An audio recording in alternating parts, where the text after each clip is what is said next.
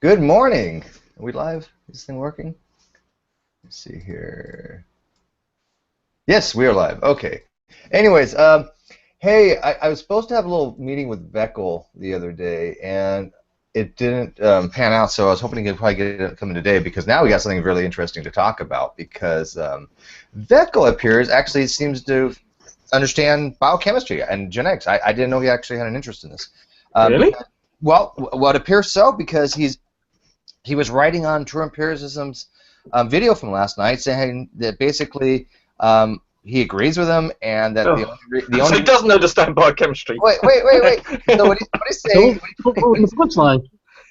what he's saying is that basically that we are all basically wrong, and we're getting angry because true empiricism has all demonstrated that we're all idiots, kind of basically thing. And so Vekl is basically saying, you know, that the only reason why we're disagreeing with him is because of religious reasons or something like that. I don't know his full reasoning, but basically I could tell you that he's actually saying that true empiricism is correct. So I'm like, oh, Vekl, okay, so you actually understand what the argument here is, because we knew that true empiricism had some major issues, but the video last night went to depths beyond anything I could possibly imagine. It was special. And, I think, Rumpus, you hit on the head when you said it was concentrated. What'd you say? Concentrated Idiocy.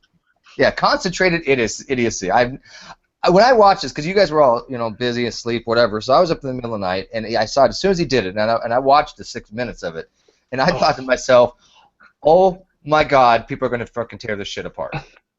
Okay, I mean, because it was just the amount of lunacy he had in it. I can't even begin to describe the mistakes he made, and I counted at least, I was right to a dozen. And Jade, she, God bless her little heart, actually took the time to translate it, Yeah. and transcribe it like Dragnut did his last time, and it actually made it worse. Yeah. Oh no. Yeah, because I mean, when you remove all the stuttering, because you make a lot of allowances when Ronnie's talking, because he stutters, gets a little bit confused, and you fill in the spaces for the words he's using, and you sort of his linguistic limitations actually sort of disguise the fact that underneath his linguistic incompetence is intellectual incompetence. It was okay. Here's one of the biggest problems I have with what True Pierce is saying here. Hold on one sec. I could forgive him almost for anything he does, except for the fact that he's so conceited and he calls everybody a liar. If he didn't do those last two things, I could forgive him. Well, and that's one of the big things. I mean, he's outright calling Fiona a lie and saying she's backpedaling and she's confused, and that to me is like the worst thing as well. I mean, because here's a guy literally saying that he's saying that the bonds, right, are literally going to just fall apart in water, and everybody's kind of telling him. I'm trying to get technical here. Everybody's kind of telling him, no, this is not going to happen, because if you had that, then DNA would fall apart. We'd all be dead. You couldn't do PCR and all this other shit we all know about. So he still doesn't understand that this hydrolysis of the water bonds is literally degradation. It's breaking apart the bond. He doesn't understand that. He just thinks that for some reason that when it dissolves in water, all these covalent bonds go to shit. Yeah. This is a guy who doesn't understand what happens when sugar enters water. I mean, it's so basic. And then he didn't understand the hydrolysis business of this bond. I mean, I didn't realize it was quite as bad as it was. I mean, realized it was pretty fundamental when you don't understand what happens when you put sugar in water. But then when he didn't realize that the hydrolysis was a reaction. And so when he thought that because that paper was talking about reaction rates, and therefore it wasn't talking about hydrolysis. And all those 5 terms that I mentioned, he gets hydrolysis, reaction, cleavage, bond breakage, 6 or whatever. He just uses them into. He's got them all wrong. I mean, you couldn't manage if you did it randomly. I mean, if you said here are 6 things, and you said pick the ones of definition, you would get them all right. But he's got them all around the wrong way. I mean, you couldn't do this by randomness. It reminds me of you have your column on you have your column on one side, and the answer on the other side, and you have to draw a line from one side to the other. He's just randomly picking what definitions to words and getting them all wrong. It's interesting. It's interesting. Marcus described that, though. I want to say something for Ronnie. I will literally take one of my tests, the short answer portions, and I want to see what he would write in the short answer, because there's a part at the end where you have to explain, like, explain how photosystem to produces an electron from some photosystem 1, something like that. And so it's fairly clear what you have to do. And so I would love to see Ronnie explain the difference between like a condensation reaction. Could we have a quiz? We could have a quiz. We could. Okay, first of all, Steve, you could raise about 10 questions, and then we could all then say, now pause, now think what Ronnie might say, and then say, here's the right answer for so simple questions, like what's a cleavage of bonds, hydrolysis, dissolving, etc.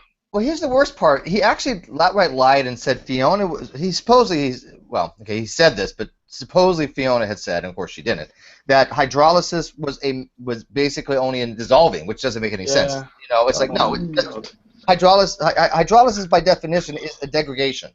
And by water, Rumpus. Literally means by water. He doesn't. He gets it round the wrong way. I mean, he thinks hydrolysis. He thinks that there's a chemical reaction dissolving, but there isn't in hydrolysis. But it's round the. I mean, you couldn't get it more by anything around the wrong way. I mean, you have to try to be this wrong. You have to try. Like Dragon says, hydrolysis, water breaking. It's not complicated. And oh my God, he was also talking about. Did you notice he was talking about cleaving of the bonds, right? Yep. And when I hear cleaving, I usually think of covalent bonds, right? And I think of like hydrolase, and actually an enzymatic process, right? Yeah.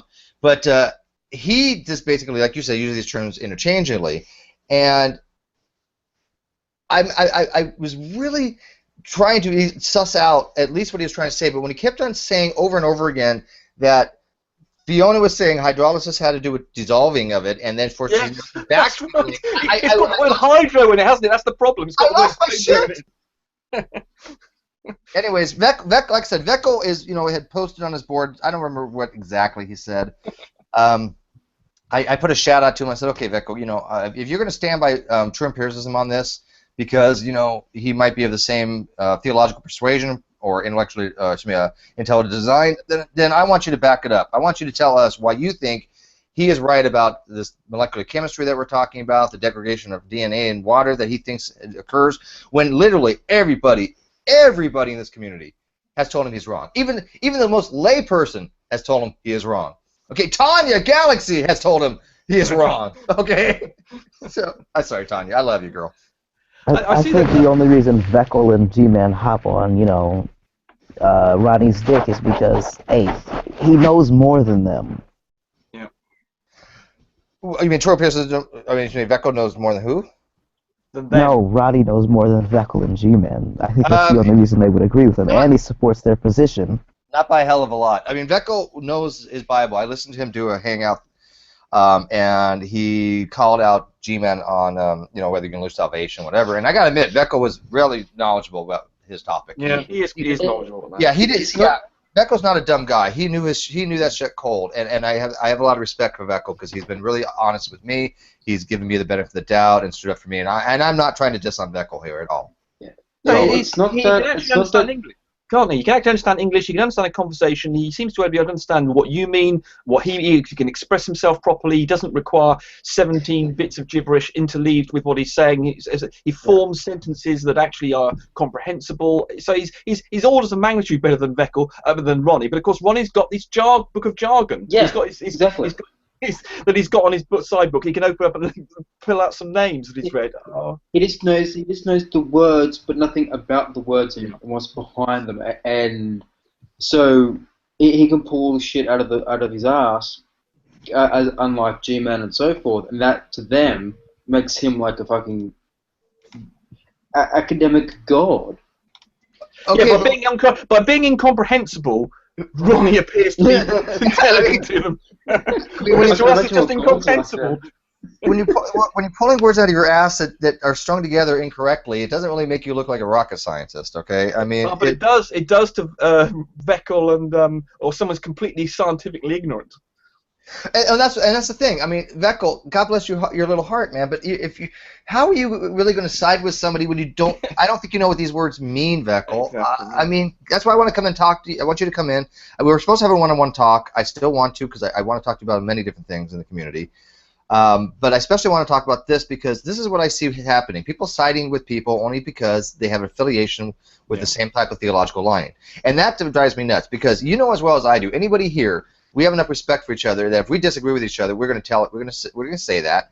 And if even if it's a theist position, I will side with the theist as much as I will with an atheist if they have a better argument.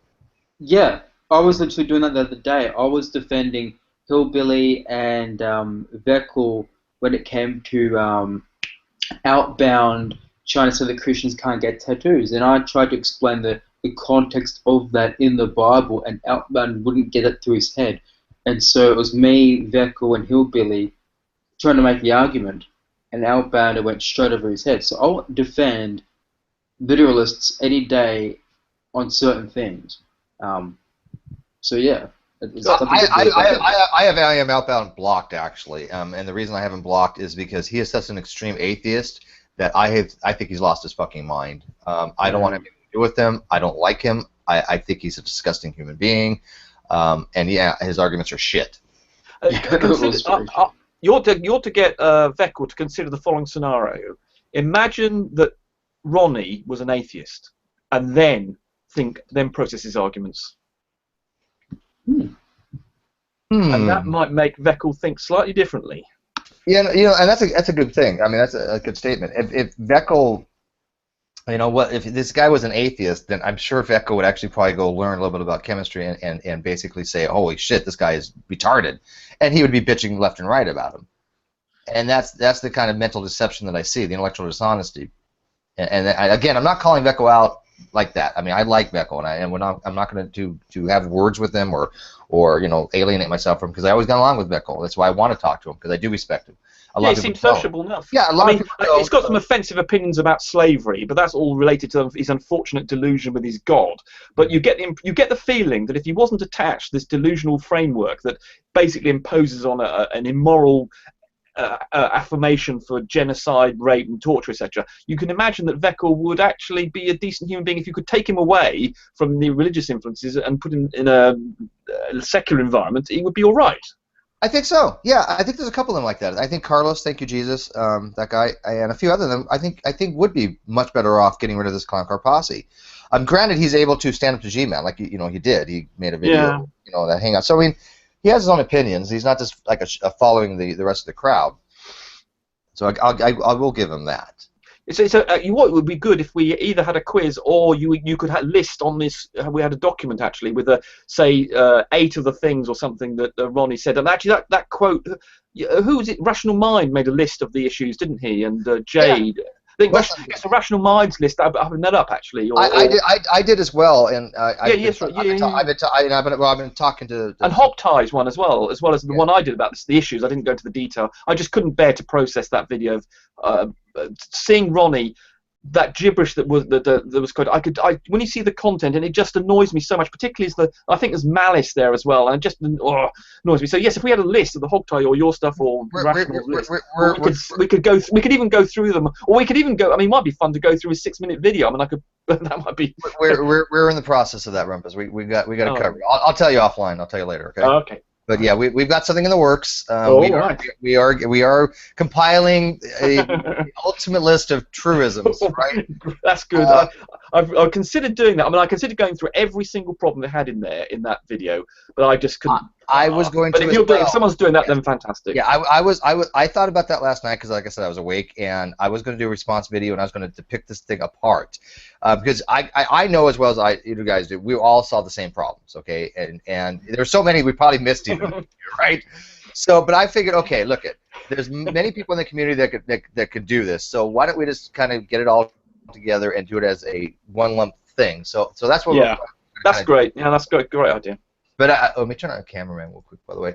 I also want to address one other thing before we go on, because I'm only going to say this one time because I cannot believe I'm saying this.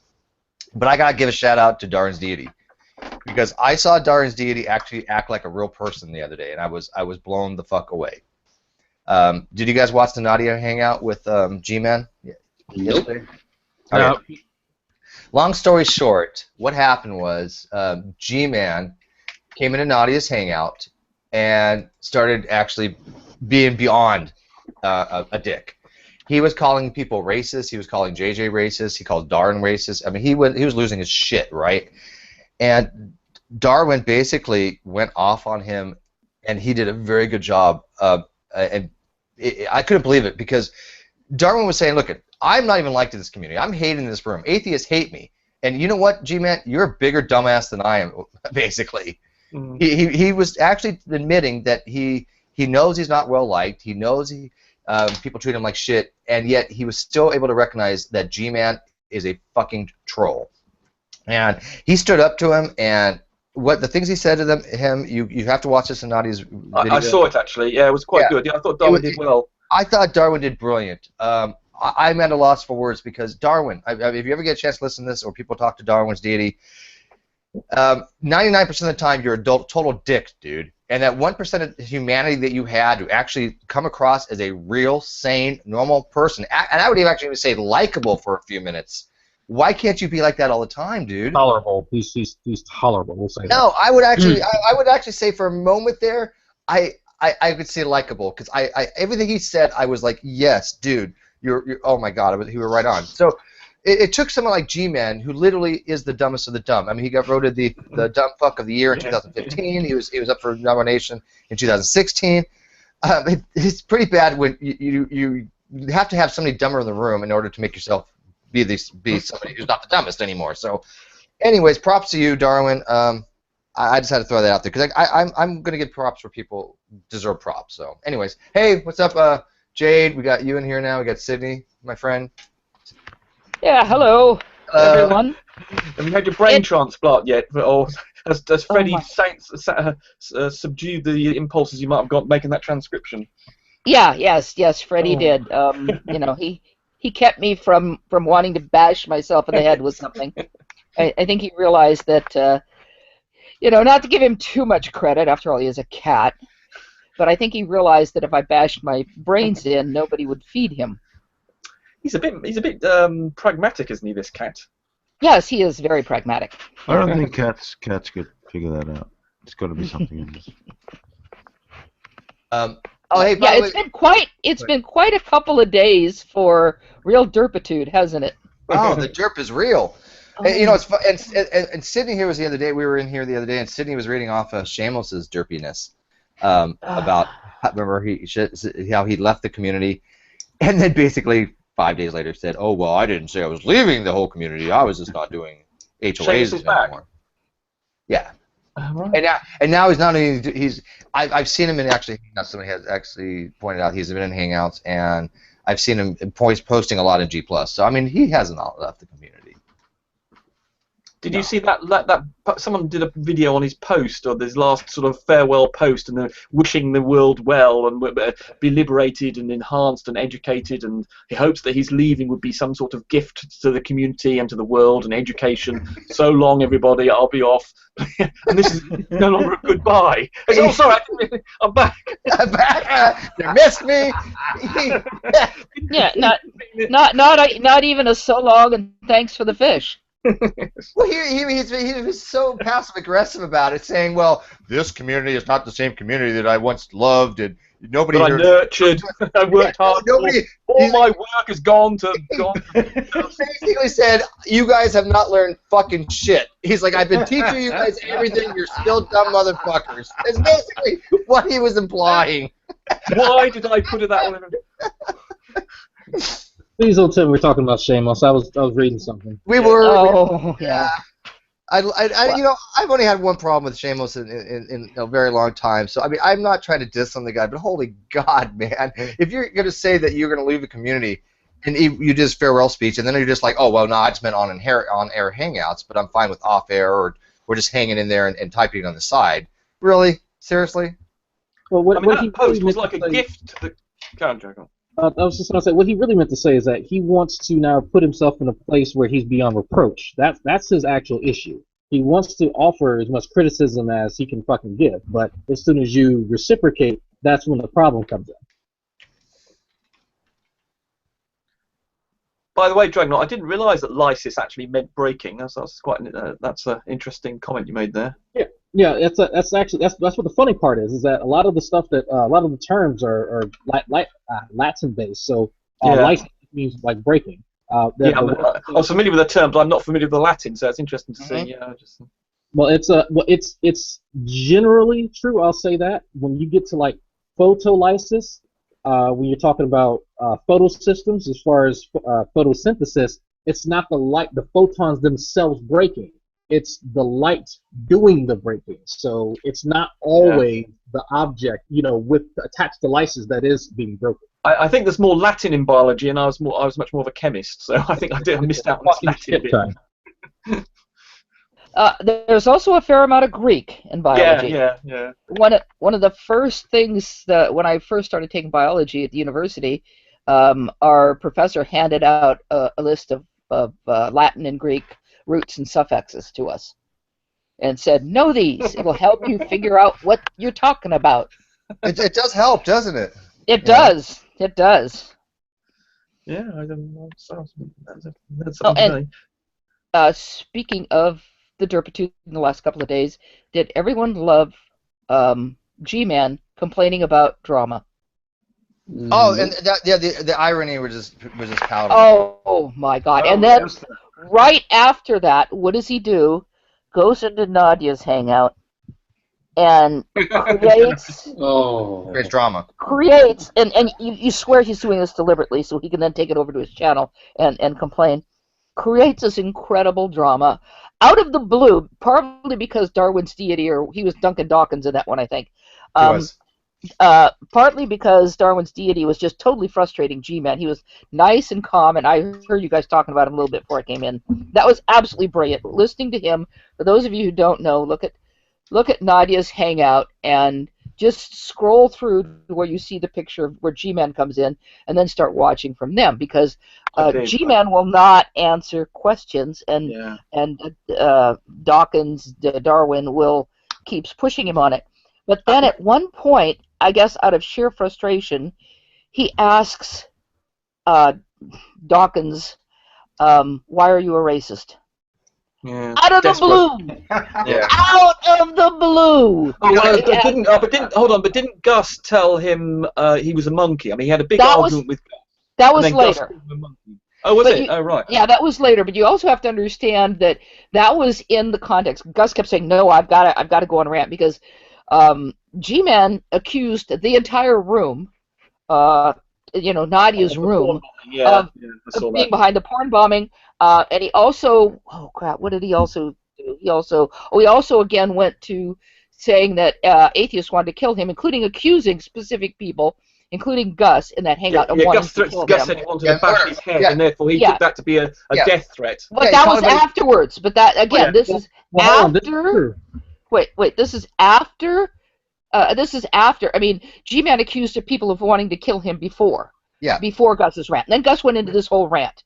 And just because he just said, "I've just got to do this," and as part of the rant, he called G-Man a monkey. He says, "You stupid monkey," or something like that. Right, and he did say, he said, "I want to bash your head against the wall until you get some sense," or something like that. Well, so of course G-Man took this to mean that Gus wanted to kill him, and that Gus was racist. So he'd actually accused him of being a racist before that incident. Well, he accused Dawkins of being. He said, "Why are you a racist?" to Dawkins before Gus called him a monkey. Gus's, real quick. Let me say this on record. Darwin's deity is a lot of things. He's a dipshit. He's an asshole. He can be a cock. He can be an arrogant motherfucker.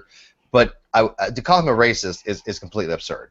I'll say this right now. Like this is nothing new with G-Man. When he has nothing else, he's even called me a racist. So there's something that he does. Yeah. Well, you sure look like one. Oh yeah. How does that work? I don't. It's G-Man. Isaiah, he is. I want to use a term, but it's probably best I wait till offline. I know the term, and I'm white. Just does this stuff, and then he honestly believed I want to kill him. He spoke to a psycho-atheist in person and told him that he legitimately thinks that I want to kill him. I don't know why. I've never said that I wanted to kill him. He's too stupid. Why would I go to jail over someone who's stupid? I don't. Yeah, how much is this entertainment value, and how much is actual just him being serious? I don't know. I don't know. And Gus explicitly said he did not want to kill G-Man. But that part G-Man ignores with the I want to bash your head against the wall until you get some sense into it. You know, I mean, people say things like that all the time. That's just can't think of the right term right now. You know, it's just an exaggeration to, you know, we say those things all the time. Like, why don't you just go play in traffic? You know. Let me address something that's in the side chat to Chris Hermstead. He says there's no content we're calling an ignorant African American a monkey, and there is a context here. A while back, Gus had been engaged with G-Man, and he called him something called a rhesus monkey because they were talking about evolution and something like that. It had nothing to do with racism. It was basically a rhesus monkey, if you know what that is. This is something that Gus does a lot to people. Okay, now I understand the connotations that you're thinking there, Chris, but when Gus uses that terminology, he is not referring to anything about color at that point. It is having to do with descendant, because G-Man in his infinite brilliance doesn't understand that we're fucking apes and monkeys. That's all it is for. Okay, so I mean, yes, there's connotations there, but I mean, let's be realistic here. Okay, I'm not going to watch what I say because of a person's color. I'm not going to treat them any different than I would from anybody else. Because if I do, then I'm thinking that I'm mentally saying this person needs special treatment because of their skin color, which I think is absurd. Yeah. I will call a person, you know, a monkey with their black, white, purple. Hell, Jade called Jesus an ape. Yeah, and I got in trouble for that one. I mean, let's not go all ape shit on this crap when people take this crap out of proportion when actually it has nothing to do with skin color. Okay, just had to throw that out there. Yeah, the term monkey can be racist. It depends on how it's used. Sure. Yeah, and the thing is, if you were to just stop and think about the way G-Man behaves, the way he jumps around in his videos and laughs and cackles and waves his arms and stuff like that, if that were a white person doing that, you'd say, well, that person's acting like a monkey because they're and his, what does he do? His, you know, no. We get the impression that he deliberately behaves in that way sometimes to attract that sort of criticism, so that he can then hit back with what he regards as the nuclear option. But I have seen him. I have seen him behave in Hangouts, his or others, in such a way that my mind immediately goes to, my God, he's acting like a monkey. Mm. But because I know of the connotation of that word with you know, black people in this country, I would not say it. Because that's just the way it is. Because a lot of people would immediately say, "Oh, you're being racist." No, the guy's acting like a monkey. Against you, unfairly, yeah. And as I said, I've seen, you know, people of all races act like monkeys. And, I mean, the thing is that G-Man is going to take advantage of that. I think he provokes them because he's going to take advantage of any that sort of issue at all to generate drama and histrionics and melodramatics. As you say, I think, as Bagnot said, he's and we've seen it before, him going on to talking TST, trying to generate as much drama onto other things, just simply to up the interest in him, particularly when his subscriber count's going down. He wants the drama. He you know, though he makes himself look like a fool, and we think, God, he's behaving like a bloody idiot here. Who would want to behave like that? But I think it is a premeditated scheme to attract more attention. It is an attention-seeking scheme. Yeah, I agree with you. I think it is. Because he has said in times, he has actually said in some Hangouts that, you know, he acts up. He does it deliberately. But it doesn't do his cause any good. No. I don't think he quite gets that. He seems to think he has this, like, what is it, the wrestling, whatever that thing is, because I don't watch it, you know, mentality of WWE. You know, WWE, that's it. Yeah, because I didn't pay attention to that. I quit watching that kind of stuff when I was a little kid. It just doesn't interest me. Yeah, when I was 9, I think, I thought this is a bit bollocks. Well, yeah, I know. I used to watch it with my babysitter, actually, because she used to think the stuff was hilarious. And back in the 1950s, we had this too, but it was different. But these guys would dress up in the costumes, and they'd get in the ring, and, you know, I'm tough. No, I'm tough. And then they'd have this whole fake smackdown, and she'd laugh at it. And I'd learned back then that this was just all an act. But I used to watch boxing with my dad, and I knew that wasn't an act. Yes. that interested me more because it wasn't an act, and my dad knew boxing. He'd actually refereed it. And don't tell me you're a boxer, Jade. I've got to tell you a story about that. No. But my dad showed me. Oh, he taught me how to box. When I was a little kid. When I was a little kid, I had my own boxing gloves. I'm like 6 years old or something, like 6 or 7. And my dad would sit on this ottoman, and with his gloves on, and he would box with me, and he'd show me all the moves and things like that. And what he'd do is if he and he was pretty lenient, but if he got inside my guard, he'd slap me on the side of the head. Now it didn't hurt because he's got gloves on, and whatever. And so one day, but my dad would sometimes be drinking a cocktail while he did this. So one day, possibly because he was a little tipsy, I got right in his guard, smacked him in the eye, and gave him a black eye. My dad was bragging on me at work. I found that out later because I went to visit his work, and everybody was like, "Oh, you gave him a black eye," and I was like, "Yeah." He thought it was the coolest thing ever that his kid gave him a black eye. Is that parent abuse? What? Yeah, that's parent abuse. Yeah. But no, because I actually managed to get in his guard. He thought that was pretty good. So Jade's giving black eyes to adults. I know. Just imagine what it'd be like with her now. God. Well, we're finding out a lot about Jade. She beat up her parents. She's yelling at JD. She's not aggressive. JD around, yeah. I say, Kelly, don't mess with Jade. If I ever have an argument with her, I'm going to be worried. I have to find the. Someday I'll have to find the video from long ago when I was in Brian Jay's Hangouts when we had the Friday Fails. I thought I was muted, but I got annoyed at Brian because Brian doesn't shut up and I don't shut up, so that makes life interesting. And then you'd get 13 heathens in there now, shadow heathens, and he doesn't shut up either. And you'd get the three of us, and life was entertaining. But I thought I was muted, and I actually growled at Brian. I mean, an actual growl, like an animal growl. Fortunately, Brian has a good sense of humor. So yeah. By the way, I just invited Reds, so if Reds needs in, I have to make him a spot. I would, but anyways. Are we going to discuss what Ronnie said, or we're going to talk about Vekl, or what's the agenda here? Well, I've invited Vekl. I know he works, and so I don't know if he's able to. Like I said, we were supposed to actually have some one-on-one time. I think it was yesterday, or maybe today. These days all blur together. And so if you can't make it, if you can't join us, you got other things to do. I understand. There are a few of the theists that I've been trying to get a hold of to try to have a conversation with them about some of this stuff because, the other day while I was having my hangout, General Han Solo was in here and he was also on Pow Talk, and he was telling me that on Pow Talk, for some reason, Nephilim Free is going around on Pow Talk complaining about me, right? And and so Johnny JCK has gotten on that bandwagon.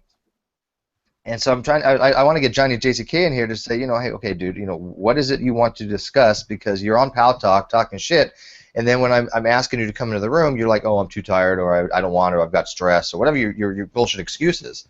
So, I mean, I guess they're going cross-platform to try to get people to come on my channel and bitch at me or something, or maybe even false flag, I don't know, like Ernie. So I have no idea what's going on. So I'm trying to get some of these theists in here to kind of suss out what these people's issue is, just because I won't debate Nephilim Free because I think he's incompetent, and I've already told him the one time that I only asked for one thing, and that was for him to use scientific sources, and he refused to, and so I said, okay, fine, and that was it. So I'm never, So you invited Johnny KZJ as well? I haven't yet, but I was going to. He's almost a flat earther now, isn't he? Oh, I have no idea. Yeah, he's probably. He has the total global conspiracy under wraps. So I was going to debate him on another topic, and I had to disprove this global conspiracy bullshit in the first place to move on to the science. Yeah, he is a flat earther, and because of that, he's sort of broken up with Neffy. It's sad. The romance is over. What? No. What? Wait. No, bullshit. Dude, they were Pow Talk together yesterday. What do you mean they separated? Oh, well, no. Well, they've clearly not completely, but for a while there was he had hangouts and criticisms of Brother Neff, you're wrong about this, that kind of thing. Yeah. He just, oh my God. Yeah, Johnny. Maybe made up. Maybe they Yeah, made he did up. a whole video, didn't he? He did a whole video saying what all the things that Nephilim should consider about what the good of the points in favour of a flat Earth. I think he went to about 5 or 6 points. They're all obviously complete gibberish, but I don't understand this though. If you're that far removed from somebody's position and you're still associating with them because you both believe in God, I don't get that. How is that an ally? I mean, Nephilim Free is an anti-Trinitarian. He's an annihilist, which an annihilationist, which I kind of agree with him on that one a little bit how I read the scripture. But and he is. Is he a geocentrist? No, he's not. Is he a geocentrist? No. Nephi's okay on the helicentrist. He used to be a geocentrist a long time ago, wasn't he? He was once. Yeah. Okay. Yeah. Okay. So, yeah. So I'm not going too apeshit on that one. But I mean, come on, flat Earth, really? I mean, did you guys watch Reds hanging out the other day with this one guy? Yeah. That was brutal. No, wasn't it? Yeah, I know you did. Yeah. Well, what are the funny things about this whole thing? Everybody kind of like having to be on his side is, Neff was giving a hangout sometime in the last few days where he was going into his, being an annihilationist and things like that, and very, the opposite of what most of our fundies are. And here are our fundies in the hangout with him. Nobody said a word. Or at least some of our fundies. What's an annihilationist? Wow. That people aren't going to go to hell. They're just going to disappear. Basically, your soul's destroyed rather than. Oh, right. Rather than being tortured, right. Right, but he was saying, because his beliefs are not in line with most of our evangelical fundamentalists here. But some of them were in the hangout as he's going through this whole thing. And do you think any one of them said a word to him about it? That's what I don't get. Why not? Why don't they? Well, they're probably going to say it to him in private. That's what. That's right. Shtick. Oh, bull. You know what? Yeah, I get that whole biblical shtick about what is it? What do they call it, Jade? The terminals they use in private. Not chastise, but what the hell it was. Yeah, I know what you mean. Confront them. Confront them in private and not in front of the non-believers like that. But okay, this is not a small doctrinal. This is like major shit that he has wrong. And I don't know. Again, I don't know why they're siding with these people just because they have one thing in common. They both believe in God. Well, so what? Jade, you believe in God. Why don't they side with you? Well, because I'm a heretic and I'm queer. She's not a fundamentalist, is she? Let's not forget that. I'm a Catholic, so I'm not a real Christian. So you're. Let's say you're Catholic, you're gay, and you believe in evolution. You're fucked all around, girl. I know. And that came out like my Irish family. I'm Catholic. But isn't that odd, though? I mean, but here's the thing. You're like one of the most well-respected people in the Great Debate community as far as like your knowledge level and the detail you go into in this shit is ridiculous. I mean, nobody as pedantic in the entire community as you. Okay, and if they want to learn something, you are the person to help them with that, and they don't want to. You're a gem. You're somebody that can actually explain things. And they just piss it away because they're so goddamn bigoted and so self-righteous that they don't look past anything they disagree with you on, like they do with Nephi, to actually learn something. And they rather go to Nephilim or True Empiricism and learn bollocks. And most of them have a very poor concept of Christian history, including the history of Christian theology and the early church fathers. They have this magical idea that the early Christians were just like them, and that somehow real Christians, just like them, always existed through history, even though there's no historical record of that. And they will talk about creationism as if people were always creationists. Well, yes, but not young earth creationists like you do. A lot of the early church fathers, they didn't consider themselves with the age of the earth, and nobody came up with the 6,000 years or anything like that until Bishop Ussher. There was the actual age of the earth was not a huge consideration. Certainly it was discussed sometimes, but a lot of times it was, well, we don't know, or going into that quote where to God 1,000 years is a day, so we don't know what that means. But yeah, they poorly educated, a lot of them, and it comes out a lot in their language. They can't even speak English, some of them.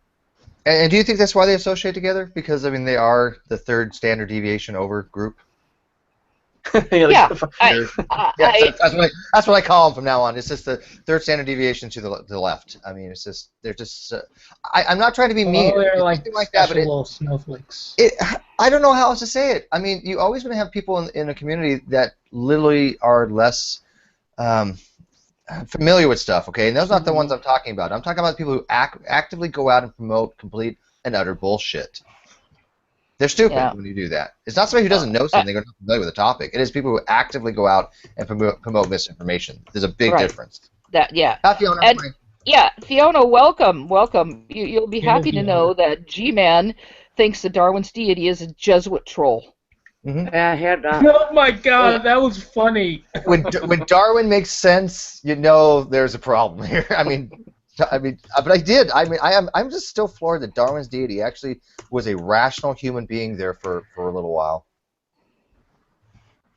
You know, I can't get over that. Do you understand how hard it is for me to actually admit that? But I try to be fair to people. And holy crap, he was actually normal. I was just. And can I just say, I thought Fiona's performance in her 2 hours or whatever it was, hour and a half of explaining to Ronnie very slowly through that paper and repeating the same thing about 20 times. This is the half-life of a bond. This is hydrolysis. This is where the bond breaks. And even with the relentless, calm dispensation of sensible things and consideration, Ronnie was impervious to logic and knowledge. He doesn't know what any of the words mean. It was just an extraordinary exhibition of calmness and consideration, and how Fiona did not go. She had to fall back on her settee periodically, but she managed to hang in there and still kept dispensing the sense and the logic. And no, Ronnie was impervious. I mean, this is the thing. When you're really, really stupid, you're impervious to reason.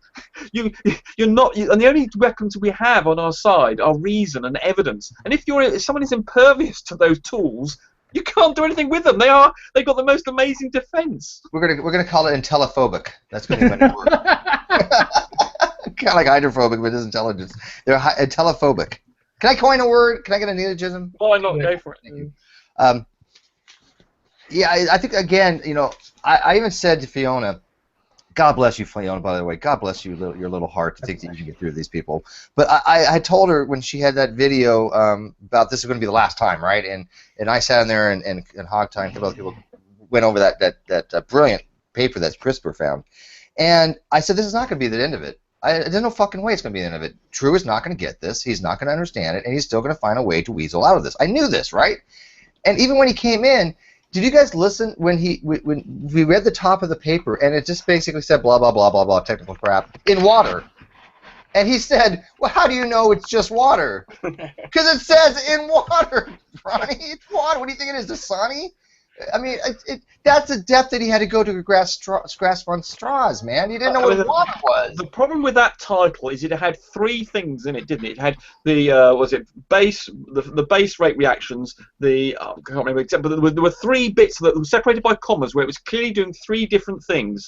There was like enzymatic, unenzymatic, and something else. I don't remember. And all he could focus on was the last thing after the comma mentioned evolution, and completely ignored the fact that the bit of the paper that we were looking at was the sort of precursor to worrying about the evolutionary issues, but just concentrating on the stability of those bonds, exactly the issues that we've been talking about for months and that he doesn't understand.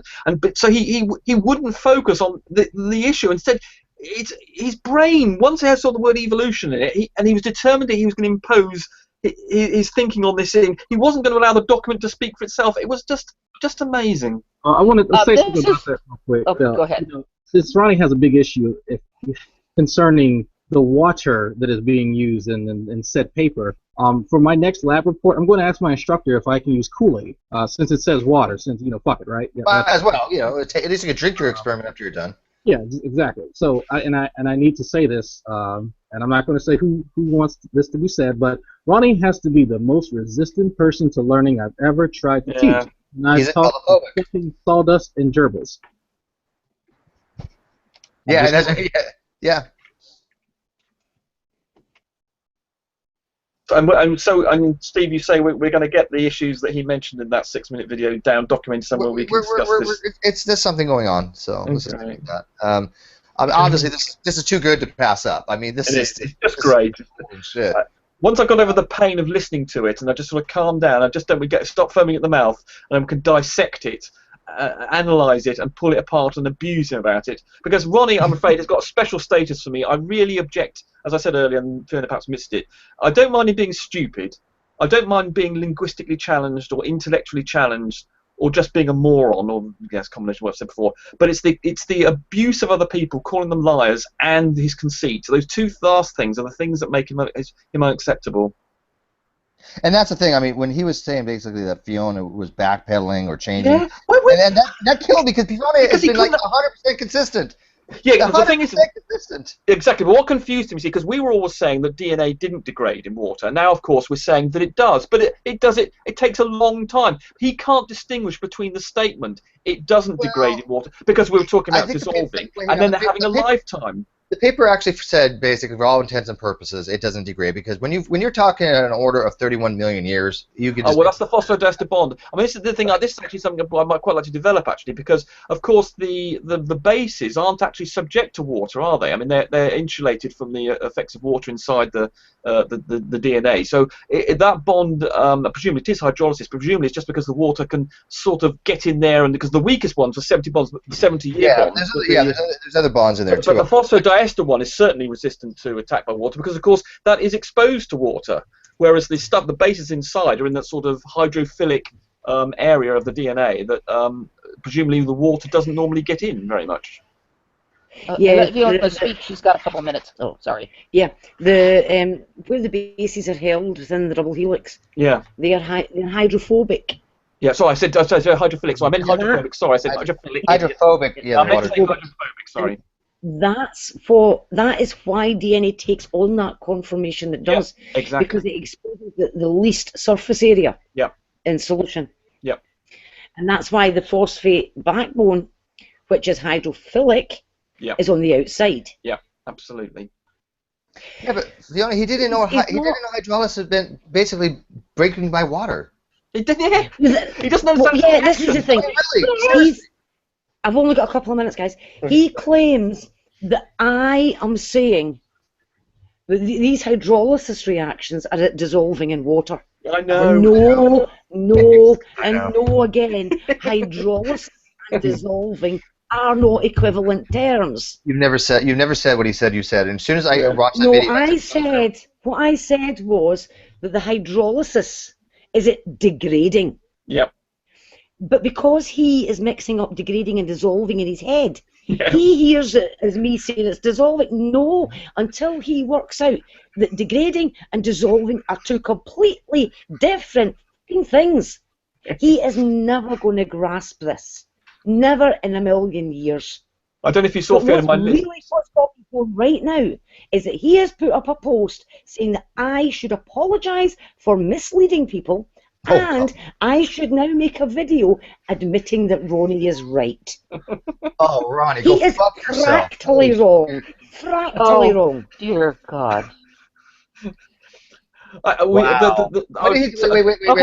Let me have a go. Let me go. Fiona, I don't know if the earlier part of this. There were six terms that get mixed up in here: hydrolysis, breaking down, cleavage.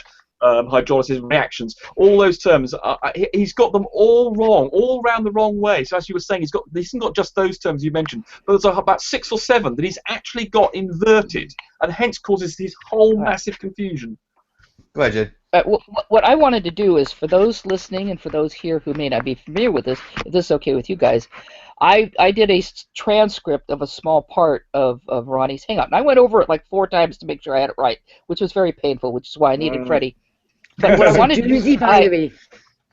Yeah. Freddie ran away after you read this out. Yes, he did. He did. Well, no, he comforted me, and then he ran. He had to recover. But what I wanted to do is I wanted to read this out so people understand what we're talking about.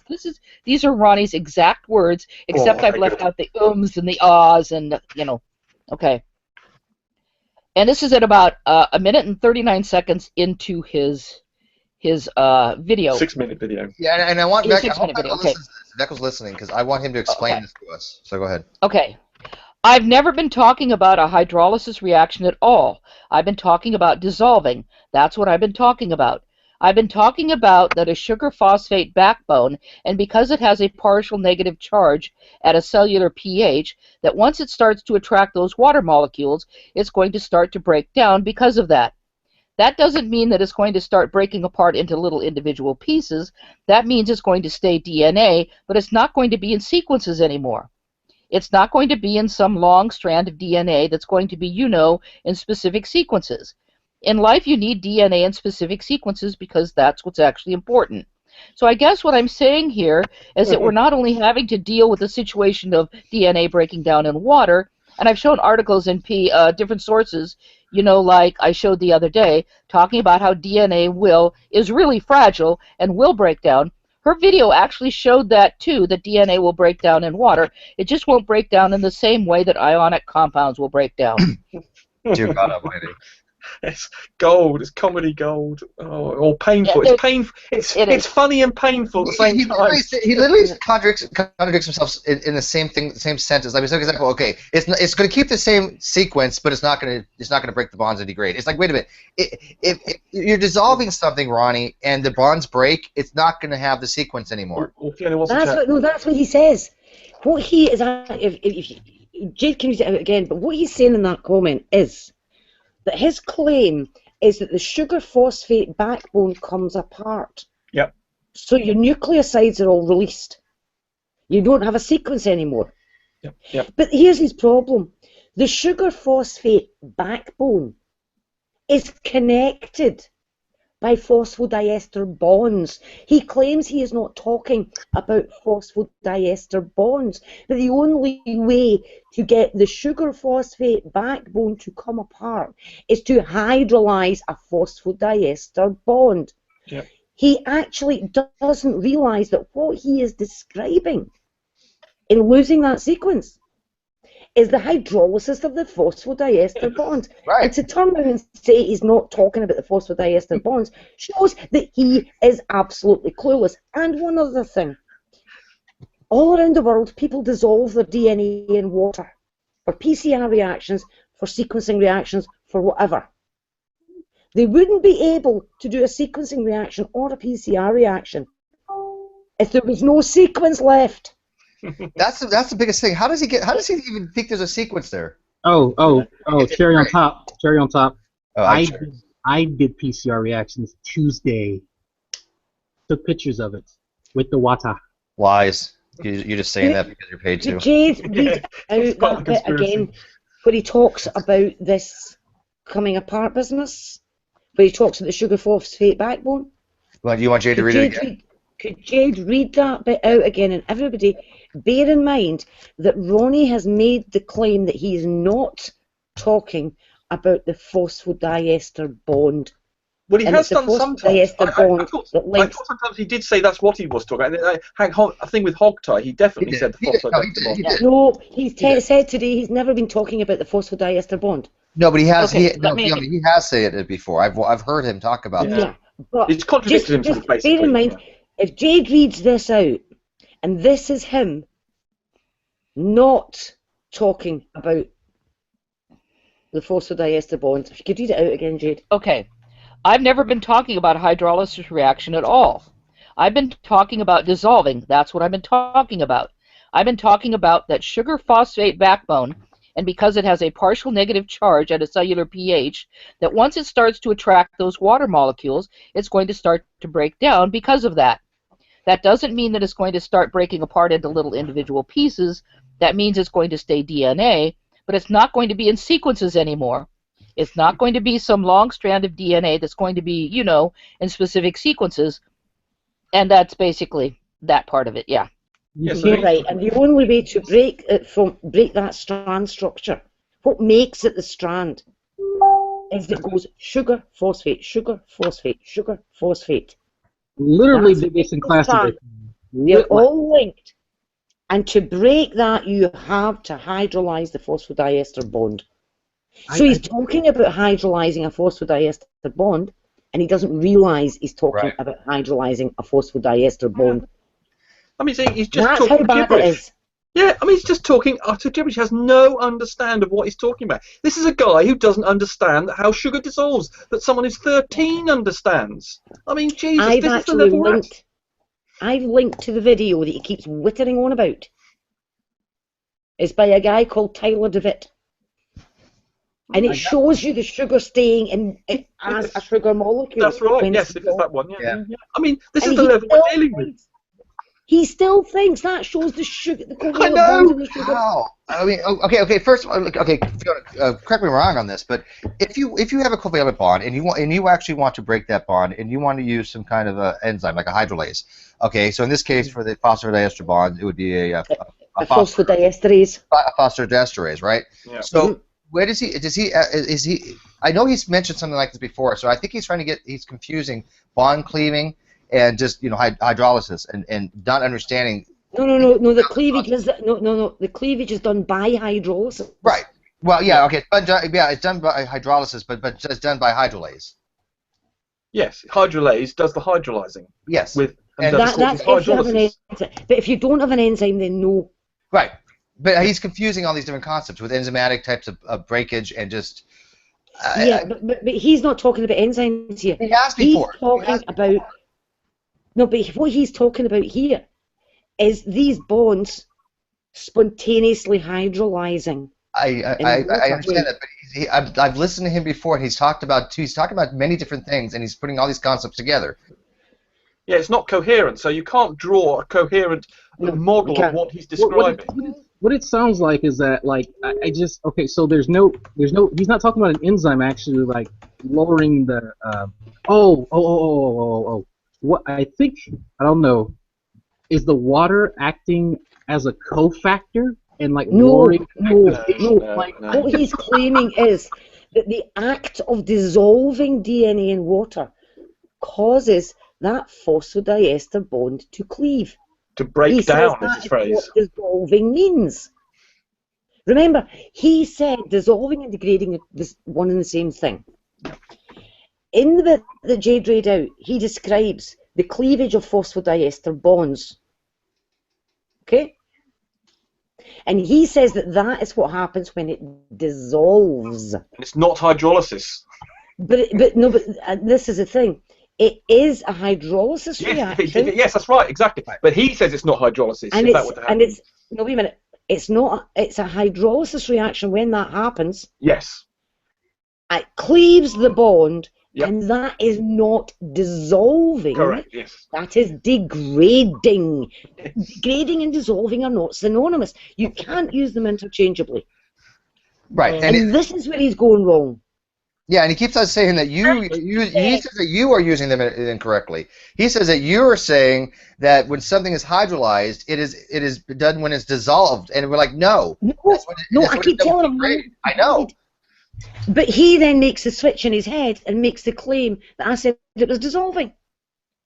He doesn't get it until he grasps that degrading and dissolving are two different things. They're completely different. And that's the crux of the matter.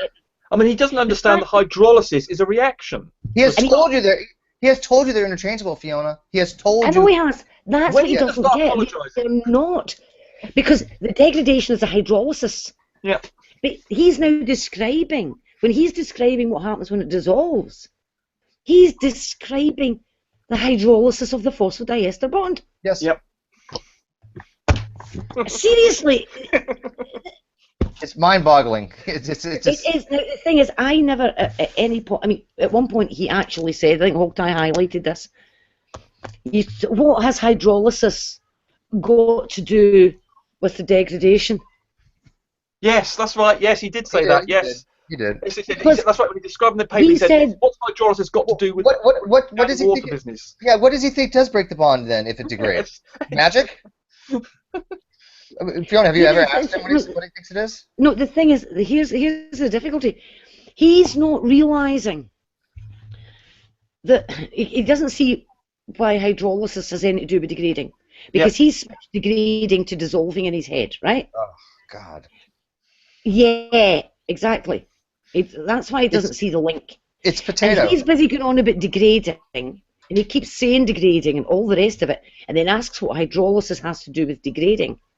It's because we're talking about the fact that DNA degrades via a hydrolysis reaction. I think this And is why we he need thinks that the two are unrelated. This is why we need, I think, a proper hangout with a list of these issues, about 6 or 7, 8 things, fundamentally, that he doesn't understand through the hydrolysis reactions, bond cleavage, dissolving, degrading. And then we could go through each one of those lower concepts, and also dealing with sugar dissolving in water. And if we went through those 6, 7, 8, possibly 9 things, slowly, there's just a tiny possibility that if you build up from the base, that he might just start to realise where he's going wrong. Because the problems we're tackling from the top down here, we're not getting focusing on the lowest. Do you know why? Do you know why we've attacked from the top down? Because he makes top-down claims, yeah. No, because remember, he's made the claim that nobody here is qualified to talk about chemistry with him because he's such an expert. We assumed he knew something about chemistry. I didn't, and it turns some out people did, yeah. he is absolutely clueless. 13-year-old. He's got a 13-year-old. Organic chemistry, whatever. He is clueless. Yeah, this is my favorite statement. statement. If he thinks hydrolysis is the same as dissolving, then he is on a different planet. It's got hydro in it. This is my favorite statement that he said, and it's in the side chat, and I shit myself when he said this, and I'm going to read it verbatim. He says, quote, "I'm not talking about hydrolysis reaction. I'm talking about things breaking down in water." Fuck, dude. Hydrolysis.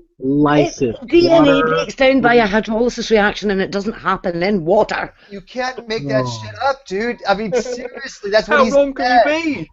I mean, 100% diametrically wrong. I mean, this is the level of this guy. His view of the world is completely inverted. I mean, those options, those issues we described, he's got them all round the wrong way. He's trying to describe stuff, and when you're describing something, you're doing a lab report. You don't say such and such degraded. If you have a molecule and it's C6H12O6, and for those of you science nerds who know what that is, if you're saying that it for some reason loses a carbon or an oxygen or whatever, and its structure is then changed, you can say it can denature. I think that's what he actually means. No, he doesn't. He is actually describing the bit that Jay read out. He is describing degradation. Yeah. And by the way, I have to clarify. Actually describing degradation. I have to clarify real quick, if I may. But that wasn't exact. That was a paraphrase, by the way. But it's still, I read it as a direct quote. That characterizes him beautifully. But that is what he was saying. Literally what he was saying. By the way, Brandon wants in here, and Brandon, I think, because I was talking to him the other day, he wants to defend TrueEmpiricism this, and so I guess Brandon did some research. He said it was this morning. Lord. I'm gonna give him. Pistachio. Yeah, Brandon said he doesn't know much about this, but he wanted to look into it. Okay. And so, Brandon, I'm going to invite you in here, Brandon, this room. I want you to come in, and I want you to say what you found, and I want to know if you agree with TrueEmpiricism on what we're saying. Okay? So this will be interesting. I gotta message Sam and let him listen to this. You got a message from whom? Sam, was it? I'm going to send a message to Sam on Facebook. Send him, yeah. Sam will find this hilarious, yes. Come on in, Brandon. He may need to take a tranquilizer first because he'll get annoyed. Well, and Fiona, again, once again, has a really good way of nailing things on the head. We kind of all thought that at least True had some basic understanding, right? I mean, I didn't. Yeah, well, I was thinking high school chemistry or whatever. Oh, yeah, just we could not have been more wrong. I mean, he doesn't even know the difference between covalent and ionic. I mean, he just uses them interchangeably, I think. I mean, even the thing you just read out, James, isn't he's talking about ionic stuff that has nothing to do with any of this? Now, granted, there is the partial charge on the backbone. I get that. But, I mean, he's so worried about this pH. Remember he was talking about the pH? Because I was confused about that, too. I mean, I'm used to dealing with solution pH, things in a solution. So what is he talking about with the cellular pH? Because I may be wrong on that one because I don't know. He's just talking about the pH in the nucleus or the cytoplasm, isn't he? I don't know. Is that what it is? The cellular pH in solution? Yeah, that's what he's talking about. Okay. It means not a blind bit of difference. Yeah. Yeah, but that makes sense. But he at one time thought DNA actually has a pH just as DNA, without even in a solid solution. I mean, presumably the degrading of the phosphodiester bond would be affected. I mean, if you made it very acidic, presumably there would be an effect on the hydrolysis of the phosphodiester bond. I bet it's not independent of the pH. Yeah, I mean that's how DNA breaks down primarily in the gut. Yeah. If you change the pH level, it's going to have a reaction rate of the bonds. They're going to break more. Shit out of it. Okay. Yeah, that makes and temperature obviously. Yeah, but that's not. That was one of the things I felt that Fiona perhaps didn't need to get involved in. Just focus on the 25 degrees C because he doesn't understand that. Starting to worry about what happens at 92 degrees C just creates another dimension of confusion for him. I mean, as we established, he doesn't understand even some of the basic terms you're discussing. So when in that abstract he talks about dissolve or degrade, he doesn't understand that that's the degrade is hydrolysis. He doesn't understand. When he talked about reaction rates, he didn't understand that was hydrolysis when mentioned the abstract. Yeah. Got all these terms he doesn't understand, so tackling him, extra confusion on top of that is just going to cause more confusion. I know. I know. Okay, Brandon. Hey, let's get to Brandon real quick if we can. Brandon, what did you find out? Are you going to side with the experts, the actual people that understand this stuff, like Fiona and Rumpus, or are you going to side with true empiricism that DNA actually degrades in water, contrary to what every single person on the internet has told him, even theists? Well. There are kind of two things that I was looking at. First of all, from a historical perspective, the idea that DNA breaks down in water doesn't really make sense. But also, I was kind of wondering, have we actually established that he wasn't trying to go after the RNA world hypothesis?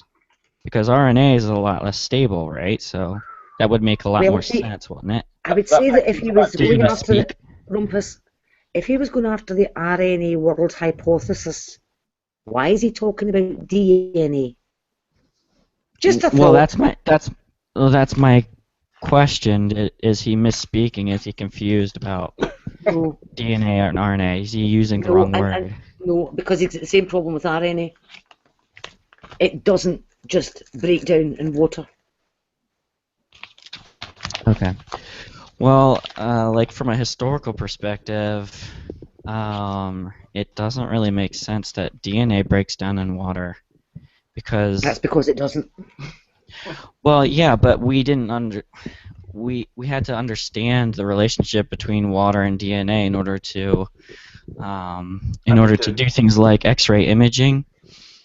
Like DNA, it can take on two kinds of structures. There's the A form and then there's the B form. And so these have distinct dimensions, and it's based on. We're talking about X-ray crystallography. It's based on water density. Drag's learning this right now.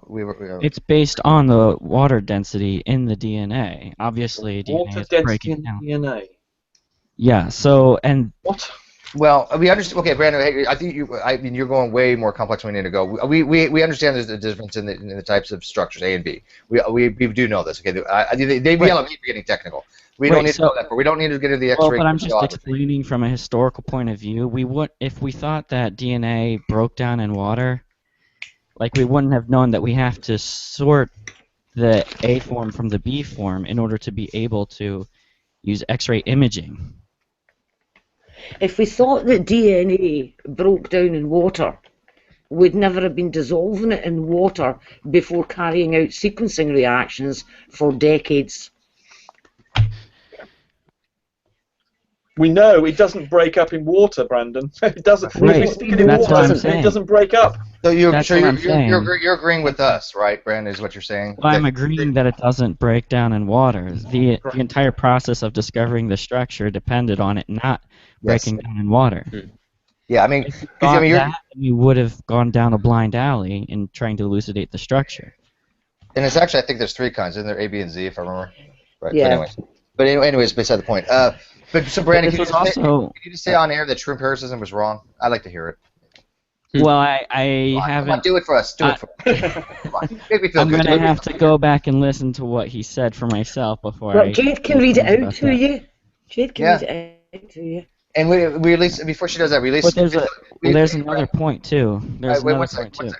We at least capitulate this so far, and I understand you want to listen to this video. I get that. You do your research, but would you agree if you do find out that true empiricism said that basically DNA degrades in water, and that everything we're talking about, the hydrolysis of the phosphodiester bond and all this stuff, everything we've mentioned so far, would you say that true empiricism is wrong, that DNA in fact does not degrade in water?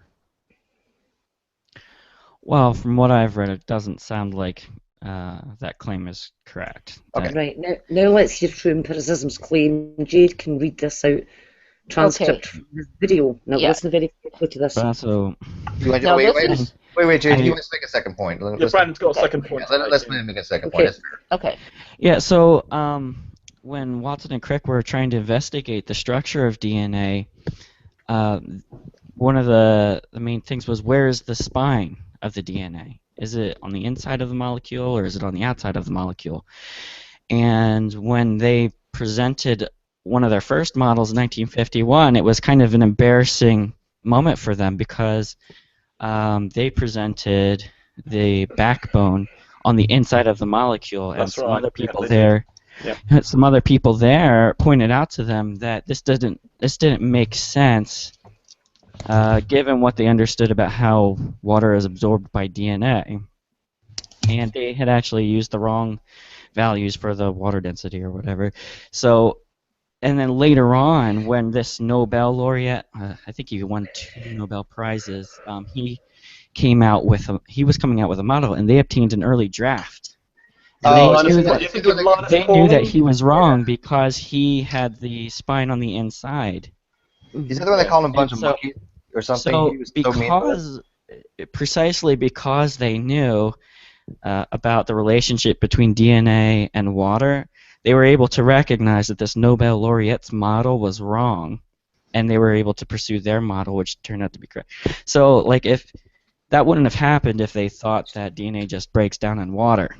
Mm-hmm. Right. So now this is here is what Ronnie claims in his video, and Jade will read it out.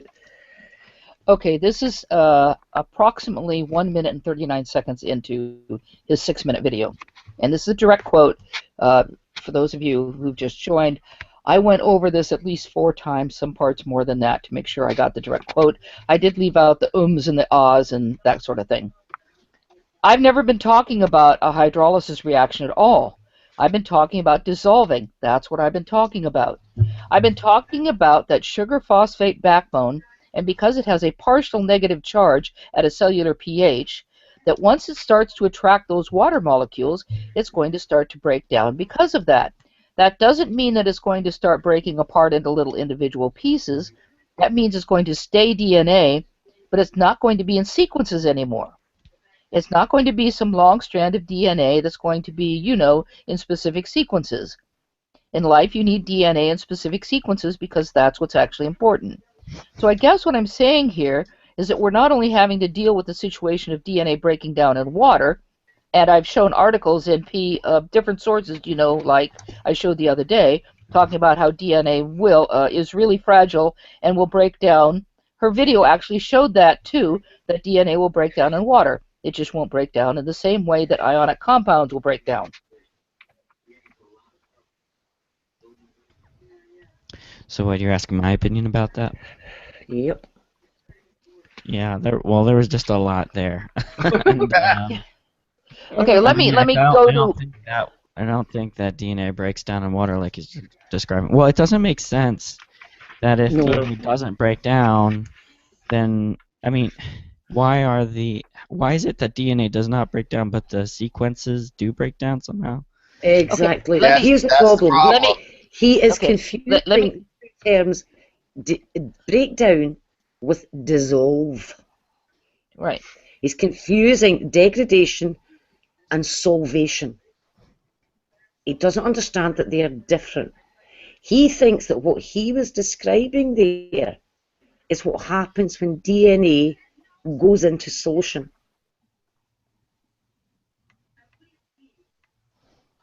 Right. See, the key points here are where he says, I've never been talking about a hydrolysis reaction at all. I've been talking about dissolving. Okay. And then he mentions the sugar phosphate backbone, and then he says once it starts to attract water molecules, it's going to break down because of, and then he points out that it'll stay DNA, but it's going to be in, it's not going to be in sequences anymore. So he's saying he's not talking about hydrolysis, and then he describes hydrolysis. Yes. And he says he's talking about dissolving, and he's describing degrading. Right. I mean, has anybody directly asked him, do you mean the RNA? Do you mean the RNA We've asked hypothesis? No, he is going after. No, he was talking about DNA, not RNA. DNA. Well, I know. That's precisely my question. Well, he said the wrong word. When we tried, even if he was, it makes not a blind bit of difference because RNA is still forms the long chain via phosphodiester bonds. Yeah, what's the difference? The only difference is the sugar, phosphate. Yeah. It's a slightly different sugar. That's it. That's the only difference. Is one's going to be a ribose, and there's going to be a deoxyribose. What's the difference? I mean, so other than that, so you're saying, so RNA does not break down in water then? Water does not break RNA down. But presumably because the bases are more exposed and those bonds are weaker, it is presumably more susceptible to breaking down. Right. That's what I was RNA, wondering. yeah, it is slightly more susceptible. Sure. I posted a link. That is not what happens when it dissolves. Oh, absolutely. Yeah. Okay. I posted a link under one of Steve's posts. I think it was under Steve's post to an article. The problem, Brandon, is it seemed to say that RNA breaks down in water, but I don't know a whole lot about it. So, it's at Steve's post at 7:01 a.m. Well, I'm Eastern Standard Time. I don't know. Can I read that paragraph? I don't know if I read it. Can I just point one really important thing out? Yes. That Ronnie has claimed that degrade, i.e. break down, and dissolve are the same thing. Which is absurd. Okay, well, can I read this paragraph from? Yeah, because it just have to do with like thermal vents or something like that when it's really hot temperatures. Because I mean, obviously stuff's going to break down over a long period of time because of temperatures. You know, you have. No. Okay, let me read it. Let me just read it.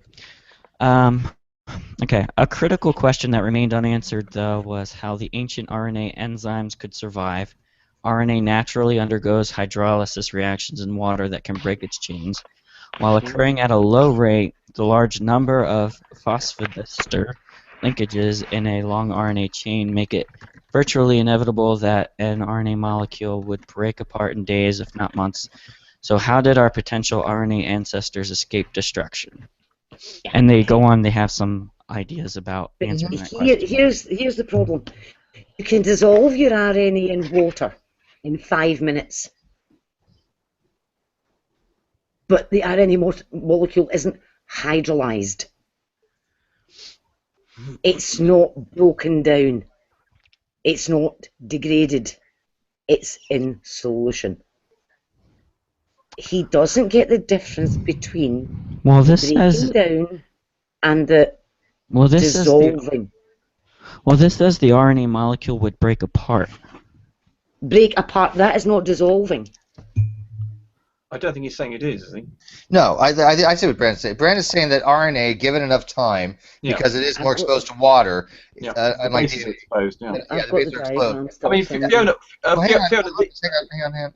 Because Brandon's kind of right. What he's saying, obviously, is that over a period of time, RNA will have hydrolysis. The phosphodiester bonds holding linkages together will eventually degrade in this case. Not dissolve, but will eventually degrade. But it's a long period of time.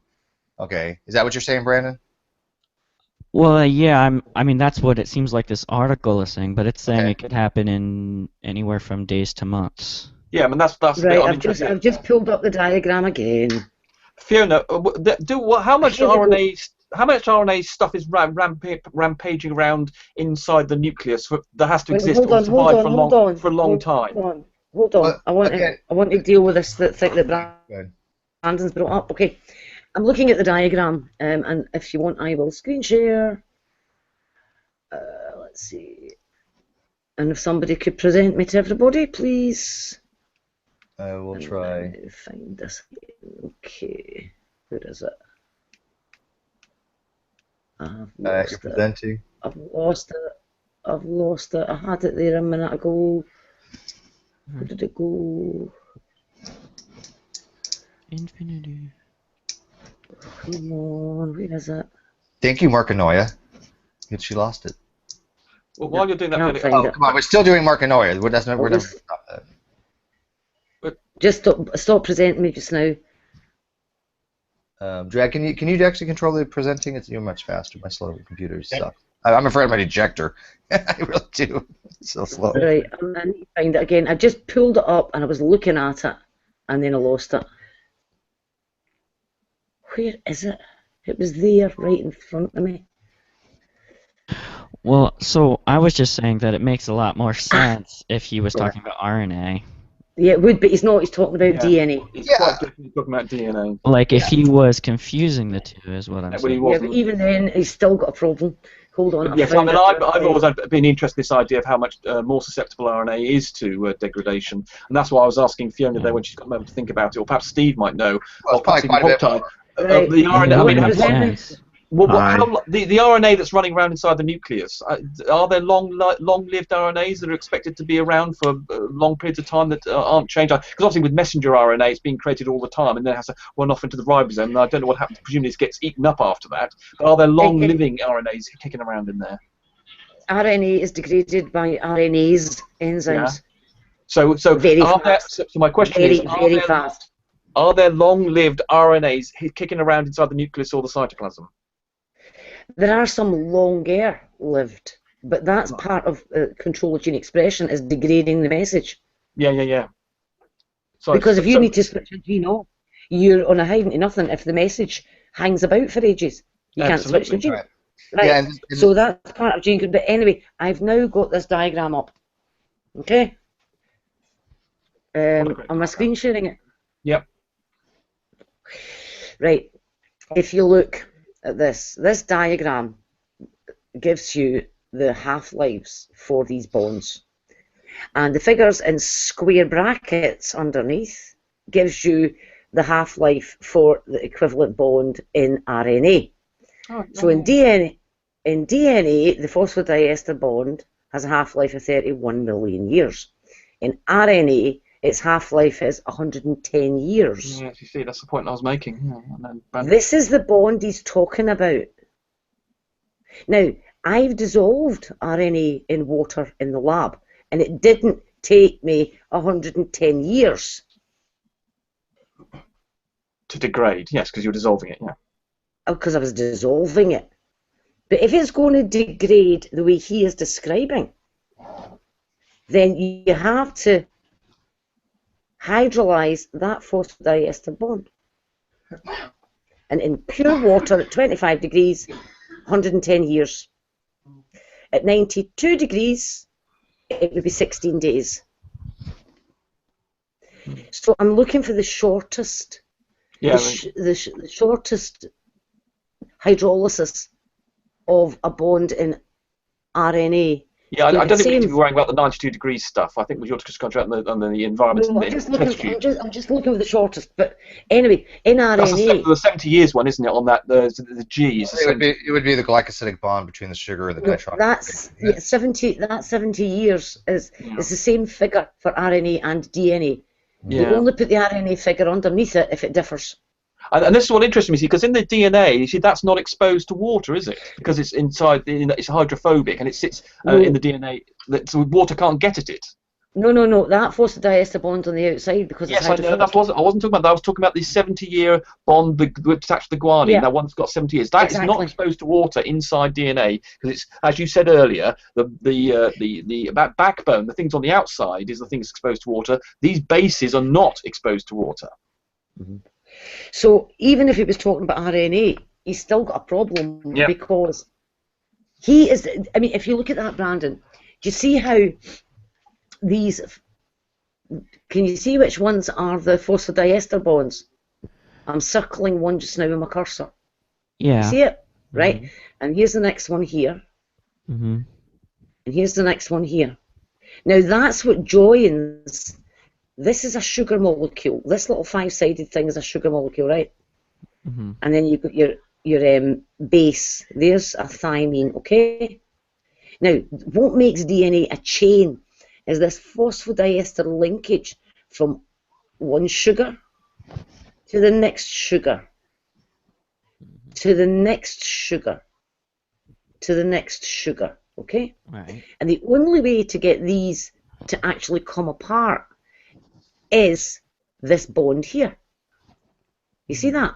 If you chop through all of those phosphodiester bonds, you then end up with nucleosides, which is a base attached to the sugar. Uh-huh. So if, as we call this bit with the sugar and the phosphate, that's the sugar-phosphate backbone, because that is what holds the molecule as a chain. So that's the backbone. Now, when Jade read that out, he was talking about the sugar-phosphate backbone coming apart when it's dissolving in water. Yeah. And if you do that and you actually cleave all those bonds, you no longer have DNA. You have a mixed solution of nucleosides.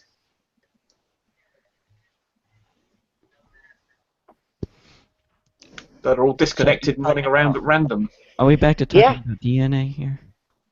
Sorry? This is DNA. This is DNA. We never stopped talking about it. This is DNA. No, and but also this. No, this that. Oh, sorry. It all also that talks about RNA.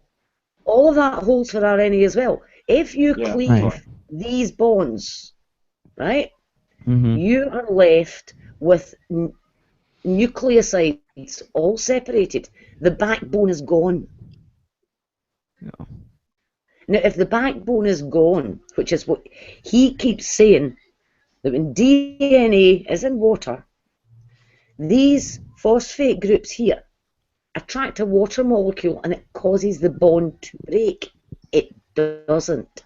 The bond does not break. He believes it degrades it, doesn't it? Breaking. With degrade and breaking are the same thing, in effect. What he thinks degrading and dissolving are the same thing. So when he's describing dissolving, he describes the cleavage of these bonds. Which is These bonds can only be cleaved by a hydrolysis reaction, not by dissolving. And hydrolysis is a reaction. Yes. In this article where it says the RNA molecule would break apart in days, if not months, what do you think what do you think it means when it says break apart? Break apart means you're going to have to start cleaving this backbone. Right. Okay. So because otherwise it's not going to come apart. For so RNA, this article is saying that it breaks the back of the RNA. yeah, because that's the Water. only bond that's holding all these together. See that? Mm-hmm. And this is saying that happens naturally, undergoes hydrolysis reactions in water that can break its chains.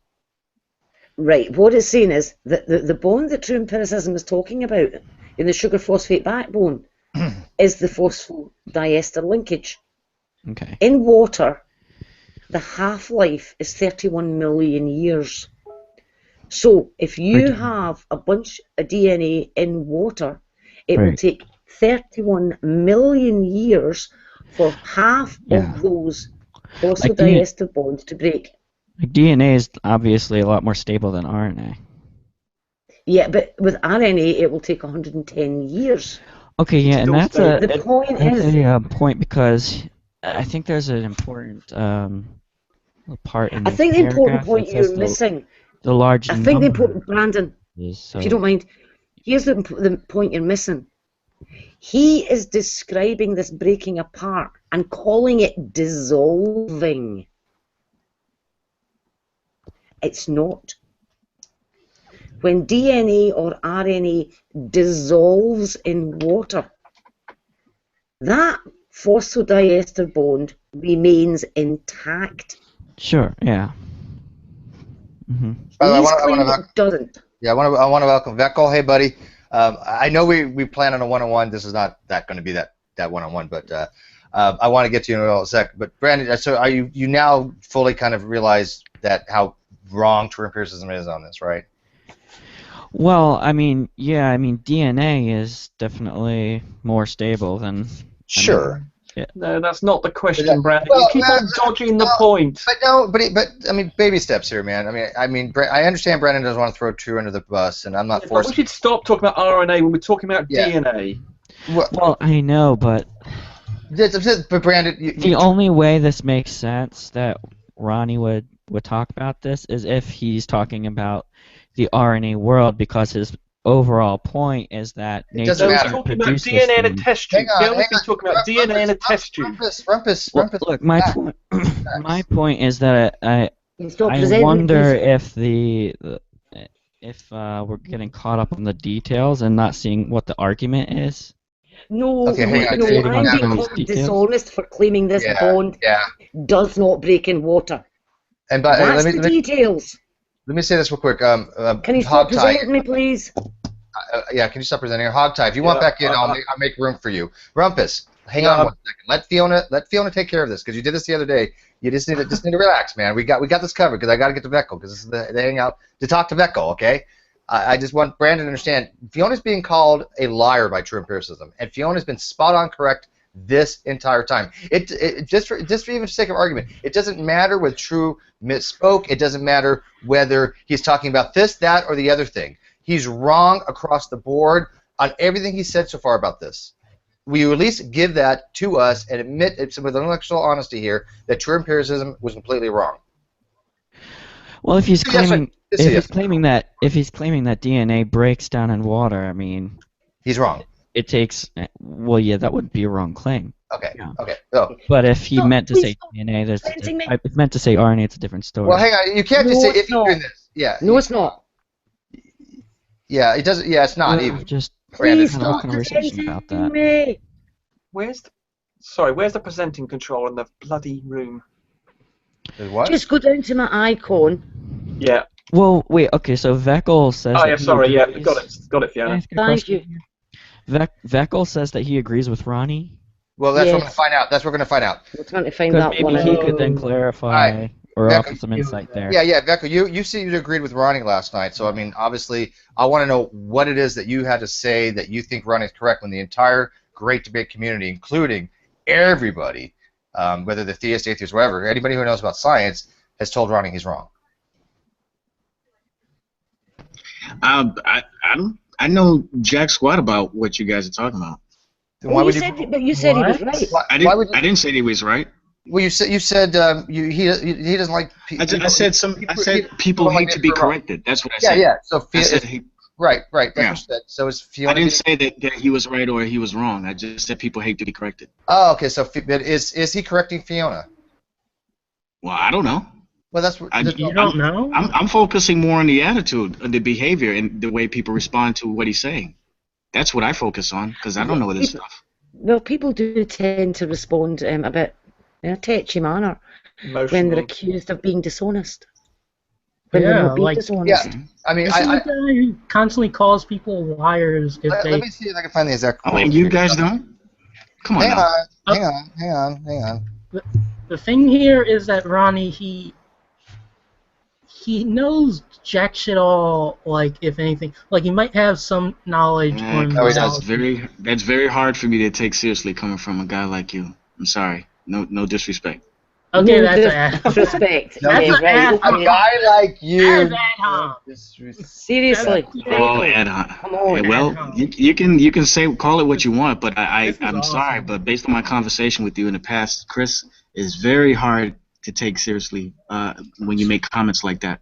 Right, so you're not coming here to discuss the subject. I'll take it Just seriously coming from here to Steve attack people. or from Fiona, but not from you, Chris. All right, well, hang on. Let's talk to Fiona then. I want you to talk to Fiona, because he's calling Fiona a liar, and that he's basically saying he's correcting Fiona. So if you have some kind of issue with the way people are responding about being corrected, shouldn't that apply to True Empiricism when he is being corrected because he's wrong?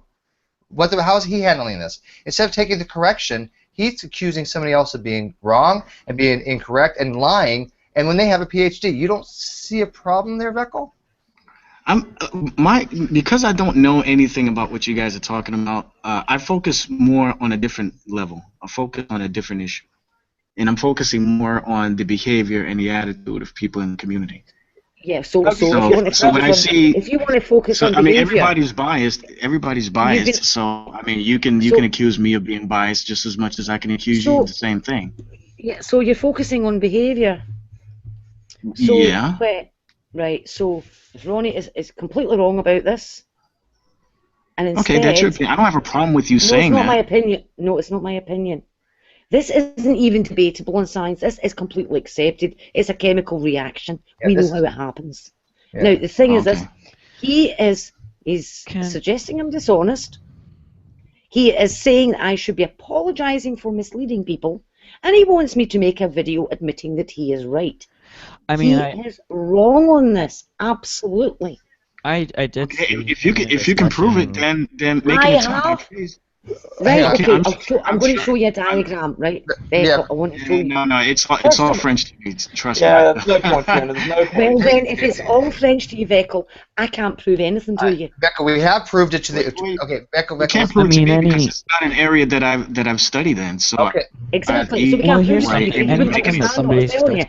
It wouldn't make any sense to me. But like I said, my focus is on the way people respond to the things that he says and stuff like that. But that's what I focus on. A friendly response to be called dishonest. Can you not say that True Empiricism is calling Fiona a liar every other video? Fiona very, very rarely calls him a liar. I have never called Ronnie a liar, and I don't think Steve has as well. We've called him stupid and moronic and things, but we don't go around calling people liars. Well, okay. Hang on. Well, there you go. Well, there you go. Anytime you call somebody a liar. What's the difference?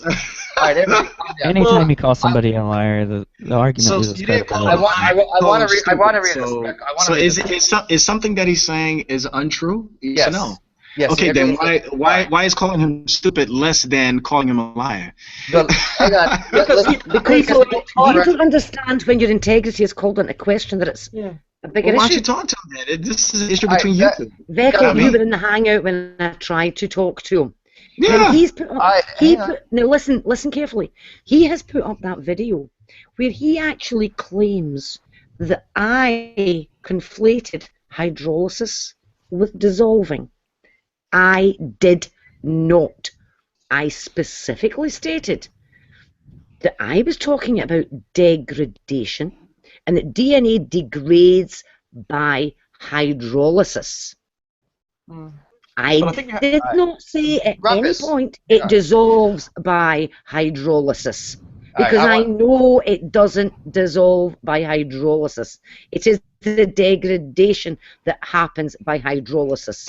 Is there a way that But he put out a video stating that I confused a hydrolysis reaction with dissolving.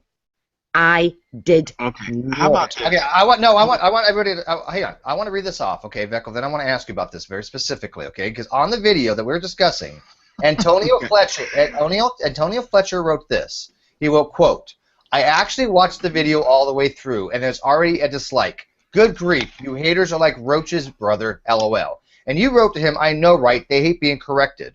So I want to ask you, what were we corrected on? What did True Empiricism correct us on?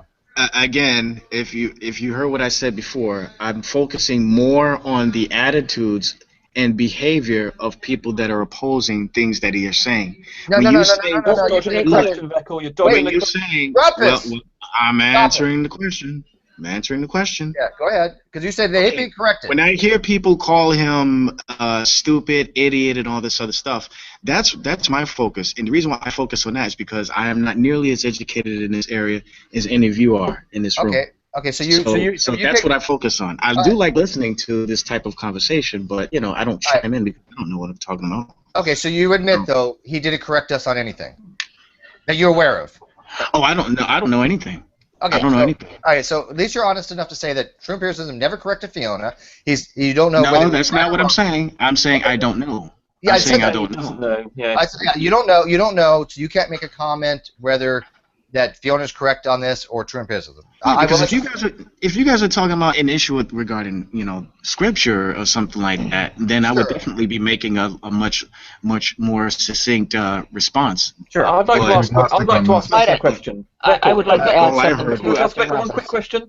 Vekl, knowing what you know now, would you make that comment that Steve just described? You made to about whether or not Fiona was corrected. Would you make that comment now, knowing what you know now? Would I make that comment? Now, yes. Do you think it was a sensible thing to have said? Well, again, maybe I should have been more detailed in which aspect of what true empiricism was actually talking about. But you said you don't understand what he was talking about. I wasn't talking about the argument. Are you not listening to what I said? Yeah, I'm listening. What am I? I'm speaking in reference to the behavior in response to the things that you guys say to him.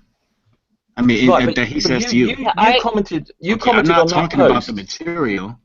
Yeah, I'm not talking about the material. All right, I think we've got it. I mean, I think we've got it. I understand what Vekl's saying. He was commenting.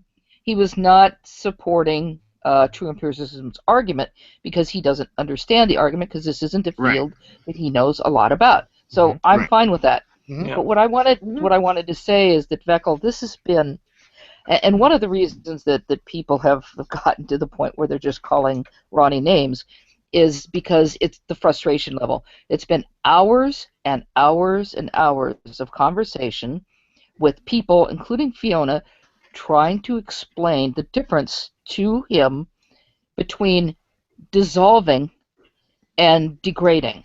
That's it. He cannot seem to get those two terms straight in a scientific sense. He keeps mixing them up. And the frustration is just how many times you have to tell someone dissolving and degrading are two separate things. When something degrades, the bonds break. When they dissolve, the bonds don't break. And this is where a lot of this is coming from, just the absolute frustration. Earlier, I read out part of his what he said in his 6-minute video. In that, he actually contradicts himself. And he shows that he doesn't understand the difference between dissolving and degrading, and he doesn't understand that that phosphodiester bond is not going to break down very easily, which is the hangout Fiona had and showing this one paper. I don't know if you were in here when she was showing that diagram, but that phosphodiester bond at 25 degrees centigrade in water, and this is just in plain water with nothing else happening, would take 33 million years to break down. Now that's without any enzymes or anything. And this is why we need enzymes to help break DNA down, because just that one bond, other bonds would break down much quicker. But that phosphodiester bond, which is part of the backbone of the DNA, that's the backbone of the DNA there, that bond would take 33 million years to break down. And yet in the quote that I brought out, he says that this will break apart in water, and it doesn't. And it's just the frustration, and it's like he's got it in his head this one way, and he can't seem to get out of that little space. It's worse than that, Jade, of course, because he then accuses Fiona of lying. We could understand, we know he's stupid, and we understand that people are allowed to be idiots, and so we're prepared to accept that. But when they believe that they are better qualified than a molecular biologist who's got a PhD, and then they accuse them of lying, that's when it becomes intolerable. Yeah, Vekl, let me say this real quick, because let me give you an example, and I'm going to translate this into a way maybe you will accept this. You know John 3:16, right? You know that passage pretty well, I'd assume, correct? Mm-hmm. Okay. Now, if I said, Vekl, John 3:16 says Jesus wept. Okay? Okay. You would probably think I'm pretty damn stupid. I'm an idiot when it comes to theology, right? And I would tell you, Vekl, no, I'm telling you right now, John 3:16. Jesus wept. You could show me in the Bible, I'll be like, you're reading that wrong. It says Jesus wept. This is how fundamentally wrong he is here. This isn't about theology. This is about basic chemistry here. We're not trying to screw with him because he differs with intelligent design, or that we think he doesn't really know what he's talking about. This is an argument that he's been making that is absurd. Mm-hmm. Yeah, and can I just say something? Can you guys show him evidence of the case? Yes, I did. Okay, I great. did. Great. If that's the case, then Vekl. you know Right, it here, should be Vekl. big enough to receive correction. And Right, I agree with Vekl. you. Right, can I please just here is again. Jade read this out earlier. What he actually says is, I've been talking about that sugar phosphate backbone. Now remember that, the sugar phosphate backbone. And because it has a partial negative charge at a cellular pH, that once it starts to attract those water molecules, it's going to start to break down because of that. So he's specifically stating that the sugar phosphate backbone is going to break down, okay? In the presence of water. In water. Yeah. That's what he says. Agreed? I think you're expecting a lot of Vekl here to absorb. Rumpus. I'm just asking, is that what Ronnie says? I'll read it again. I've been talking about that sugar phosphate backbone, and because it has a partial negative charge at cellular pH, that once it starts to attract water molecules, it's going to start to break down because of that. Okay, and what was he saying? He's saying that it's the complete opposite? No, that's his claim. He is claiming that the sugar phosphate backbone will break down because of the water molecules. Okay. And this is him talking about dissolving, he says. Okay? But he's saying that the sugar phosphate backbone is going to break down in his description of dissolving.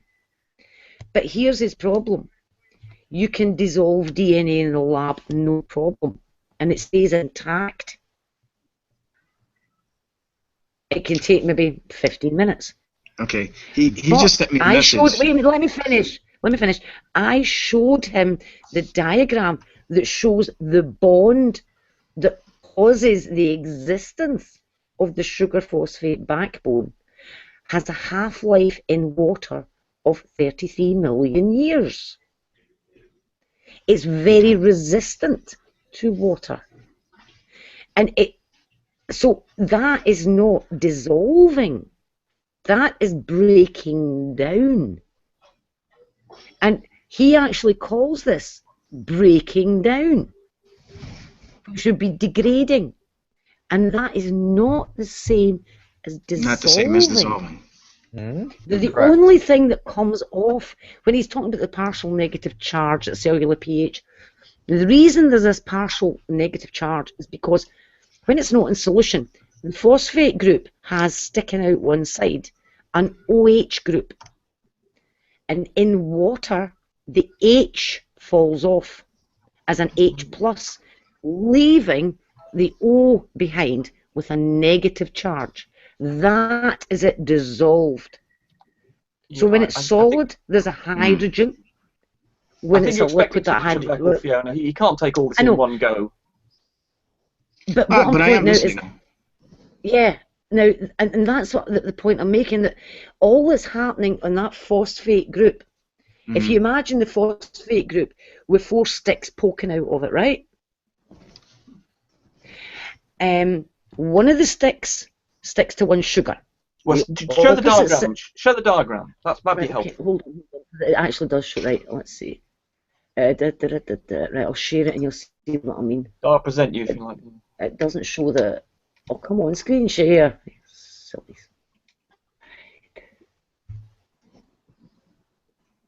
Right, here we go. Okay. Right. Do you see? Oh, I'm going to have trouble with this. Do you see that wee thing I'm going round? That pokey out thing? Right. I don't know why it's doing this, isn't it? It's doing this. Hold on a second. I don't know why it's doing. Right. All I see is your icon here. You can't Oh, okay. see. There we go. Okay, now it's it. All right. Right, you got it. Okay. Now look on the left hand side, and you'll see a C and a G and an A and a T. Yep. Now look slightly left between the G and the A, and you see that text underneath, and there's a little arrow pointing. Okay. It's Right, and 31 it's million pointing years, at I that. think. Yeah, 31 million years. Yep, I see you that. See it's pointing, right, you see it's pointing to that wee green blob thing. Yep. There's a wee tiny green circle there, right? Yep, I see it. Yep. Notice that what's happening there is that one arm is going out and attaching onto roughly where the G is, and another arm is coming out and attaching roughly to where the A is. You see that? I Okay. didn't understand what you mean. There, Oh, your cursor's working now. Your cursor's working now, Fiona. Oh, damn. there, and there, right? I keep getting the big Yep, one up. I yep. wish it would stop doing that. Now, that's the, oh, for goodness sake, that's what's holding. That is the sugar phosphate backbone. Okay. So those wee five-sided things, they're just to the left of the ones that are labelled with a letter. That's a sugar, okay?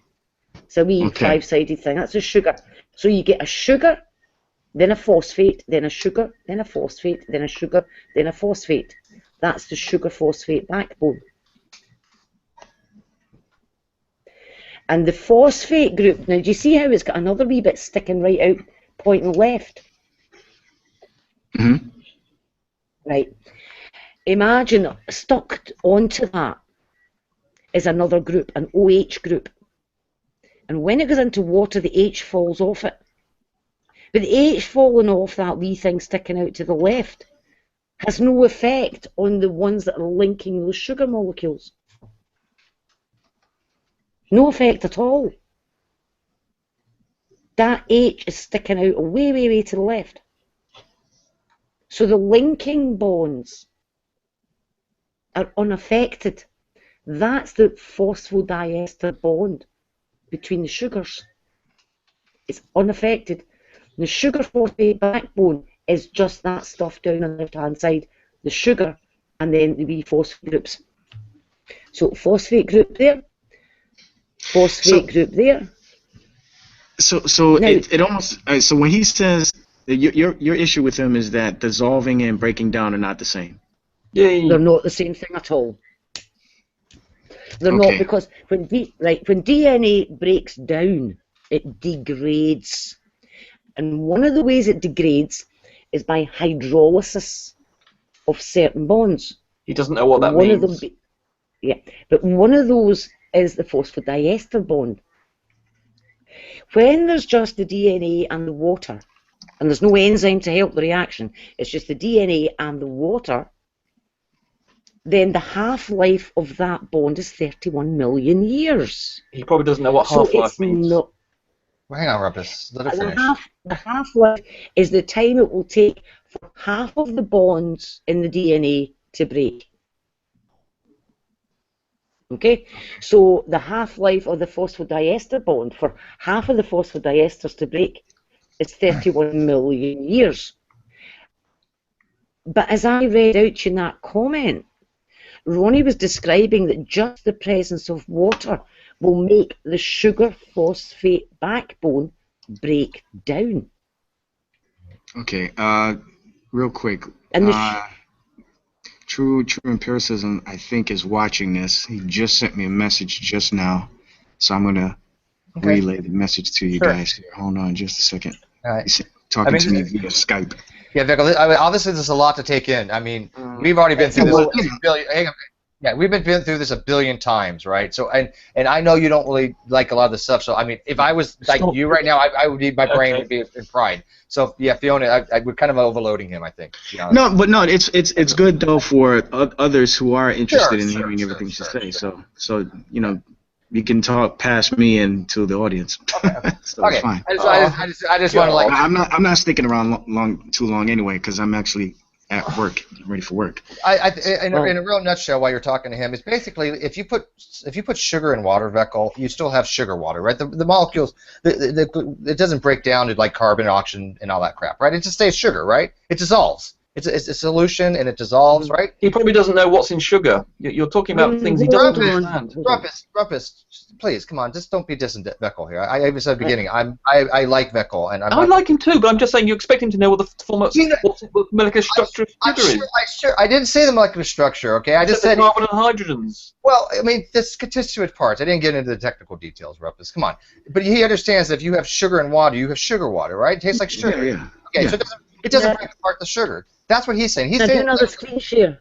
Yeah. So he's saying, so break it down for the layman here. So if you put sugar in water, it's going to break down, but it doesn't totally dissolve because you can still taste the sugar. No, you've got the wrong way. It dissolves. No, it doesn't break down at all, but it does. It dissolves. So when you I'm going to screen share something, a diagram of the sugar molecule, right? So this is the video. All right. So the sugar. Well, I agree. The sugar dissolves, but you can still taste the sugar in water. So that doesn't mean that it's. It doesn't break. It doesn't break the sugar molecule. Right, can you see? Can you see what I'm screen sharing? Oh, okay. I got you. Okay. Right. Can you see what I'm screen sharing? Still waiting for the image to pop up. Hold on. Okay, there it is. I'm just presenting you, Fiona. Right. Thank you. Relays what TrueEmpiricism is saying. I put a message on the side. Yeah, what a load of bollocks it was. Right, can you see this? Wait, hang on. Can you see Can I this? have something to say about the taste when you have a moment? Yeah. Right, can you see this now, Vekl? Yeah, I see it. Yeah. Right, okay. This is the video that TrueEmpiricism is talking about, and I think he's the one that used it, not me. But anyway, that's beside the point, because it actually demonstrates the point I've been making all along. If you have a compound that's ionic, like ordinary table salt, but when you dissolve it in water, now, see these wee circles up at the top here? They're the atoms. They're the sodium and the chloride, or chlorine. Right? Now, when you put them into water, because they're ionic, they completely come apart. So you get a positive sodium and a negative chloride ion. Okay? Now, go to the covalent. Now, you see up here, there's your sugar molecule, not in solution, okay? That's what it looks like. All these atoms are covalently bound to each other, okay? So it's not ionically bonded to each other, covalently bonded. When you put them in water, do you see what happens? Those covalent bonds all stay intact. See how the molecule remains the molecule it is? Mm-hmm. You see that?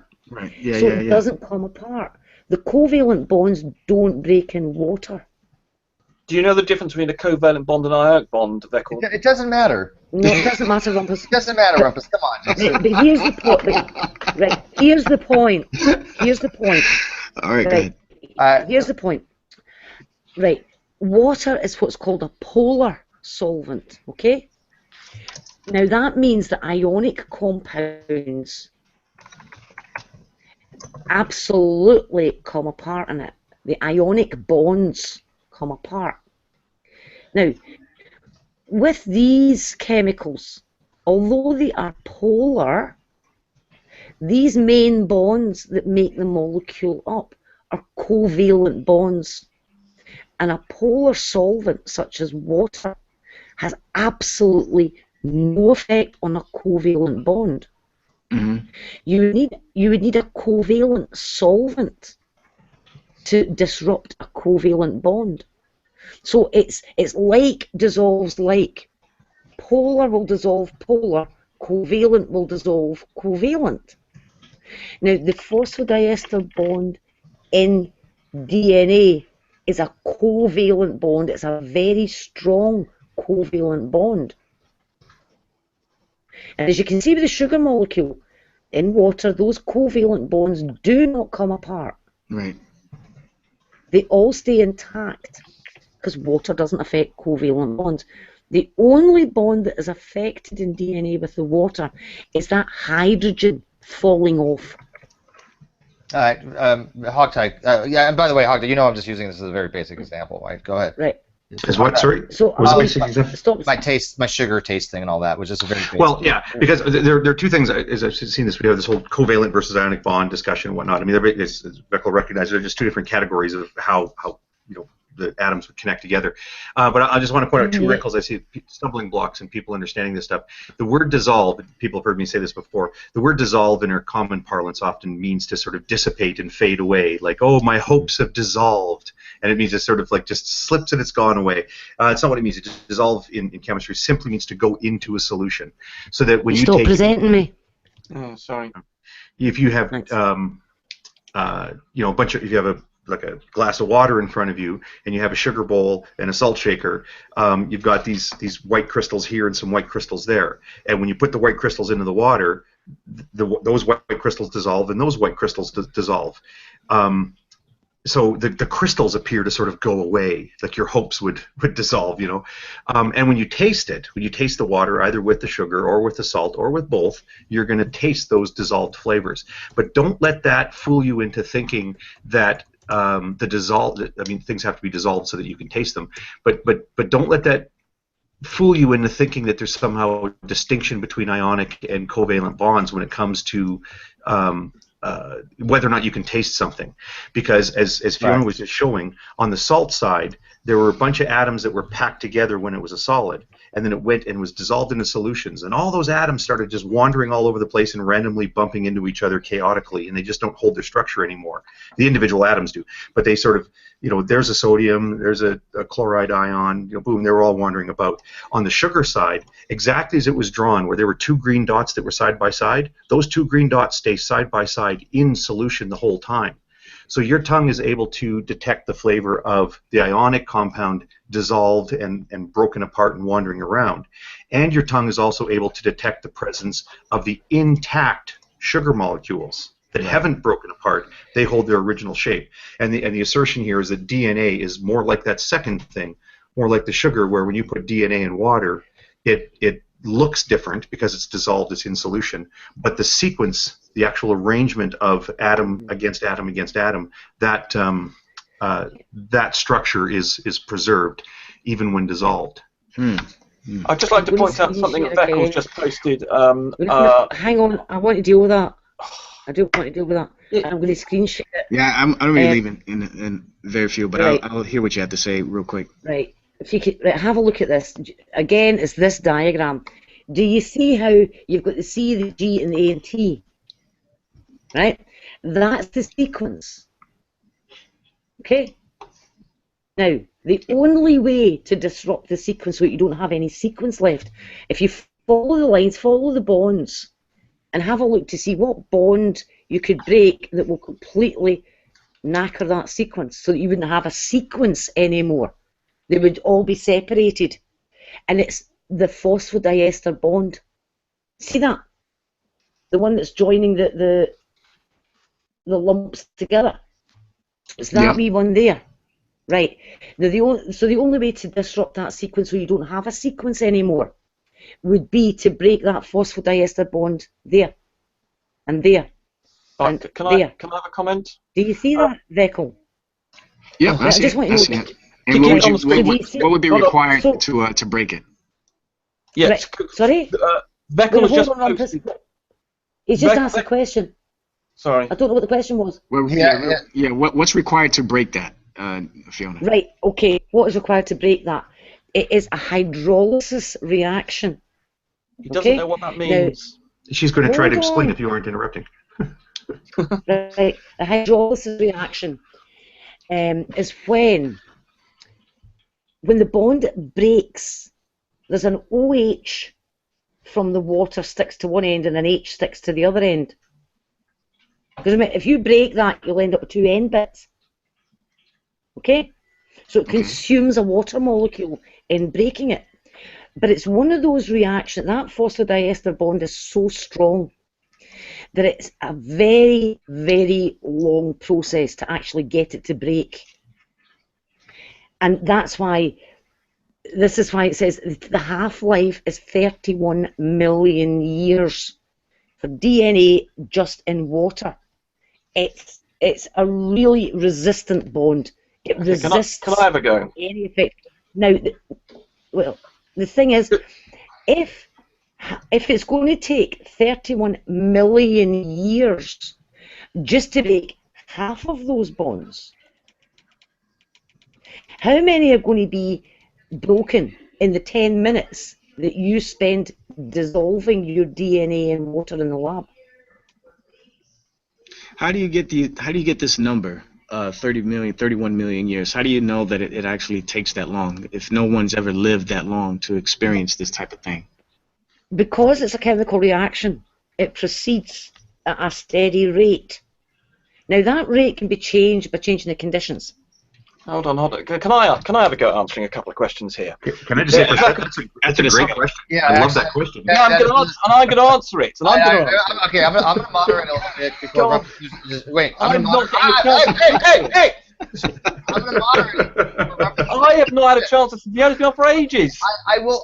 I'm giving it to you. I'm going to moderate a little bit, because that is a brilliant question, and I'm happy that he answered it. I'm going to let you answer it. Okay?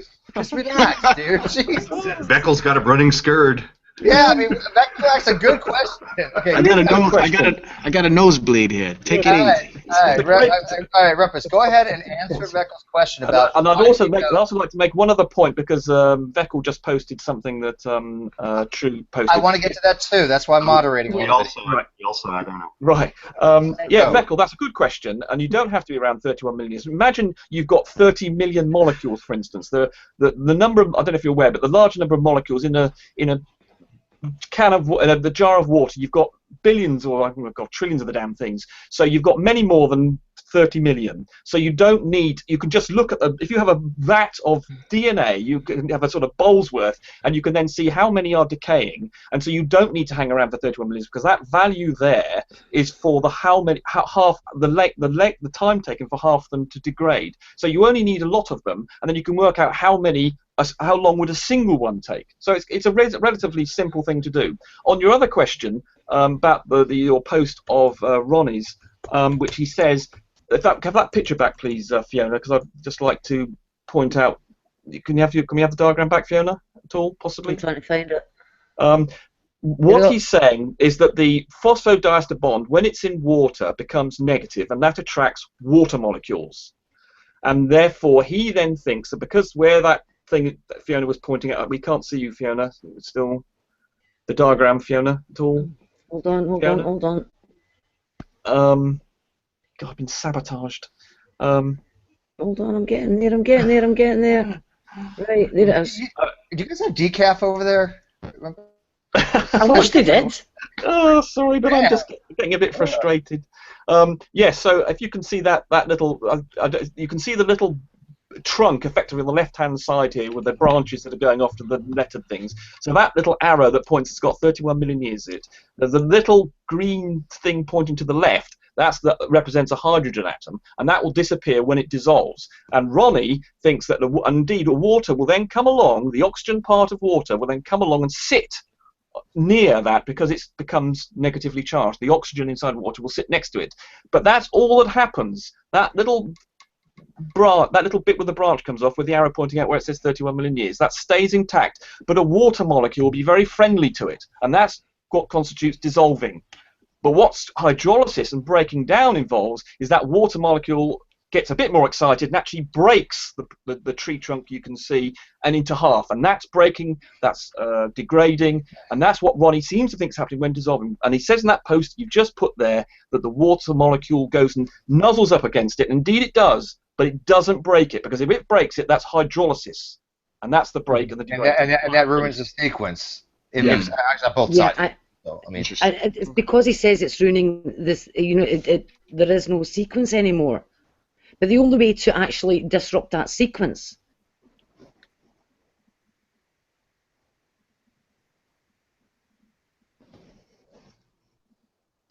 Well, I definitely learned a lot today. So I'm sure Ronnie's TE is still watching right now. So, but anyway, I got to go. I tell you what. I just wanted to show you that we are not wrong. Hogtie's not wrong. Fiona's not wrong. This is something that like any person who had high school chemistry would know. So all we're doing is just saying that he has no way to say that Fiona is lying when Fiona is giving him the same information that any chemist in the entire world will tell him. How about this, Vekl? Put your mind at the issue. How can we have a calm conversation? He said that he wasn't saying someday? that she was lying. What did he say? He said, what did he say? He said, I don't want to use the word dishonest here, but is what he said in the last video. In previous ones, he said she's lying. But you know what? I tell you what, I've been thinking about this for several days, and especially this morning. Is there a way we can have a calm conversation about this? Put your mind to it. Who you and True? Or you and me? No. He and I have calm conversations. I mean, calm conversations about what we talked about just now. Yeah. Oh yeah, it's fine. I mean, again, like I said, most of this stuff is over my head. So I mean, it's not. It's not. Look, I've talked to you. But I haven't studied it, and I have no passion to look into it either. Oh, so then that's what I'm a saying. stumbling block. Not caring is a stumbling block. Yeah, exactly.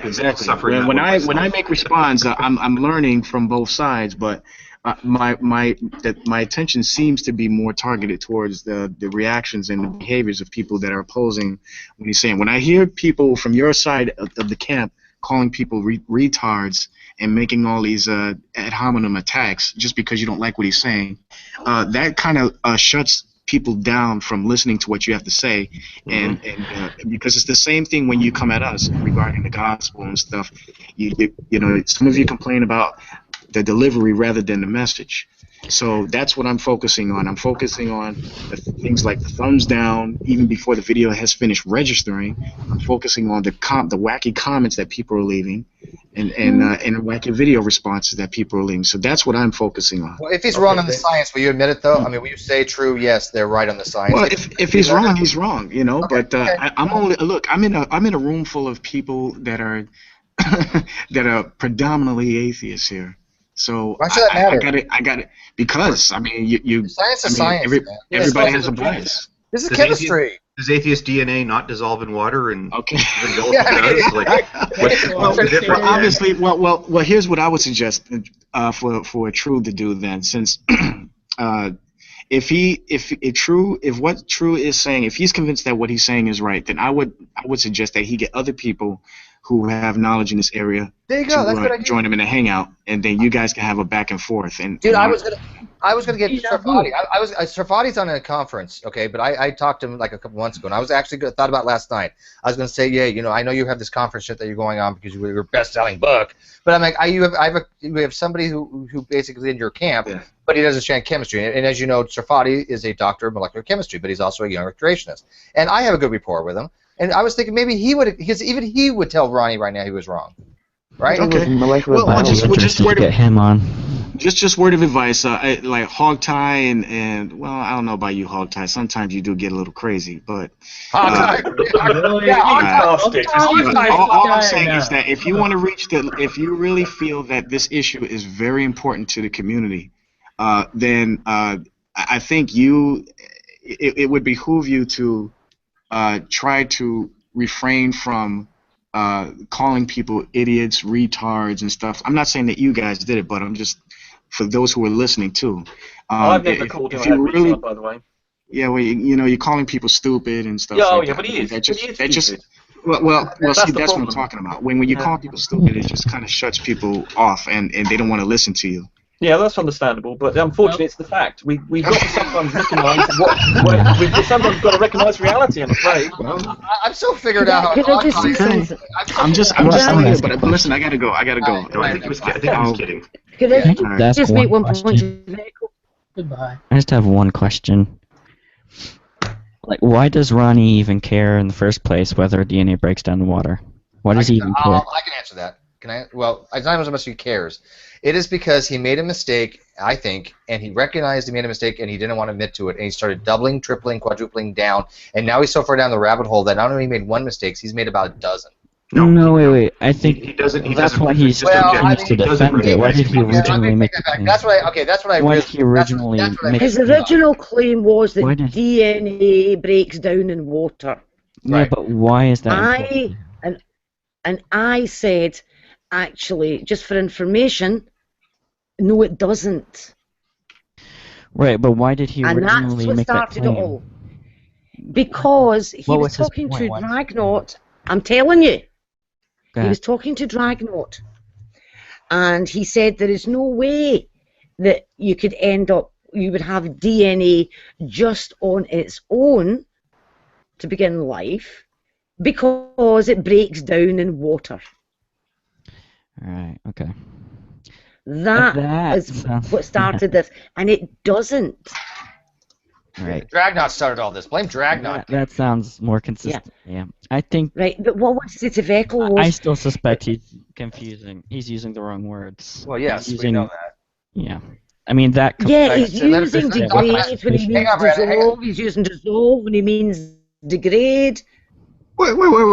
Hello? Can I interrupt for a quick sec? Sure. Yep. Hold on a second. I gotta interrupt. Hold on. Wait. Hold on a second. Okay. Well, we're holding. I have to interrupt, guys. Can you hear me? Yes. Yeah. Why in the world do you have my name in the name of this video? As if I'm the one who you. The name of this video is called Vekl, We Have a Problem. Can you explain? Wait a minute. Wait. Someone quick, change that to G-Man. Change it to G-Man. Why don't you just leave it as True Empiricism has incoherent babbling with whatever? Why do you have to put me in it because of one silly comment I left? You know what? It's just Seriously? I just wanted to have fun with you, man. That's all. Yeah. Hang on, guys. By the way, I want Vekl. Did you? Wait, you aren't going to give me much subscribers. I tell you that.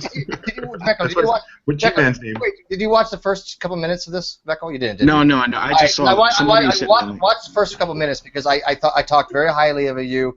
I said of all the things I thought I was impressed with the thing, and I said this is all kind of like basically implied tongue in cheek, and that I am not calling you out. Oh, okay. I just wanted you to know that. I've never had a problem with you.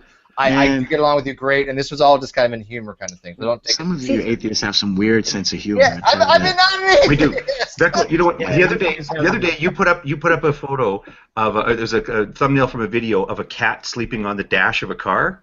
Yes. I was so tempted to, because I was the first one to see that, and I was going to reply to that one single word, all caps, fake. Photoshop. Because that's the kind of sense of humor I've got. I didn't know how it'd be taken, so I thought, no, I'll just leave well enough alone. But you know something? That sounds like. What's that? No, go ahead. Yeah, I gotta go, but go ahead. It's goofy. Like, are we friends? It's supposed to be a friendly community. Yes, it's going to get barbed sometimes. It's going to be a lot of fun. I agree with you. I don't think there's any cause to call people idiot or moron. I've been scolding people lately for the constant barrage of retard and things like that. It's really driving me crazy that people even say that. I mean, we should be able to mock each other's positions and the silly mistakes we make and whatnot without it really being personal, like where we kind of hate each other. I tell you one thing that I find really weird is that Fiona hosted that hangout the other night. Ronnie came in for a few minutes. It turned super shouty really quick, and then Ronnie went and he held his own hangout, and he just surrounded himself with guys who went, "Oh, so Ronnie's saying something about water molecules being attracted to something, and therefore the stuff breaks down, and yeah, Fiona's wrong, and isn't she silly for being wrong and ridiculous?" People immediately agree with them when they obviously didn't understand what we're talking, ionic bonds or covalent bonds or what a hydrolysis reaction was. And I think that's what the thinking is like, what is it like for you guys when you have a brother who you respect in many, many different ways, but he makes a factual claim that people who are educated and experts in this area say, well, no, he's mistaken about that, and he could learn. Because what we hear is well, Ronnie says this, and Ronnie sure sounds like he knows what he's talking about. And he uses terms like, well, in that cellular pH, oh, well, he sure sounds like he knows what he's talking about. And I think that's why we sometimes want to say, what do you think, Vekl? That's I think the point of it. I think probably the majority of believers that join his hangout probably don't watch any of you guys' video responses to True Empiricism unless he mentions it in his hangout. So what I would suggest you do then, since that's primarily the case, make an opportunity to go into one of his hangouts and make that known. Oh, I'm welcome, am I? Right. That's what I would say. I mean, I think you may have some differences on the science issue, but at least if you can prove that he is wrong, I'm sure he'll give you the opportunity to speak your position.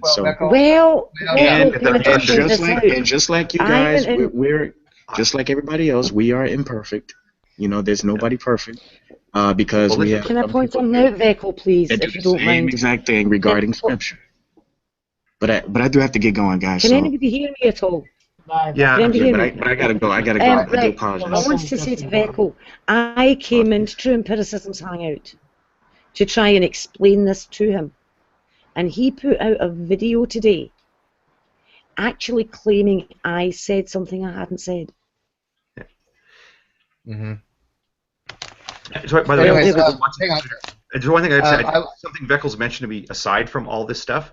One of the things he is at work at unusual hours of the day, and he takes a break.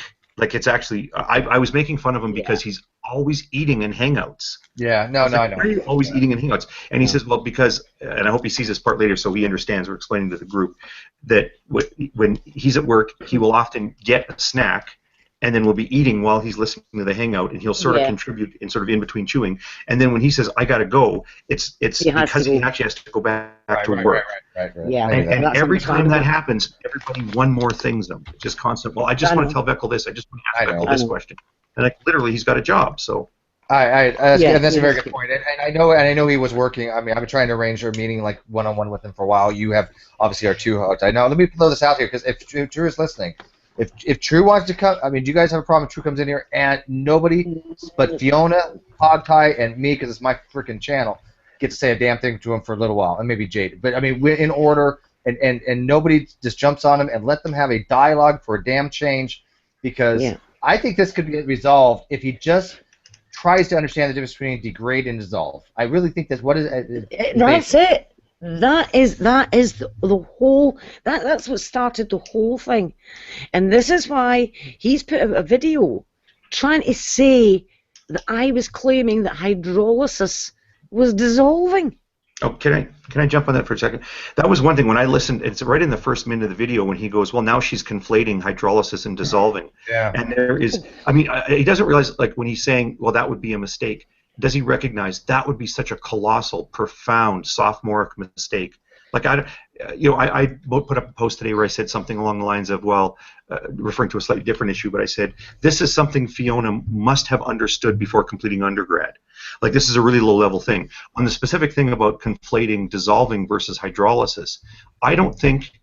Just reflecting on Fiona's educational history, I don't think she would have finished high school with that misunderstanding. It's hard to explain how ridiculous of a mix-up that would be. And if Fiona would have said anything in these hours of hangouts along the lines where if I'd have got a whiff that like, oh my God, Fiona doesn't know the difference between dissolving and hydrolysis, I mean, it would have been stunning. I'd have fell out of my chair and I'd have said something about it. So Ronnie's suggesting that oh, isn't it funny now that Fiona's a little confused on the difference between dissolving and hydrolysis is his misunderstanding of something that she's been saying, because I'm telling you that's not something I would have missed or anybody else here. I will say also that it's because I said hydrolysis was degrading. It was because I said hydrolysis was degrading, and he confuses degrading and dissolving. Okay. Well, I would agree with. I don't know about this. I don't know what happens in his head there. I mean, hydrolysis is a type of degrading. It's specifically a lytic or cleavage degrading. You have a structure, a sequence, and then when you hydrolyze one of the bonds, the two pieces are now free, or however many hydrolysis reactions you do on that same polymer. So it's degrading in the sense that the sequence is lost. It's literally cleaving the bonds. So I would agree with that. Now, in terms of why he would think that you confused, I take your point. You're sort of speculating that because he mixes up dissolving and degrading, and you said hydrolysis. Because he thinks of the same thing. He thinks it means dissolving. Okay, I see what you mean. Yeah. He thinks of the same thing still. He's using them interchangeably. He hasn't even told Fiona he uses them interchangeably. He has said this. Yes. Yeah. So because he uses them interchangeably, when I say that hydrolysis is how it degrades, his mind thinks I'm saying hydrolysis is how it dissolves. Yeah, there's a parallel mistake that I think I see what you mean. Is it like this? If I'm trying to understand you correctly, is it like this? There's a parallel mistake that G-Man made with something that Floyd FG said. When Floyd FG had said, Floyd FP, I'm sorry. Why did I? What the? Weird substitution error. Floyd was saying something about old ancient Jewish writings and about the Messiah, and in G-Man's head, when he hears about the Messiah, well, that is Christ. So then everything that Floyd said about the Jewish Messiah, G-Man interpreted mean to say Christ. So later in the conversation, he says to Floyd something along the lines of, well, you're the one who believes that Christ whatever, whatever. And Floyd said, I never said that. And he goes, yes, you did. And they had a big argument about whether or not Floyd said it. And of course, Floyd had said that with regard to the Jewish Messiah. But it was, but G-Man insisted that he had said this about Christ, and of course it's because it's the same person in his head. Is that the type of swap that you're talking about, where when you said, is that what you mean? Yes. Okay. Because he sees them as interchangeable.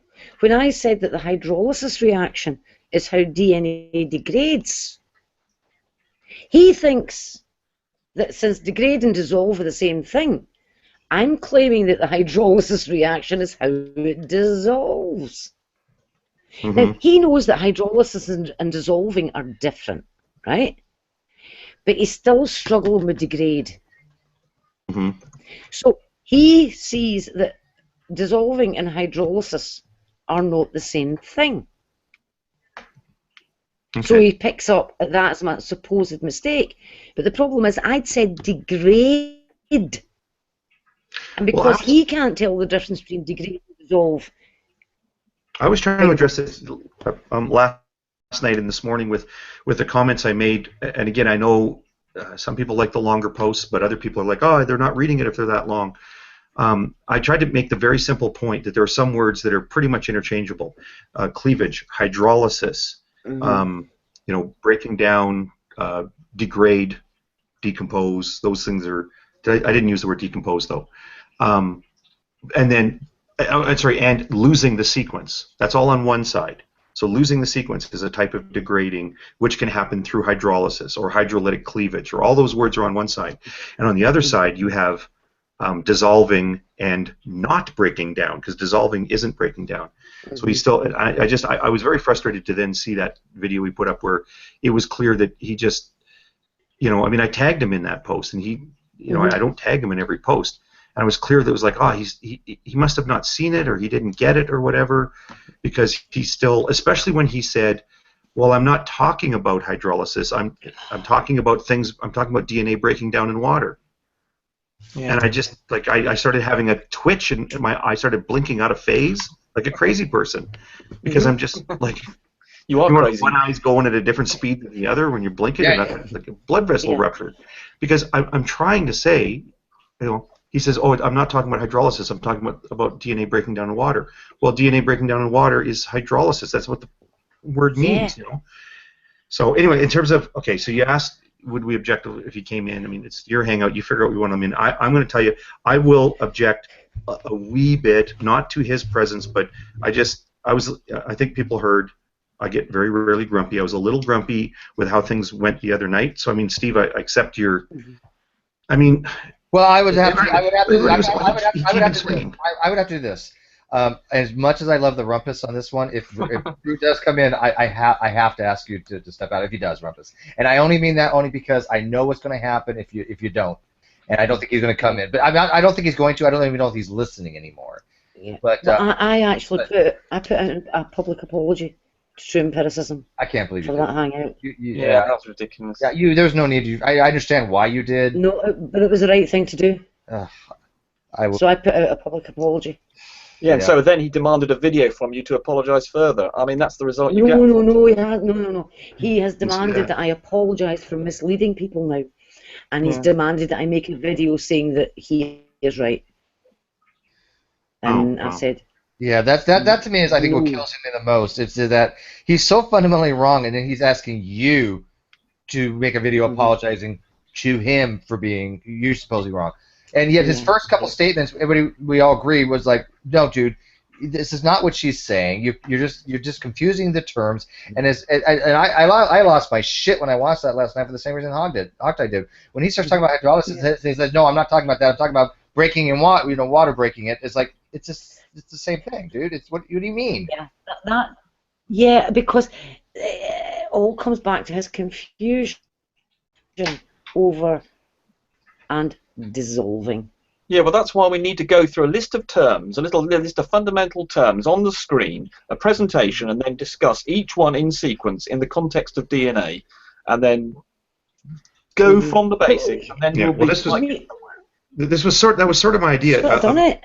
Yeah, this was sort of I was thinking about this today again. I put up that post today that was like, well, what do you guys want to do? Is there something we can do to extract something useful out of this?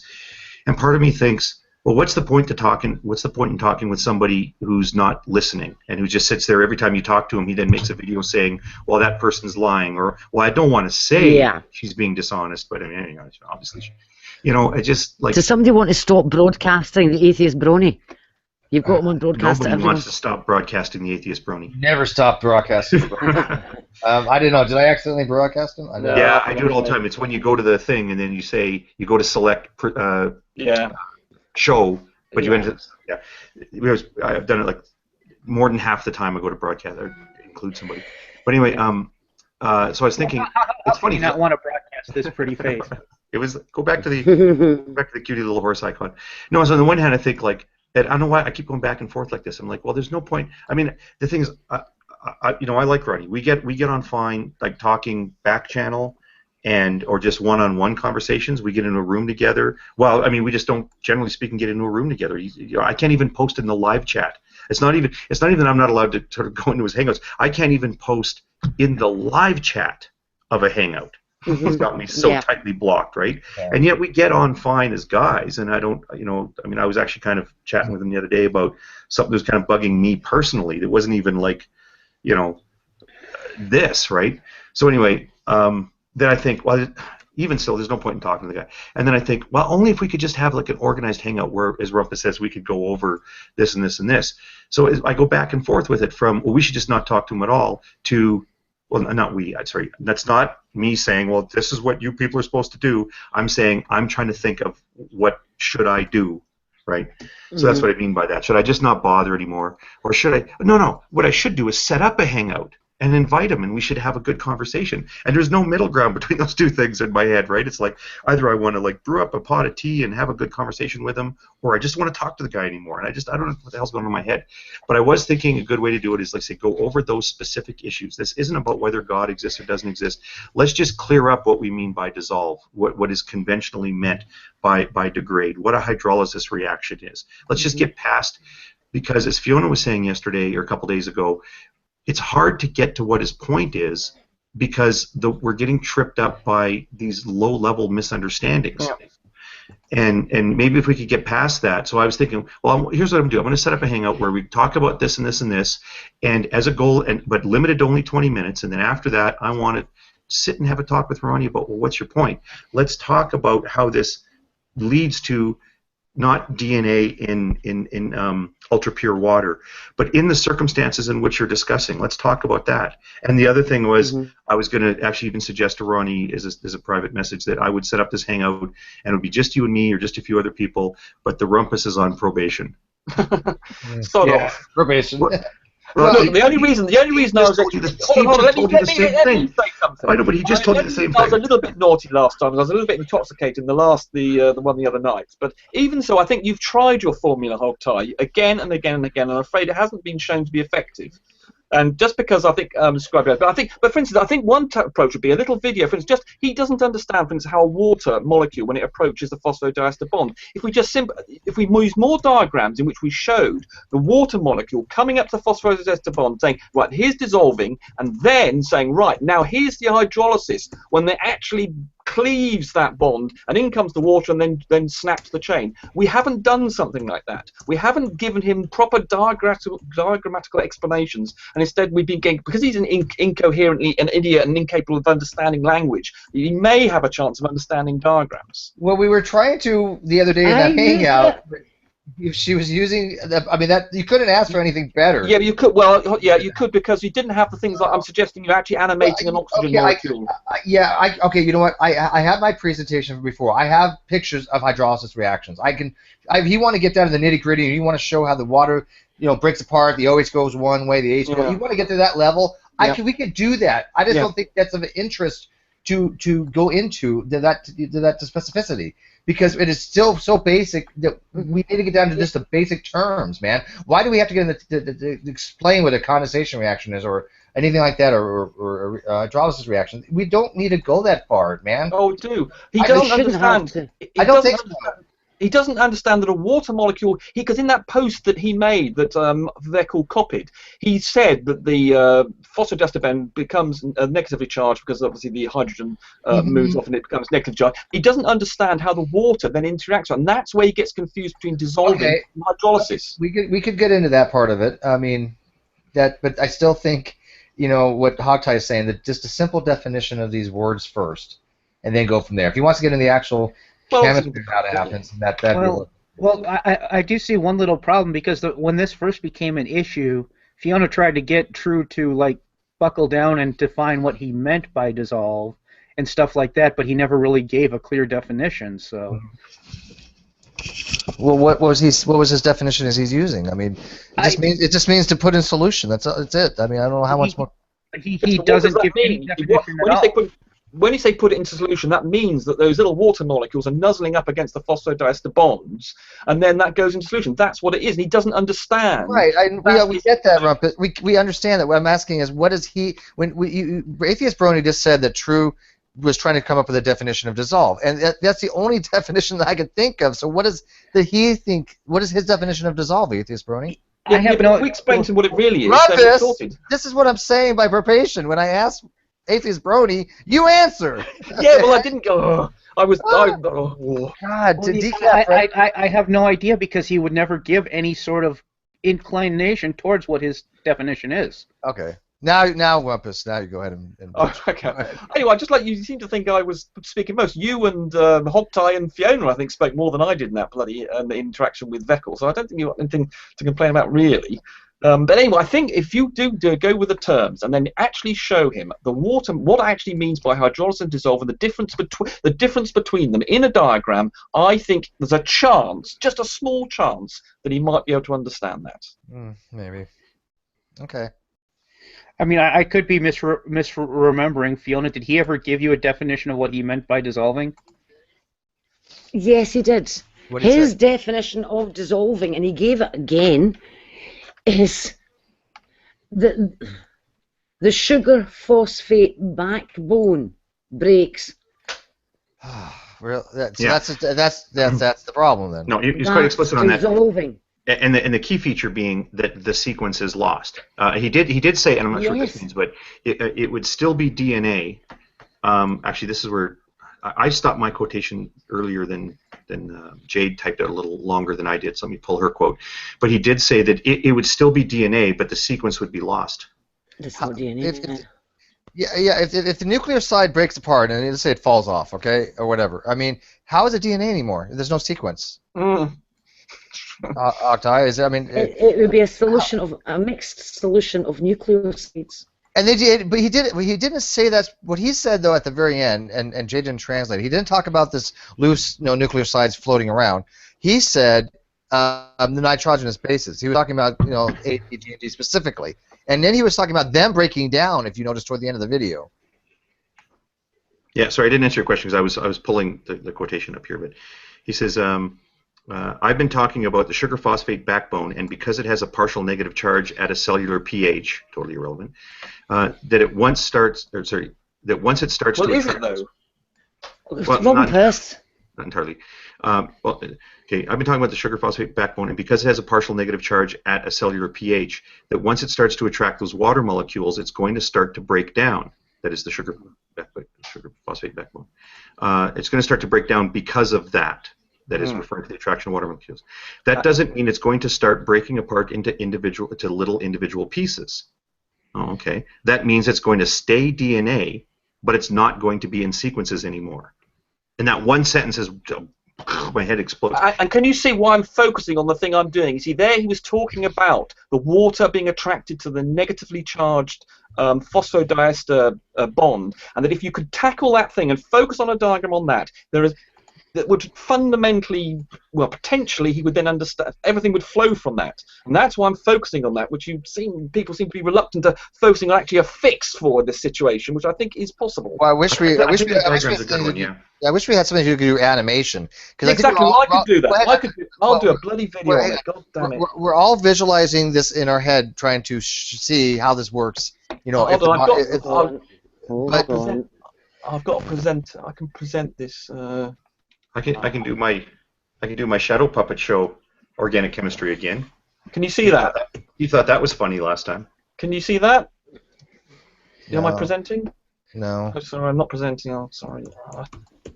Right, there we go. Can you see that? I had a lovely picture earlier on today. Can you see that picture of DNA? Yes. Right. So if you look at so there's our little phosphodiester bond there and there and there.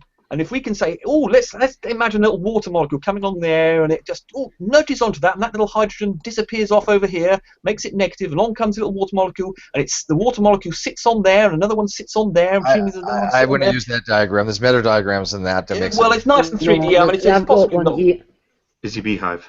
No, I've got one. I've got one here. I certainly like the idea. A good one. I think, the idea is good, but I mean, I would think you'd use much. Okay, well, it's the one I just picked on. All right. Okay. Yeah. Do you want me to present you? Right. Good job, Street Fair, that side chat. This is a similar one. Right. Here we go. Right.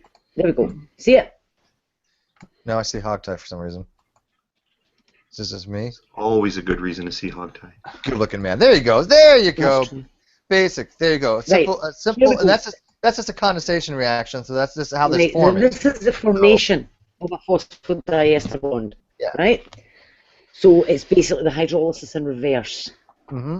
And if you look at the one on the right hand side, okay, you see the phosphodiester bond, and you see that oxygen that's got a negative charge. You see it? I'm going round it in a circle. I can't see. That's where the. I don't see you going around the circle, but I know what you're referring to. I do. I see the cursor. How could I be the only one to see her cursor? Yes, I can. I see the cursor, but it's stuck. It's like. Where'd you stop then? I don't know. What's going round in a circle? But anyway, it's pointing at an O minus. Yeah. Mm-hmm. That's where the hydrogen falls off when it goes into solution. So if it's a solid, all you do is rub out the minus and write in an H. Mm-hmm. That's all that happens when DNA dissolves in water. The H falls off. And that's why they call it an acid. And don't forget, there will be a water molecule kicking around here, being nuzzling up against that. That's what makes it in solution. Yes. Yeah, I think we should actually show it. Yeah. Totally unaffected is the P going to the O that attaches to the top sugar, and the P attached to the O that's going to the bottom sugar. They are not affected at all. Yep. In that vertical line you're drawing there, there's a C, O, P, O, C. Yeah. Those are intact. Yeah, totally. Now, in terms of Rumpus's suggestion about, I mean, I think this has to be sort of drawn 2 or 3 times. You know how that one guy does the videos and he like draws them out and then he takes another piece of paper and he sort of like puts it partly over the model? Yeah, because that kind of thing is handy because, so yeah, start with the dry form. So it's going to look exactly like that with the C, O, P, O, C. And then off to the left-hand side of it, there's an OH and no water molecule. Then there's well, now it's in aqueous solution, so now that hydrogen wanders off. It's now an H+, or it joins another H2O, becomes an H3O+. But then ... dashed line to the O of a water molecule and express explicitly, look, that's a intermolecular bond, right? Because it's an intermolecular bond. That's not the water like breaking this bond or doing anything like that. And then from that, now show the cleavage. So now you've got that water molecule wandering by. Sorry, I was kind of using that diagram to explain that. What happened to Fiona? I'm going to screen share and I'm going to see if you can see this. 2 seconds away give me a second. I'm still being presented. Yeah, and by the way, Okay, there let are me- diagrams out there that have exactly what Hogtie is describing. Yeah, Literally. well, actually, those are the steps. Can you see my screen here where it says salvation of DNA on? Yeah. Okay, so you can. Okay, can you see that diagram? Yeah. That's what DNA looks like in solution. Exactly. The little things surrounding it. I posted this on my G Plus, by the way, if anyone wants it. The little the little red and white things around it are the water molecules, and you can see that the positive ends, the hydrogen ions, are all surrounding the negative charge of the DNA. And you can see under DNA it says there's a dash, that means negative. So that's what it looks like. Yeah, I don't know Roughly. if you can see this. No, I find that this baffling is- because you've got this tiny little DNA square like being Yeah, that's not surrounded very by these representative, mammoth- really, is it? It could do with being a bit better than that. buffalo-sized water Oh molecules. yeah, I know. That's solid- the. Hang on. Let me stop screen sharing. I've got the solid form of it here Okay, but I in a did. bookie. I just wanted to make a point because then the next thing you followed up with is the hydrolysis. Then Yeah. you show the same thing, like we've got that water molecule dash dash dash line to that's an intermolecular bond, separate from that, with that free proton that disappeared from that phosphate group. The free proton is wandered off, or it's attached to another water molecule. But then you show here's a water molecule that's broken, and the H goes to be an end cap on the phosphate group, and the OH goes off to end cap. I lost track of the PO. The C, yeah. 5' to 3'. Yeah. It's 5' So sugar to 3' on the other. Yeah, so the O actually attaches to a carbon on the ring, yeah. I've got here a picky of, and you have to compare it to the one I previously screen shared. I don't know if you can see it at all. You might be able to see it. This one has got the H still attached to the oxygen. Right. You see it? Yeah. Just I here. mean, does true empiricism realize that That's- that's what happens? that's is the- hydrogen comes off there, and it's a free proton donor making it an acid. Does he not, I mean, you know that? I think he does actually. That's the one thing I think he does understand. Okay. So that is where the O minus was in the previous diagram, Right. and in this one, the H is still attached. So this is the solid form of DNA, and the previous one I showed with the O minus is when it's in solution. And the picture that I showed, I actually downloaded another picture, and I'm going to put them together. Yeah, I didn't like the little box in the middle either, but it just kind of shows you. It's a very simple diagram. But it would be better if it showed you what bonds it is making. What hydrogen bonds it's making with the DNA, and I'm going to redraw that later. There's also a brilliant diagram of the salvation shell of DNA. I can try and find that. But yeah, it might be worthwhile to like put all these things together, like kind of like Rumpus said, and maybe even make a joint video, or put someone in charge of it, put all these images together, and go step by step and show exactly what's going on. Hey, here's an idea. You can find someone who knows absolutely nothing about chemistry and teach him as in a classroom settings kind of thing. since I'm about as dumb, what? And you want to volunteer? I was going to say, since I'm about as brainless as you get on chemistry, maybe you can make me the person. Well, yeah, or I was gonna, you could be the person, or even, Phony Beetle Maniacs might want to do it, because he's always wanting to learn more about science, and he's willing to be a guinea pig. Yeah. Here we go. So We could get the both of you in there. We could get the both of you in there, and that way we'd have a couple of people, and we'd get questions from, different people who didn't understand us. That would be kind of cool, I think. Yeah, sort of online lecture, a bit like the presentation that Alex Malpass was giving on logic. We could do that. That'd be quite good. There's a picture of the I think salvation shell of DNA. Oh, there you go. Cool. So there's all the water molecules all around about it.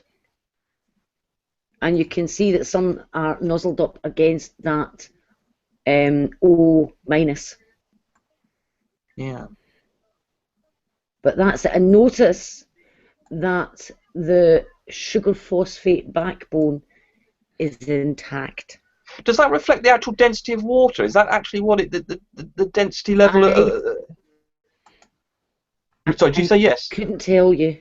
I'm gonna go with yes. Boy, I know Thunderfoot. Boy, get Thunderfoot here. Yeah. He's got a really good sense for the interaction scales. Yeah. That'd be fascinating if that really what it was like. Oh, Fiona's going all chuckly on us. You're on a robotic road, Fiona. Still. No, That would be absolutely fantastic. Sorry. It does seem about right now. The reason I'm leaning towards yes is because of the nature of interactions in liquid water and how liquid water is very self-adhesive. How do I put this? I think it takes us a little far afield, but I mean it looks plausible to me knowing that there has to be a certain amount of space amongst the molecules in liquid water and a certain randomness to the orientations, but not completely random. And if you think about how much space there is amongst the sort of the spines of the backbone of DNA, that drawing looks about right. It does look. That's why I said it. I mean, look to me right. Yes. I mean, and when you think, I used to understand the sort of density of what does a liquid look like in terms of its molecules and the space around it. With a gas, I had some idea, and I used to remember what it was in liquid. Now, I've just reminded me that I'd forgotten, and it did look about right. And that's a fascinating insight. Mm-hmm. Yeah, but one of the other clues too is water being self-adhesive, is that how much space there would have to be between the center of an oxygen and the center of a hydrogen, compared to the centers of those things for adjacent molecules. That is, I'm comparing the intermolecular bond lengths versus the intramolecular bond lengths. Look plausible. Yeah, they did. If they're too far away, it doesn't work. Yeah. I mean, it'd be interesting to see somebody do a similar sort of plot for ice, because suddenly the idea of ice expanding ever so slightly, and then having other different properties like the crystalline structure becomes really obvious if somebody could do one of those plots for ice, but totally irrelevant to what we're talking about here. Now it works now, right? Yeah. Okay, it's working? Yep. Yeah, you're good. Yeah. I don't know, my mic is really weird, but anyways, I got back in. It's funny. My video, every one of my videos get 1 or 2 likes, and it's probably the same people. It's like, what is there about this video to dislike? I mean, I don't care. It's like it's funny, but it's like, really, people? Seriously? This is a good hangout. This has been very informative. It's educational. Even Vekl was awesome in here. Yeah, Vekl was fine, wasn't he? Mm-hmm. Yeah, I told you, I like Vekl. I did. I've never had a problem with him. Yeah, I mean, it is what it is. Like Hawkeye says, we all have have issues with everybody else, and people go back in history, and But I mean, Vekl's always been cool to me, so as long as he's cool to me, I'm gonna be cool with him. Now Red's freaking gets in here. I invited him like 3 hours. He bitched to me yesterday, so I specially invited it. Whenever I have a hangout, I have to put his name in inside the hangout, so I don't get yelled at because he's. I think we all know how this works. I am obligated to bitch at you, even if you did something that is totally outside of your control. You could have done absolutely nothing wrong. You sound like my ex-wife. To bitch at you. Yeah, but you can't really do it good. You need that good Scottish accent to really bitch. Have you been paying attention, or are you just dropped in, Reds? No, I have not been paying attention whatsoever. I just got off the phone with the company that has a giant T for a logo, scheduling a test drive. Oh, cool. Oh. I thought you already had a test drive on that. Yeah, that was the Model S. I'm test driving the Model X now. God, I hate you. Right. Well, I think sorry, maybe awesome. what you do is keep it that way, Red, that you don't actually know what's been transpiring, because seriously, you're going to go through I don't know how many oven mitts otherwise. Yep. Yeah, the derp is real. Yeah, I've been hearing that the derp has been real, so what derp did I miss out on? I don't want to recapitulate everything, but let's just say in a nutshell, TrueEmpiricism last night took it upon himself to basically triple, quadruple, centuple, whatever it is down that Fiona is not only wrong, but Fiona is basically being dishonest now, and that he deserves an apology, and we're just stunned. Where does that come I'm supposed to apologise for misleading people. Well, where's to make a video saying that he's right. I'd not heard that. Yes. Was that in his 6-minute video, or is that elsewhere? No, it is elsewhere. He said I should make a video, for Missile, and I should make a video stating that he is right. He's been accusing me of backpedaling and all sorts. And you now see why I can see. After all that, I'm not quite as charitable as I was. People should just take the red line approach with this guy. Just take what he says and ram it up his ass along with the cactus. Pineapple. Well, okay. Yeah, but yeah. So Even I think that's a bit harsh. Is there any? Well, okay, there is something to be said for ponage, right? Like when somebody's got a video out there and they just said something ridiculous, and you can make fun of it and it's entertaining and that sort of thing, and you just don't care if the guy feels respected or not. I think there's a lot of place for that on YouTube. And as a matter of fact, I mean, before Hangouts, when it used to be all video responses, that was the way it was done, man. Like ponage videos were like the best. You learned so much from a good ponage video. But I mean, is there some value in whether or not it's just like showing this guy's not getting it right? But I mean, the thing that's energized me in the last few days is what I was saying before towards the end of Vekl's visit here. Is it like Ronnie will say, oh well, look, at cellular pH, that's the attraction of the water molecules, and this degrades. Well, it doesn't break into whatever, and he uses these terms, and immediately he is attracts this group of people that just say, yeah, boy, those evolutionists are crazy. They'll say anything. He's got Tom Holland there last night saying about how those scientists will just say anything. And poor Fiona, she's either confused or she's trying to deceive us. And I see some value in just showing not so much, well, Ronnie's mistaken about some things, because I think he comes by it honestly, but the fact that everybody else around him is just, I mean, the danger there is if you start pointing out what they're like, is that they're just going to say, yeah, but atheists do the same thing. Mm-hmm. No, we don't. I'm not an atheist. I'll say this: I'm not an atheist, but I do side very heavily with secular humanism, obviously. The secular side of stuff. So as a community like that, or non-theist, whatever, yeah, we don't do that. We actually try to help people and correct them. And if I make a mistake, people will say, Steve, you screwed up. And I'll be like, hey, you screwed up. How many times have we done this, though? Yeah, it's not. Yeah, it's not. When I say, they will say, well, that's what the atheists do too. They mean all of us. When I've taken the position before, I think I've been pretty clear about this. It's not atheists versus Christians. It's the radical evangelicals versus sensible people, which includes Catholics and deists and other Christians and whatnot. But anyway, yeah, I mean, the thing is, funny, we're going to have this conversation about how, well, we just never correct each other. We never interrupt our mistakes, on this side of the fence. You guys do the same thing. It's a conversation between me and Mr. frickin' Snowball Sublimation guy and find out what's going to happen over the next couple of days as people continue, not start, but continue or stop and let it go, to send me more links about the Coriolis effect and bullets. 3 days now. I doubled down on something I said last week. 3 days now. I'm still getting messages about sniper bullets. So that bit of humble pie you had a few weeks ago, Steve. Sorry, hot time. Oh. You're getting a little bit. Wait, you're getting a little bit of it too, or? I'm getting plenty of it, and you know what? Okay. And it's good. It's good because I posted a message where I said that Max Max hangs out, whatever he calls us. Yeah.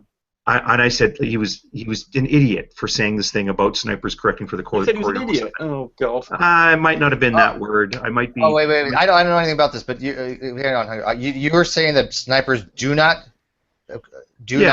Yeah, and I wish that people, when they're talking to Arcane, I wish you would stop telling him that, like, well, then why do snipers have to correct for the Coriolis effect? I think it's a mile or two they have to correct for it, isn't it? My position is no, that not even over a mile they don't have to.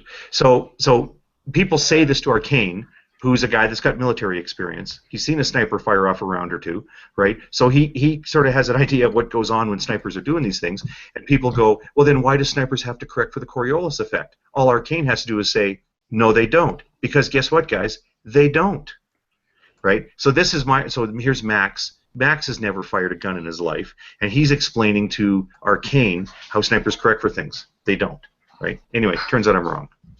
Yeah, I posted a video about that, and I haven't heard the end of that either. I'm confused here. I don't know who. Okay, I thought they do have to. I'm pretty sure they do. That's what Hawkeye said. I was being very generous there in saying that he was making it more and more catastrophic for his position because he's being very generous. But here's the difference. Okay, here's the difference. When people like us, we make a mistake, we just go, okay, fuck it, we made a mistake, we move on. I don't take it personally. I don't take it detrimentally. I think, matter of fact, especially if people like science, there's always going to be different people on different science, arguments of defense until something is finally fully resolved. That's how science works. You're never going to be on the winning side 100% of the time. It's never. I think it's Poptie's right 99.99% of the time. So no one's perfect. Well, I think the smart money now is that rate just went down. I'm still sticking to my guns here. I'm doubling down again, but I'm just making a point. Steve's done it. I'll probably end up having to do it. Steve, if you want to see, I do have to run. Sorry, guys, but I didn't get a reply back from Ronnie, so he's doing whatever he's doing. No worries. No worries. Gotta go. So always fun. Thank you, sir. Okay, goodbye, Hawk. Just say something to Steve. Steve, you're saying you don't get read. If you're following me, and I made a post on my G+ thing about the sniper thing, following on from Jade. So if you want to see what Jade said and what he was doing, I provide a calculation for what the deflection is in a north-south shooting, and I will do one for east. I didn't see your feed. I look at my feed all the time, but I didn't see it. Anyways, okay, and all I was going to say is partly what Rumpus just said is because I posted a video about a guy who was showing people who do shoot, who they collect their data for the drop that occurs with bullets with gravity, and because people were writing into him and saying, how come I keep getting different measurements, and he was showing why you don't want to shoot east or west because of the Coriolis effect. And so I showed that video, and of course Arcane came up with, well, how do we know that the targets are at the same height, and really stupid stuff like that, and yeah, that's not true. But anyway, other than that, there's actually a really good discussion under my post, and then Rumpus made a post where he did some calculations. So yeah, if anyone's interested in that, go to my Google Plus and look for the post with the picture. I'll take your word for it.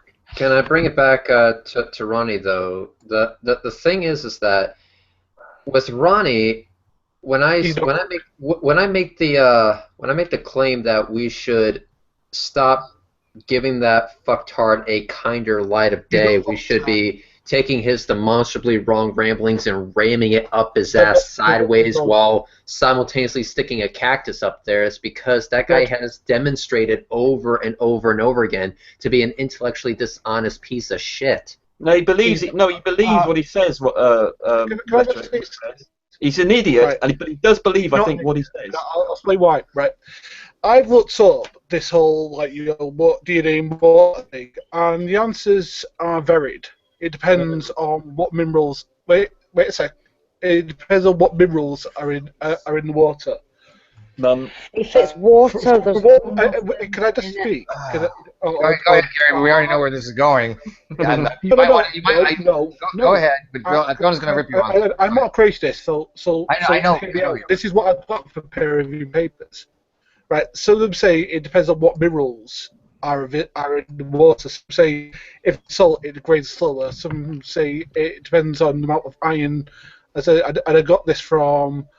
Yeah, we know that, Gary. But the point is, we're discussing a situation where there is none. It's just pure water. We know that it will degrade in other situations. We're not talking about if there's any total dissolved solids in there. We're not talking about if there's any stabilizing agents or anything like that. We're talking in water. So it doesn't matter what's in there. That's a whole different topic. We're talking about water where there's nothing in there, pure water. Anything else is completely irrelevant. But Fiona, do you want to address him on that? Yeah, I was just going to say that.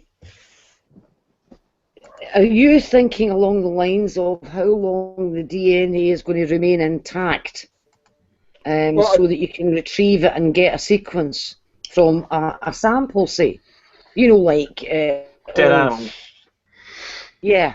Well, what I did is I googled, because this thing has been going on for quite some time. I think it's been going on at least near enough a year, if not slightly less, slightly more. I don't know. Someone will correct me. So I've googled it finally, and I've gotten a lot of varied answers. For non-water, for things that are dissolved in the water. Yes, but that's not the situation we're discussing, Gary. Yeah, I don't see the relevancy here, Gary. No, I'm trying to put forward that if the answer's inconclusive, it depends on what minerals are in the water. We know that. Gary, listen to us. Listen to us carefully here. Gary, okay, you can have a quick go. Gary, we know Go that ahead. if you put other things in solution in the DNA, you get different effects. If you change the acidity, if you stuff in iron, or if you shove in some the enzymes, those phosphodiesterases, you get all sorts of. You can have all sorts of different effects, and even the body, of course, breaks down DNA when it wants to. So DNA, you can put all sorts of things in the solution with DNA, and it will change how it degrades. But the paper that we're discussing and the statement that True Empiricism made was that DNA in water, pure water, degrade, because the manual that he was looking at from Fiona was where it was being put into pure water and where it said it, and he got confused about why it was degrading. So his statement was entirely related to some DNA in a test tube in pure water, and he made a statement about what happens to it. That's the problem. So if you go and find a paper about what happens when you put other things in there, that is completely and utterly irrelevant. It's also irrelevant if you're worrying about dead bodies decaying, just as he got confused with. The argument is all about DNA in a test tube in pure water. Yeah, can I ask Gary something? See the various bits and pieces you got up from your Google search. Was it about retrieving DNA from environmental samples and how long you could expect to be able to find intact DNA? Yeah. Right. Well, that's not what we're talking about. We're talking about after it's been recovered. Okay? Okay, sorry then. After it's been isolated. No, So you have got pure DNA. It's not still in the dead animal. You've already isolated. No, I'm talking about actual like blood samples, for example. They would like inject blood samples into water and see how long it took for it to disperse and stuff like that. Right, blood samples again. That's a tissue. That's a tissue. That's not isolated DNA. Okay. You see, maybe I misunderstood. And can I ask? Cells are full of enzymes that can degrade DNA. So when an animal dies and all the control is lost, these enzymes can run rampant and start chomping at the DNA. And bacteria, because they're also within the cells. But the DNA we're talking about has been isolated. It's been purified. And True Empiricism is claiming that purified DNA in water degrades. And he claims that the word degrade and the word dissolve are the same thing. No. I know they're not. He also describes DNA dissolving in water and what happens. And he then goes on to describe, what he's actually describing is the degradation of DNA. It does not do that when it dissolves in water. Okay. That's his problem. Okay. He's mixing up degrade and dissolve. Okay. But, I mean, what I'm trying to say is that maybe you made the same mistakes that I did, because again, I want to admit right now that my degree is not in science; it's in the arts. Well, it's in English, and the thing is that again, if your academic background isn't that, you're going to misinterpret things and misunderstand things. That's all I'm saying. Is that if you got the same marks as I did. And I want to point something out. Brandon still thinks the main argument should have been with RNA, and we're trying to explain to Brandon too. Brandon, even if he means RNA, which even if we give him that, it still doesn't matter. He's still got dissolving wrong. You still got problems with that now, and we could talk about. I mean, he would have a better case with RNA because I would agree that RNA probably does break down more. And Rumpus was mentioning earlier that RNA, like let's say you've got a post RNA that's somehow it came out wrong. You can have these ribonucleases come in and basically destroy them pretty quickly. I don't know how long it takes to degrade, but it probably these ribonucleases probably eat the shit pretty quickly. Minutes, and you cannot denature them. So, I mean, it has, in our own body, we have a way of destroying these RNAs because of these ribonucleases. But that's not what he's talking about, Brandon. He's not trying to even make the argument for RNA. I think everything he's said so far is specifically tailored to DNA, and it doesn't help his case regardless. It makes no difference. Yeah. That's the point. And the other thing, Gary, is I showed in one of the Hangouts I did the DNA isolation protocol, and we come all the way down to the end of it, where we have a purified pellet of DNA, purified. And then it says that you can dissolve it in water or dissolve it in buffer. And then it says, if you dissolve it in water, make sure you store it at -20 degrees because it may degrade. That's because of impurities that may be carried over, like some of these nasty enzymes. And you So skin he cells, weren't you? knows, You were saying he you've got knows, skin cells he there. knows that I was, in that instance, talking about purified DNA. He knows that. And what he is doing, he says that the sugar phosphate backbone falls apart when DNA dissolves. He's defining that as dissolving for DNA, that the sugar phosphate backbone falls apart.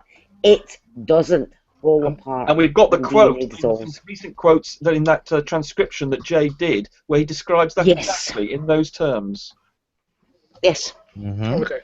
What I'm trying to say is that, again, because we know that Ronnie's background isn't the best scientifically, he could have, as I said, did the same things that I did, Googled it, and got the same results I did.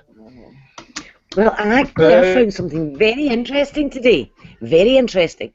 I decided to use a certain dictionary, and it's not a scientific dictionary. And I looked up dissolve, right?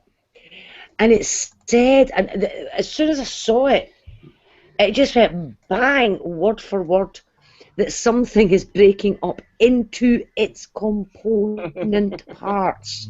Right? That's where he's got the definition of dissolve. And that was from the concise OED. Now, nowhere in the concise OED is there any definition given for what it means within chemistry. And that's the difference. I mean, exactly, but it's the fact that it used this into its component parts, which is exactly the wording he's been using. When he began all this, that's what he was using. That video that he offered to you, I think actually showed that he didn't actually understand what dissolving involved with dissolving at all. The mere fact that he went to a YouTube sort of low-grade video to describe it, and you could see when he was talking about it that he didn't really understand. It was almost like the first time he'd had to think about it. So it's quite clear that he doesn't even have a basic understanding, and the only thing he's learned is from this video and possibly a definition. Here's an interesting thing about that video. The video actually shows that he is completely wrong, and he thinks it shows that he's right. Yes. I mean, this is the level we're working with. Okay. Yeah, so it shows the sugar molecule staying intact. He's not even at the he's not even at the Dunning yet. Okay, he's not even up to. He's building up to Kruger. No, I just want to ask Fiona a question. You said that there's a different definition for dissolve in, let's say, colloquial English than there is in chemistry. What exactly is that? I mean, well, let's put it this way. If I said to you, all my hopes have dissolved.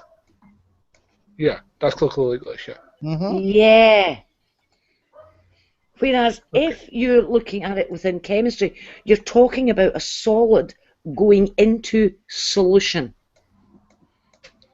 Okay. So you take some water, put some salt in, and stir it. And the salt will dissolve. It hasn't gone away the way my hopes have. It's still there. And if you warm it up and evaporate the water off, you get the solid salt back. Okay. Right? That's dissolving.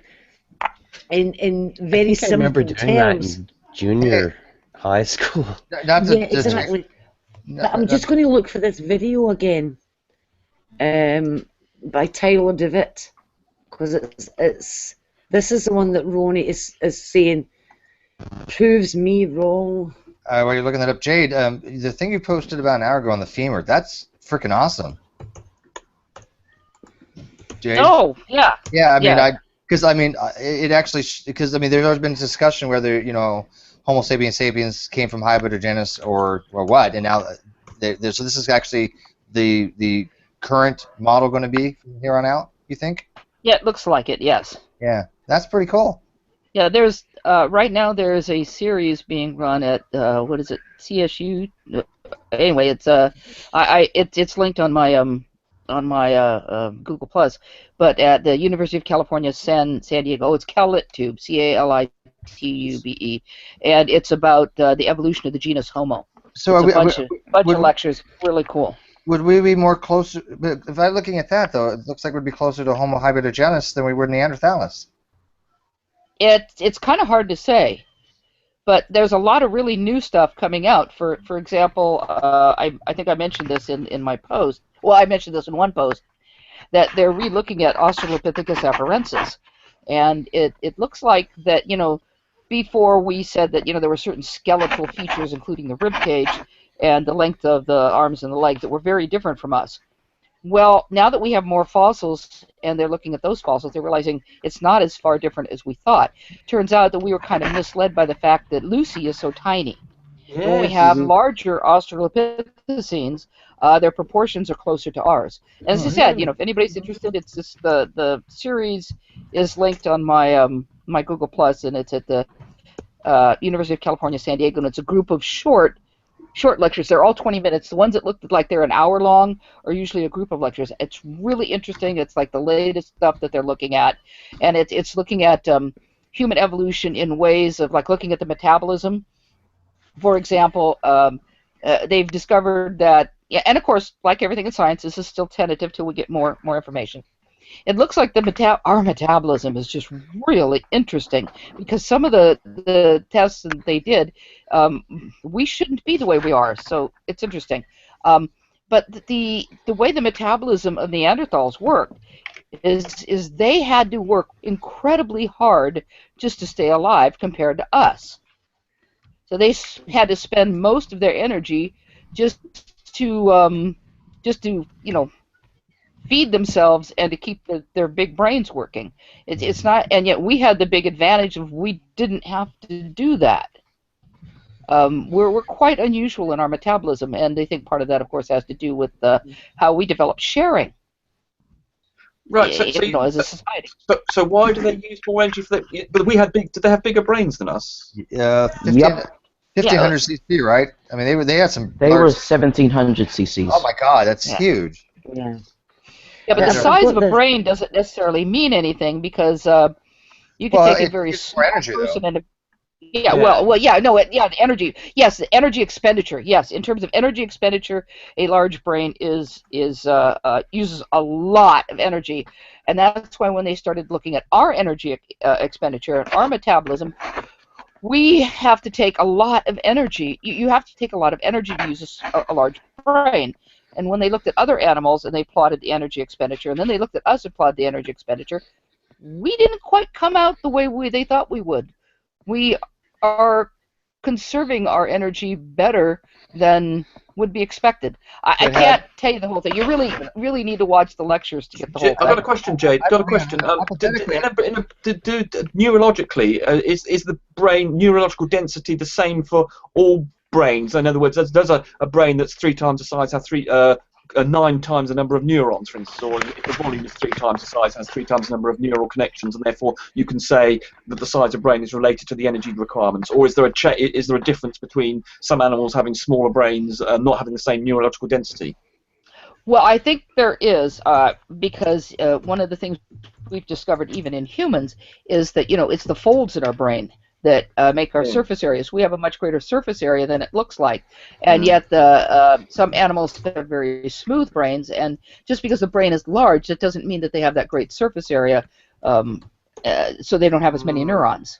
And even in humans, we've seen people who have There's even a brain that is completely smooth, and I think if I remember correctly, they don't remember where it came from.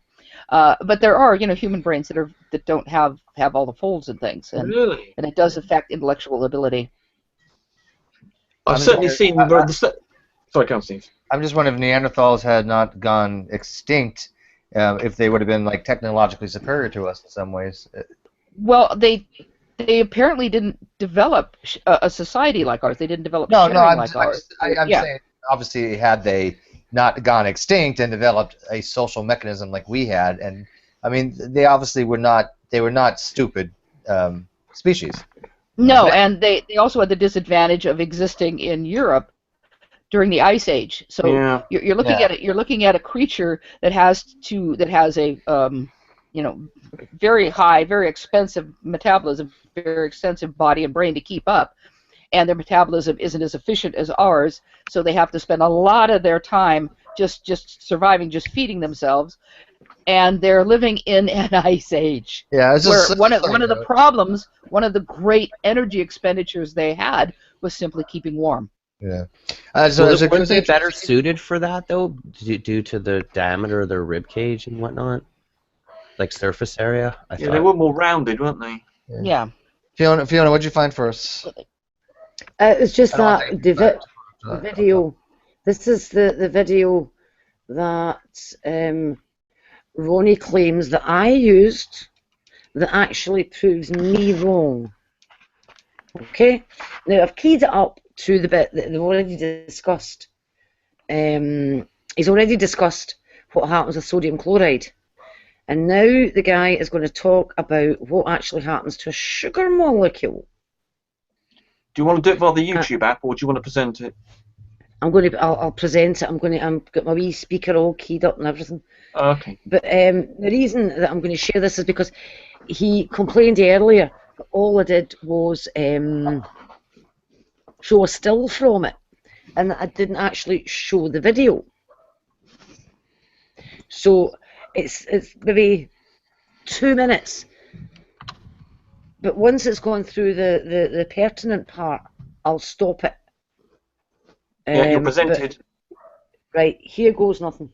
Now, I'm going to be echoing really badly because I'm taking out my headphones and putting in a speaker. So everybody will need to mute across the board. And you'll need to let me know if you can actually hear it when it starts, okay?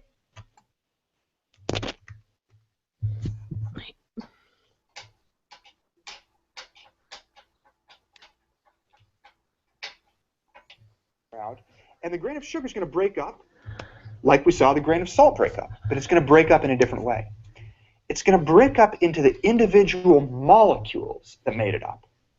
But these molecules are not going to break up. You need to select the window. I don't think you selected the right window. And those molecules are going to start floating around in the water. I'm on the right window. Oh, sorry. Why are we not seeing you then? I just see you. I don't see the video. I can hear it just fine. Hold on. Right, here we go. Yeah, you weren't presenting, were you? Yeah. Hold on, that's it. Right, here we go. I'll run it back ever so slightly, okay? There we go. Right, we're ready? Yep. Why don't you full it? But these molecules are not going to break up into the individual atoms. They're going to stay as molecules, and those molecules are going to start floating around in the water. A big mistake that people make, I don't want you to make this mistake, is they think that when sugar or other covalent compounds dissolve, they think that the atoms that make up the molecules totally break apart. And then you end up with a glass of water that has all these carbon and oxygen and hydrogen atoms just floating around. That does not happen. Big red X. Instead, the molecules stay together. Well, the atoms in the molecules stay together. So this is a big difference between how covalent compounds dissolve, where the molecules stay molecules, and how ionic compounds dissolve, where the grains of these things like salt actually break apart into the individual atoms. So, to answer the question, what does it look like when it goes in water? The short answer is It actually really depends whether you're talking about an ionic compound or a covalent compound. If it's an ionic compound, it's going to break apart into all of the individual atoms. But if it's a covalent compound, the clump of the molecules will break apart into individual molecules once it dissolves. But the molecules themselves will not break apart into atoms. They will stay as molecules dissolved in the water.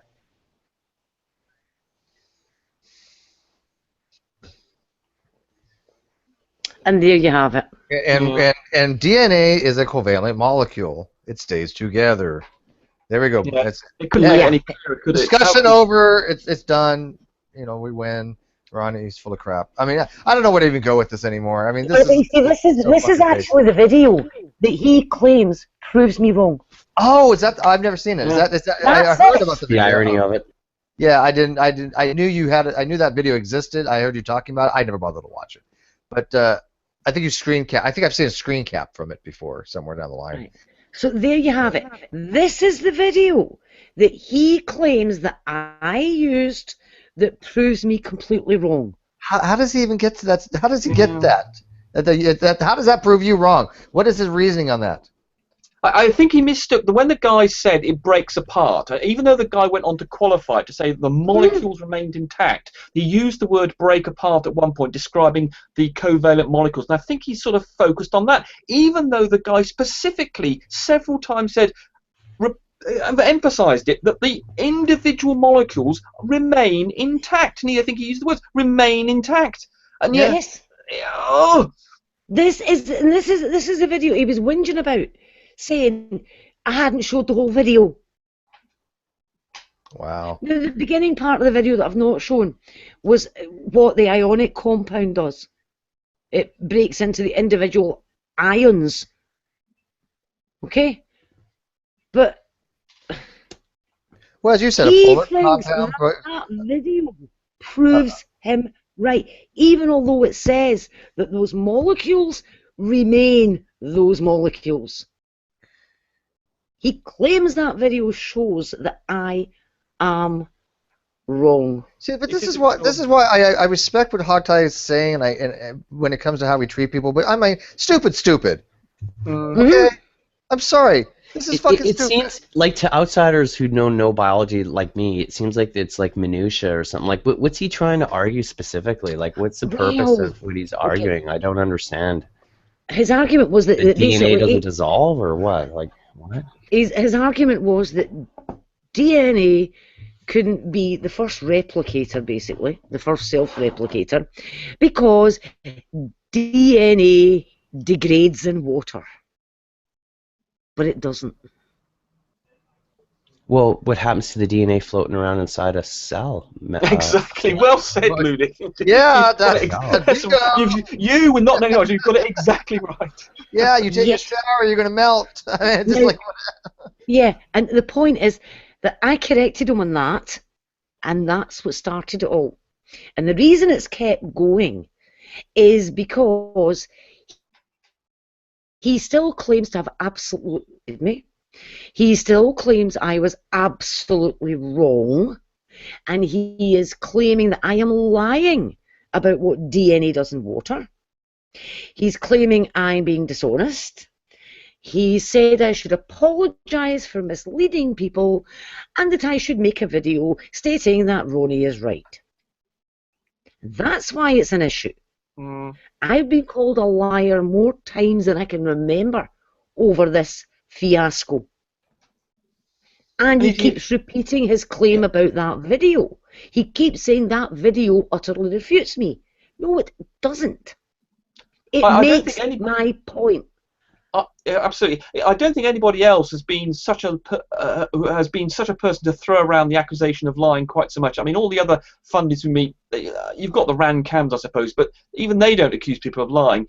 Ronnie's a little bit special in his accusations of lying, particularly about Fiona and Hogtie, and yet he is the one who. Oh, me too. I'm a liar. according to him. Oh, yeah. You realize, all right, okay.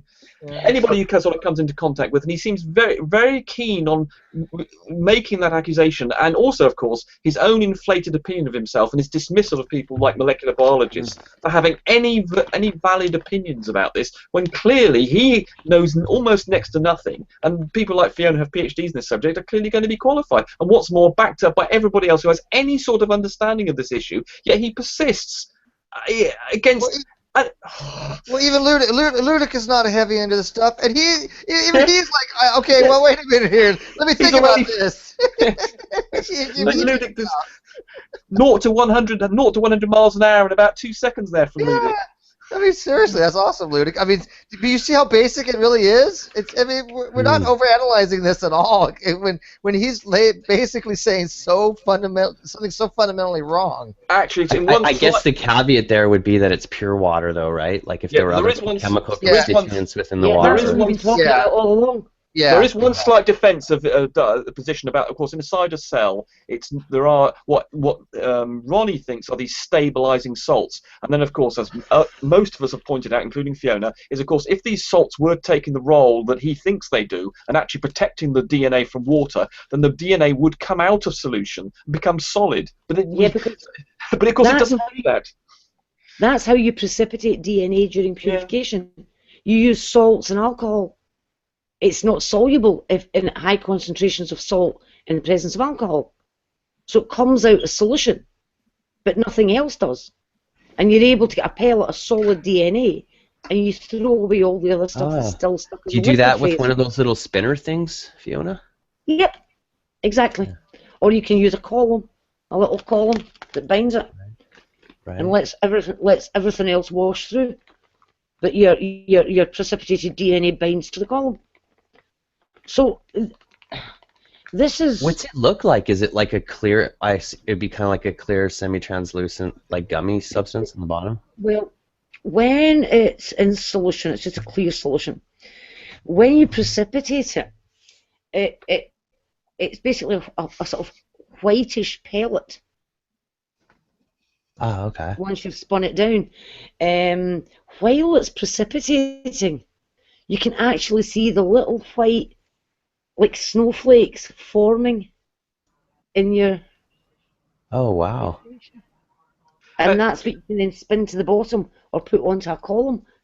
And just to confirm, Fiona, when you have got it in the form in isolated and prepped as you have it, all the histones and all the other proteins, they've all been removed, and you've actually got just a pure DNA strand. Is that right? Yeah, I mean, there's nothing else in there at all.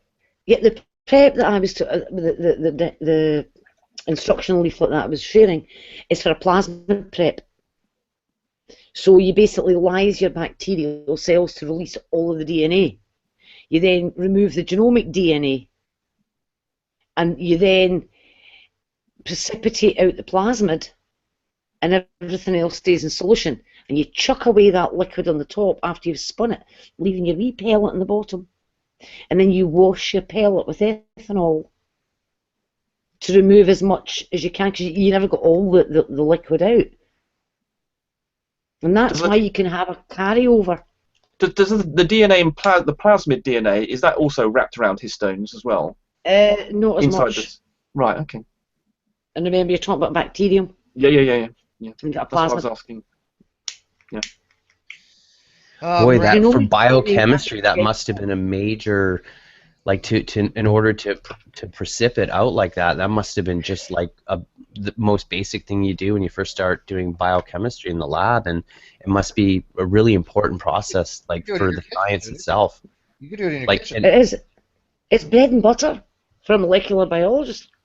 Right, so when they probably first started doing that in the 50s or something was like the first thing. I mean, in order to discover DNA, when you have, or maybe not. DNA was discovered the structure of DNA was discovered in 1953, but they were actually isolating DNA prior to that. If you isolate genomic DNA, that's really long strands. And so they were isolating it even before that. They just weren't familiar with the molecule itself. Yeah. It's like a clear jelly, almost. And what you can actually do is, you can use, if you've got a big prep, in fact, people would, when this whole debacle started, people in the G+ community were busy isolating DNA in their kitchens. using ice cold alcohol. Somebody did it with vodka. And what you end up with is this mixture that's slightly cloudy, and you can put like a cocktail stick into it and pull a bit up like frog spawn, and then start to twist the cocktail stick, and it spools the DNA onto the cocktail stick. Oh, wow.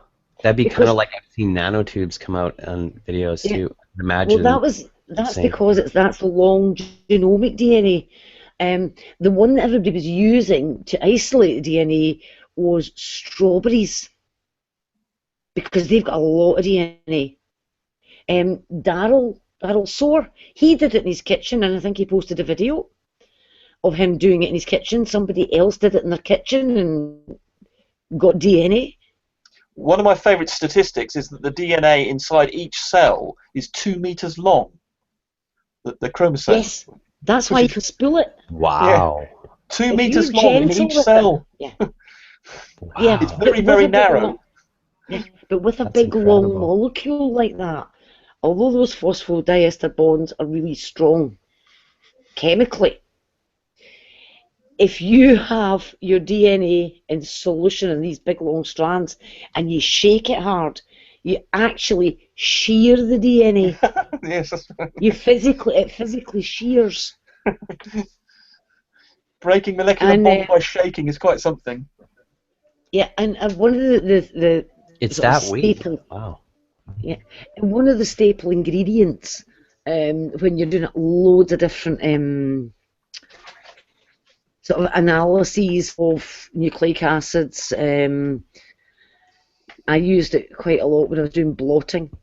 If you've got your nucleic acid isolated on a membrane, okay, and you then want to use the complementary probe to stick it to that DNA by the base pairings, right?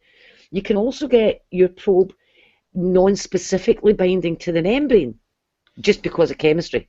So what you do is you use a DNA solution to block all those non-specific sites so that your probe only sticks to the specific one. And what you use to block is sheared salmon sperm DNA.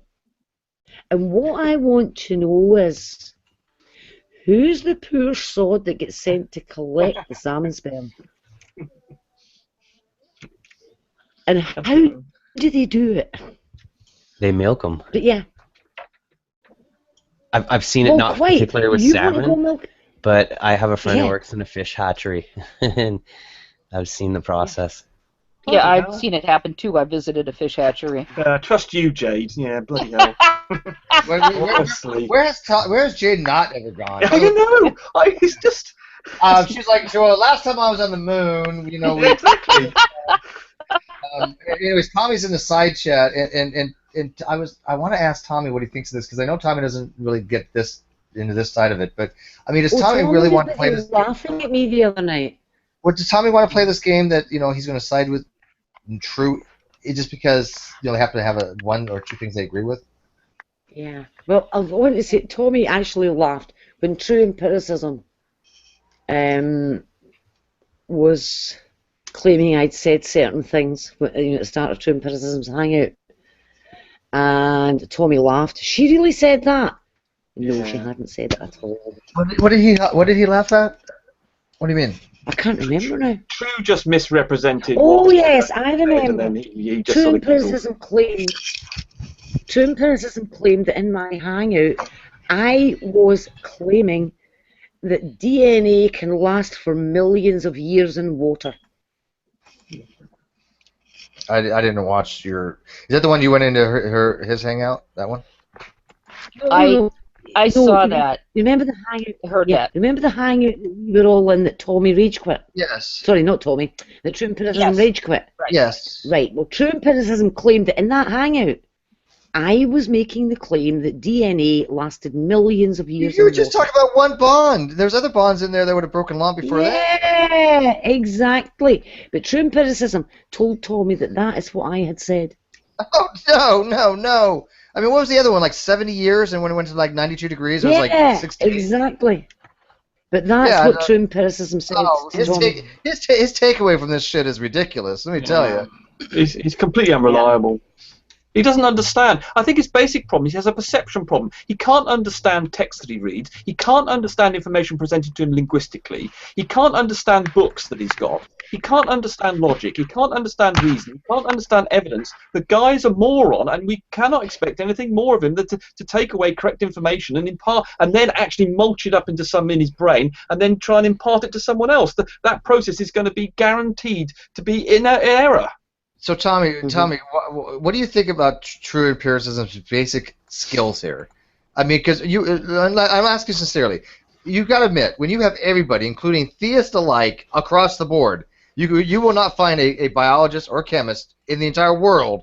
You can ask a young Earth one. They're just gonna agree with Ronnie on this one, Tommy. So I mean, what do you think about it?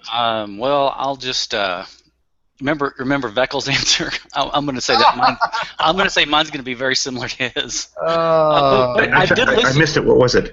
I didn't see Vekl's answer. I've been away doing stuff today, so I. Vekl's answer, he doesn't know anything about this, so he can't really give an opinion. Yeah, I mean, yeah, but no, I will say that you guys have made a good case. So I'll give you that. But I'm not into this topic at all. I don't know anything about chemistry, so. But I will say, from what I was listening earlier a little bit, it sounded to me like. Maybe you're saying that the basic problem was that True was mixing up terms between degrading and what was the other one? Dissolving. Yeah, so maybe that. Yes, exactly. And if that's all it was, Tommy, I mean, he's gotten worse from there. But I mean, if all it was just a simple misunderstanding between degrade and dissolve, I don't think anybody would have made a big deal about it. We would have just said, I fucked up, I made a mistake, and it would have been completely done with. It's not just the terms. It can't be just put down to a simple use this word instead of that word, but the underlying concept is the same. Because the issue is, and I would ask you this, Tommy. What do you think happens if you have DNA and you put it in water?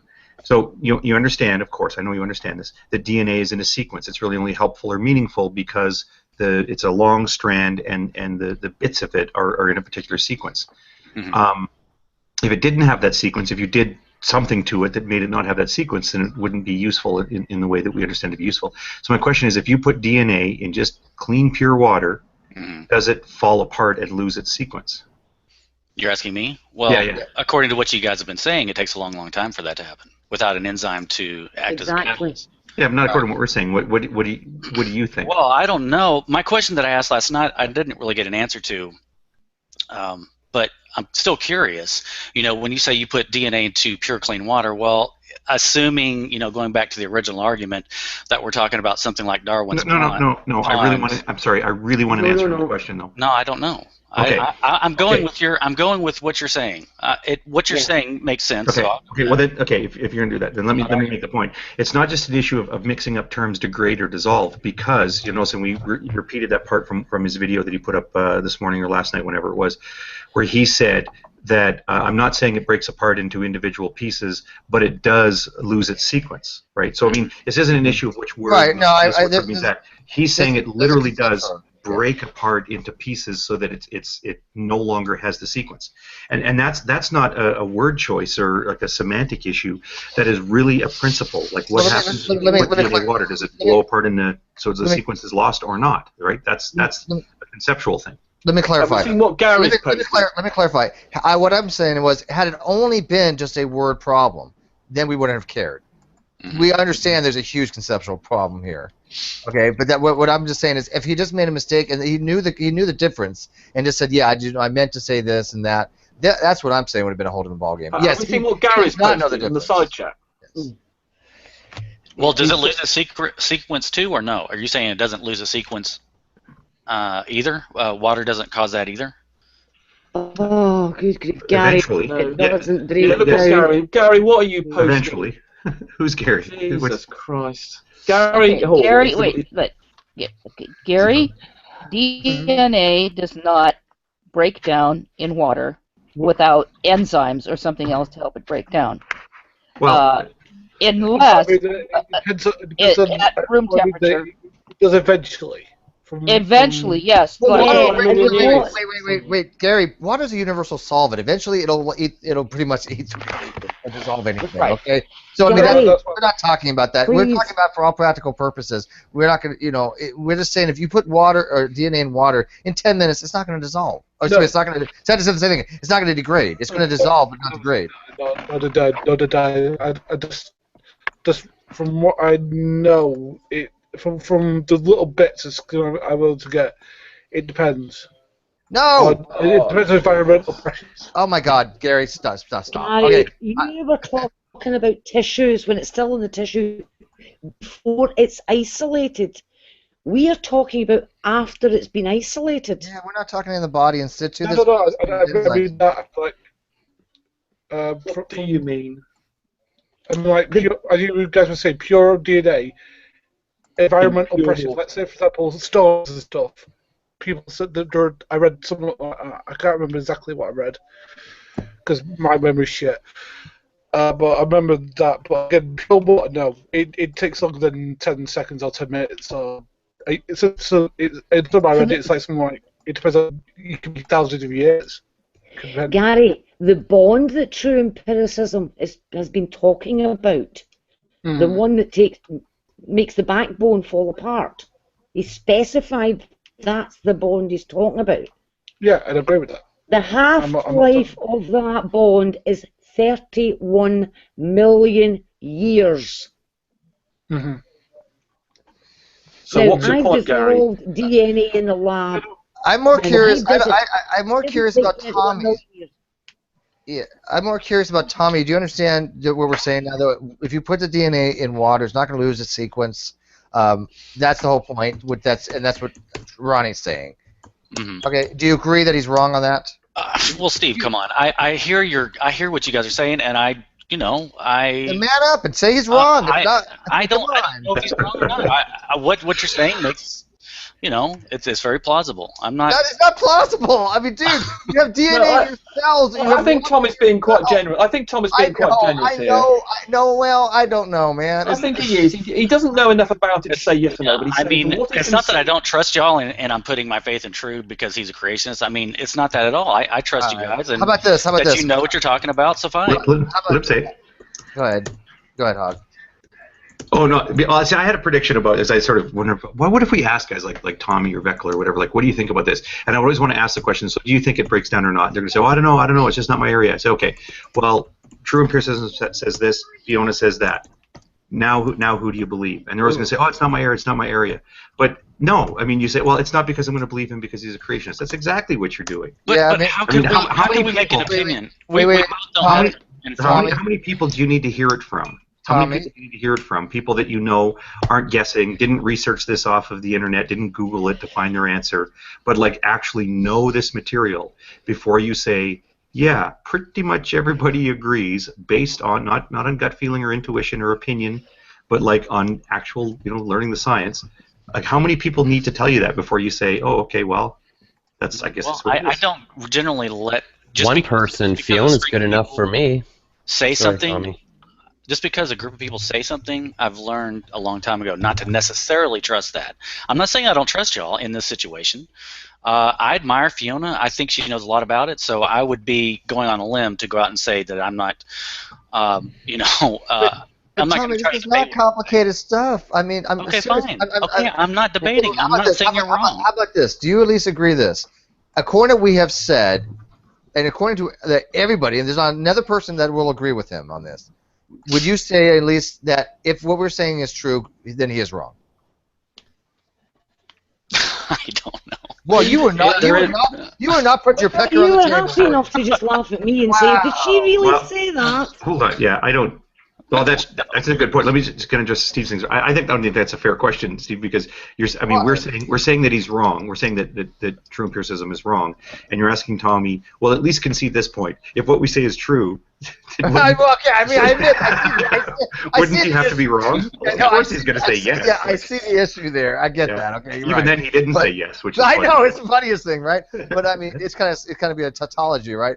But I mean, Tommy, I mean, I don't see why you just don't make us I don't know, man. He does seem to be inclined to come down on the right side. I told you made a good case, Steve. I'm not a chemist. I don't know.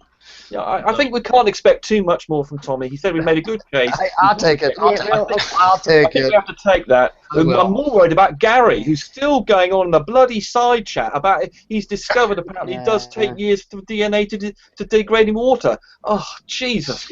I think he's more of a problem than Tommy. Gary, I think you've lost the what do they call it? Lost the thread of the thing. Gary's, you're in a little off-world right now because we were talking about a very specific thing on that phosphodiester bond that takes, 31 million years, and that's all we're really concerned about. There are other bonds in there that we did find out, obviously, will break apart much less, and especially with a temperature difference. Okay. Oh, don't introduce a temperature difference. Well, I mean, I'm going to be honest, because he might find something out there and go, oh, look, there's a temperature difference that causes it to change. Well, we know that. Okay, I'd like to ask Gary a question. Gary, do you believe that pure DNA in pure water degrades within, say, I don't know, let's go for 50 years. Within 50 years, in a test tube, will DNA degrade in a test tube of pure water? No. Great. Okay, that's not too bad then. Okay, that's great. So when do you think it starts? How long do you think would have to be in the water to degrade? From what I read, they said it would. They speculated it would take about 1,000 to 2,000 years for it to even start. Okay. From what they said, but again, they said that speculation. But this is pure DNA, clean water, no minerals, no nothing. Yeah. Now here's the next question: do you understand? Do you understand the difference between degrading and dissolving? Yes. What's the difference? Right. Degrading is when something starts to fall apart. Dissolving is when you mix it, but the pure relevance is still there. Right. Now, what true from science class back when I was high school, that was like 20 years ago now. Right. What true empiricism has claimed is that when DNA dissolves in water, the phosphodiester bond breaks. And that is DNA dissolving. The problem is that the only way to break the phosphodiester bond is by a hydrolysis reaction. And hydrolysis of DNA is the mechanism by which DNA degrades. Not dissolves, degrades. So he describes the mechanism of degradation, but he calls it dissolving. That's the problem. So everybody's on the same page. So for the layman coming in here, so that would be the difference between the strand itself being broken off, like a ladder being cut down to not be as tall, versus the rungs being actually split open and then both. No, we're not even talking about the rungs. Well, explain. No, Ludic. I think I see what Ludic's saying. Yeah, if you have a ladder, right? Now instead of like it being like the rungs in the middle being split, those are hydrogen bonds. We're not talking about that. The two things on the outside of the ladder, those would be the phosphor sugar backbone. Okay, those bonds, the phosphodiester bonds, that's what we're talking about breaking at those points. Not the ones in the middle, not between the two. But the distinction. Right. So there's two ways you could break a ladder: up the middle, snap, snap, snap through the rungs, and then there's also a cross where you're actually breaking the straight parts, right? Can you see that? Neither of those things would be dissolving. In this case, it would be like taking 1,000,000 ladders, right? So you got 1,000,000 ladders, and they're all dry, and you throw them in the ocean, and now you have 1,000,000 intact ladders in the ocean. That's what DNA does when you put it in water. Mm-hmm. It doesn't break up the middle. It doesn't snap along the sides. Yeah, but she did speak to. She was trying to make a demarcation between two types, dissolving, or what was the other versus degrading, and also to make a distinction as to what particular molecular bond within said molecule and how it breaks apart. And I was just curious to visualize it in my mind. Is it a break along the horizontal or vertical using a ladder as an analogous? Can you see this, Ludic? This picture? Yeah, I got it. Right. No, you can't see it, Fiona. I am presenting to everybody. Can you see it? No. Can you see it, Fiona? Yeah, I can see it. Okay, right. When it dissolves, can you see this little hydrogen here? Can anybody see that underneath my pointer? Yeah. That little white thing.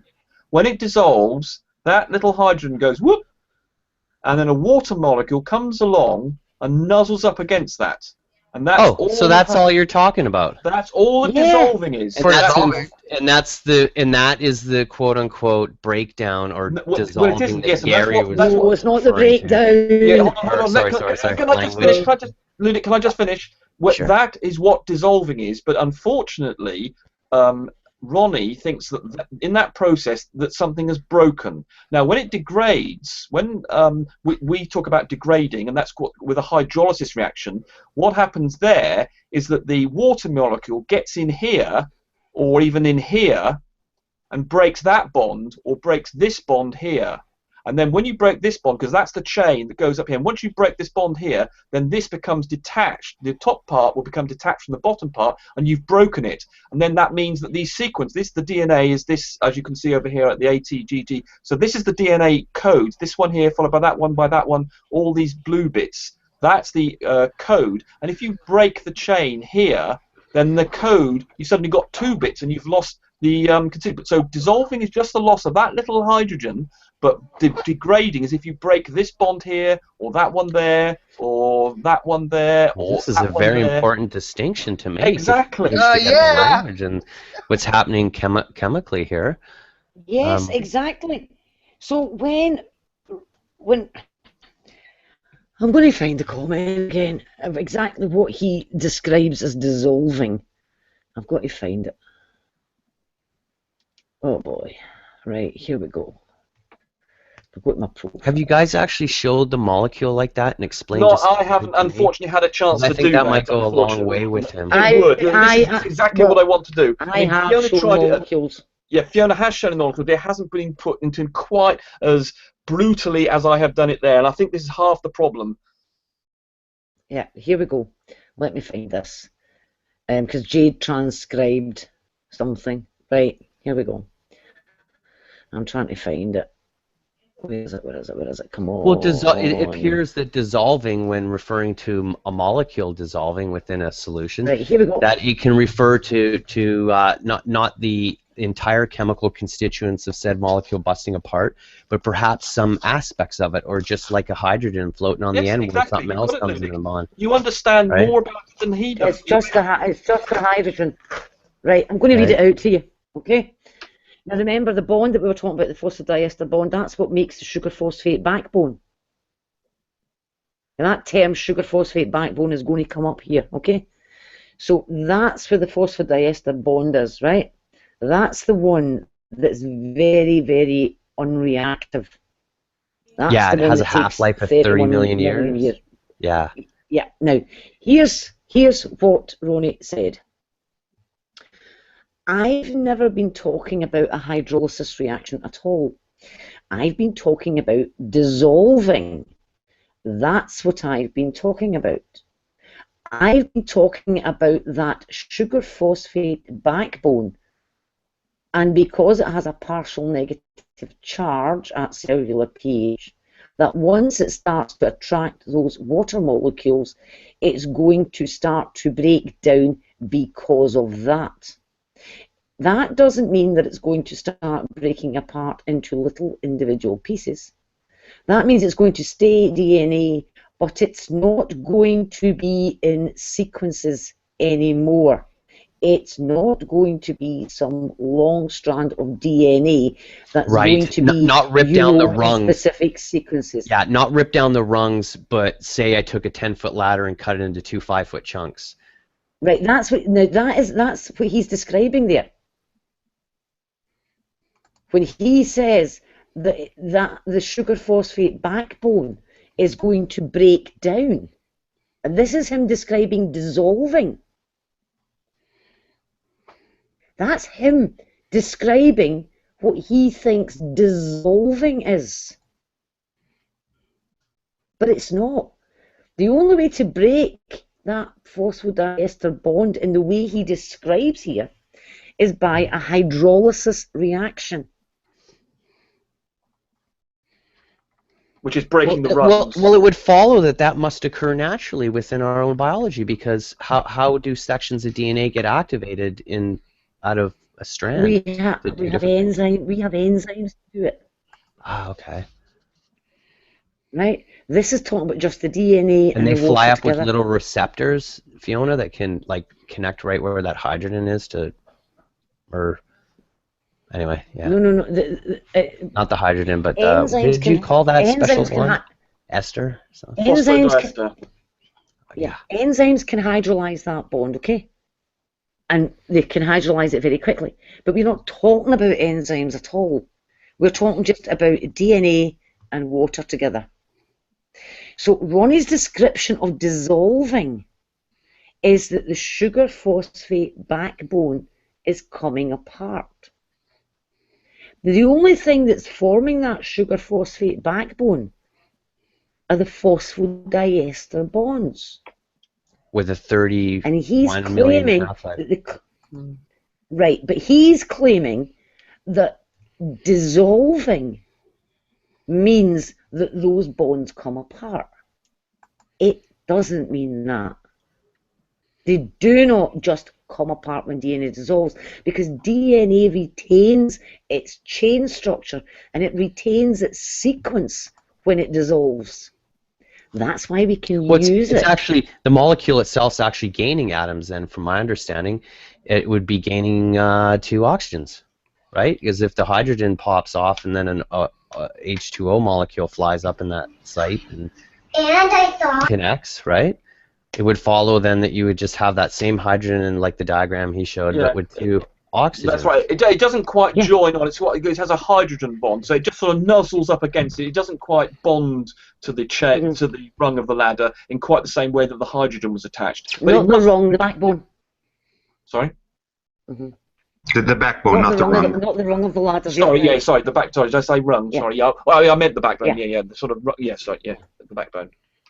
So this is what he's done is he's called it dissolving, but he's then described a degradation via hydrolysis, and he doesn't realise that. So when he says, "I've never been talking about hydrolysis," and then he describes a hydrolysis reaction, and then calls it dissolving instead. I see that Gary's the again problem? posted some more idiocy, and Hogtie is trying to ask a question on behalf of Tommy. I'm sorry. Although Tommy had to step away for a minute, and I do have to step away for about 2-3 minutes, so let's give Tommy and I a break. We'll be back shortly. All right. Okay. What does Gary go? Gary, what is Gary's? Wait, I want to get a little more formalized. Gary, what is Gary's argument right now?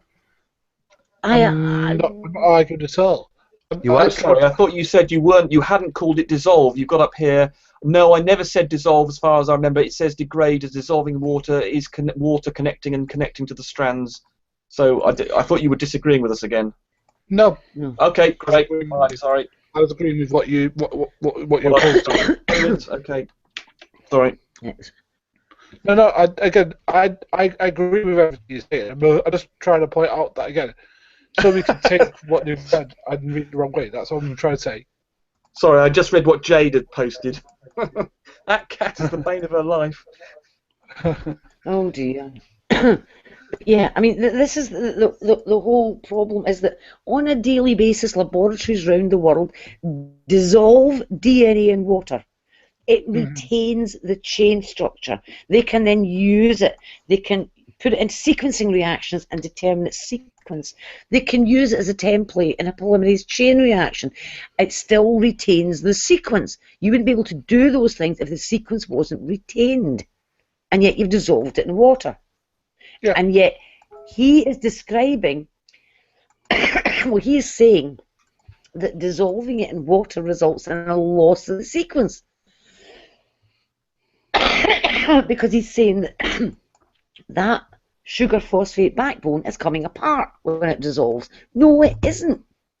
That sugar phosphate backbone stays together.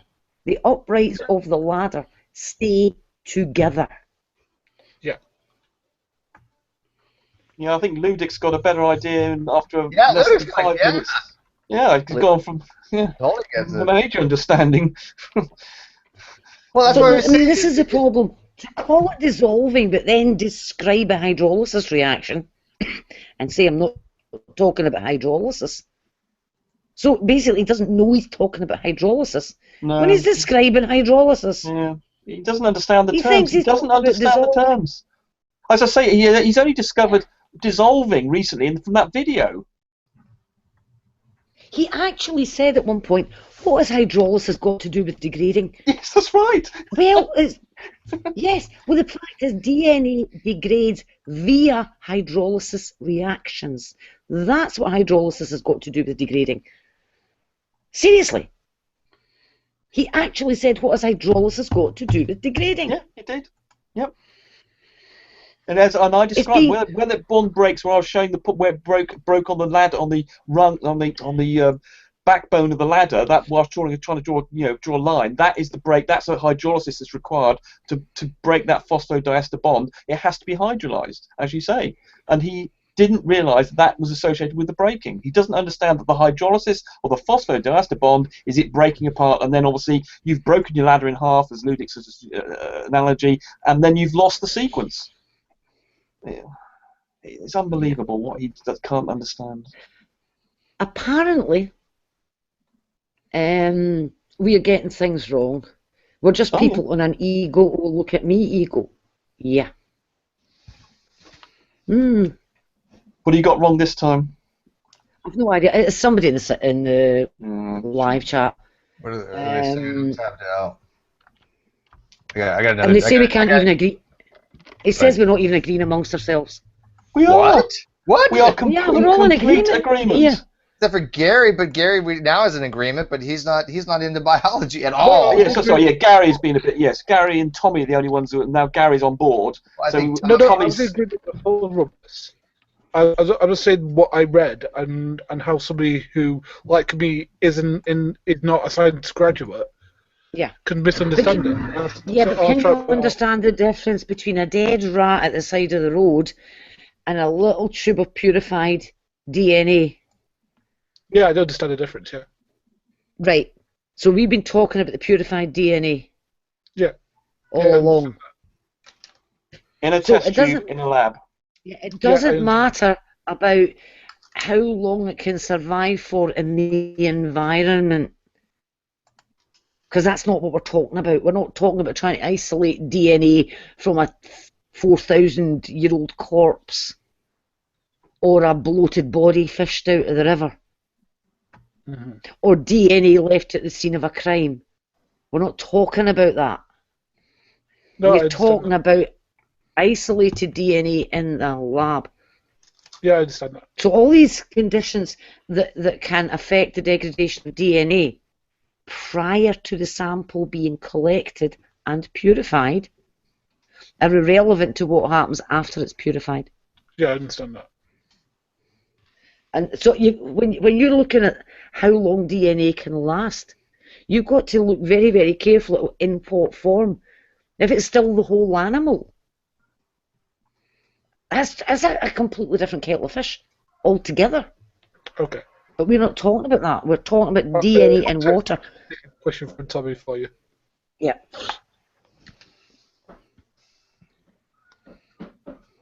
Oh, was that pause for me? Yep. Oh, sorry. I don't think Tommy's back yet. Oh, well, yeah, I almost don't care. As I want to ask the questions. I want to ask the questions that I think that the young Earth creationists would be asking. I mean, I'm going to be a little unkind here, saying I think they're just so focused on their line of reasoning, which is sort of premise one: Fiona's a poo-poo head, that they're not actually asking the questions. That's really gotten to be the focus of a lot of this stuff. So I want to can I just I want to grill you a little bit here on this, what I think the questions they should be asking. So, okay, so you're using the dead rat by the side of the road example. So I've got a dead rat, freshly dead rat, and I collect a sample from it, and I do a proper extraction, and now I've got my DNA pellet, just pure DNA. Sorry, Tommy, that's a cultural difference. Tommy says he would say poopy head. I would say poo-poo head. Well, it's a cultural difference. We also call our soda. What's your language? Referent is the same. Yeah, but so I've got this, for whatever reason, I come across this dead rat freshly, and I extract the DNA. I've got pure DNA, and I've got some ultra pure water, and I put the pure DNA in the ultra pure water for the sake of discussion. There are no proteins in there. It's just super. It's just DNA and just water, and I seal that thing up, and I bury the water vial and my dead rat very, very shallow, inch of soil or something in my garden, and I come back to this, a week, a month, a year, and I now go to try to discern something useful from the DNA I can collect from the dead rat or from my little storage vial. Am I going to get any useful DNA from either of those things, Fiona? You may get some useful DNA from your little storage vial, and you may get some useful DNA from your dead rat. Okay, let me kick it up to 3 vials now. I've got my dead rat, not 3 vials. I've got my dead rat. I got my nice pure storage vial. I've got another one where I've done the isolation, pure extraction and whatnot, but I was clumsy with it.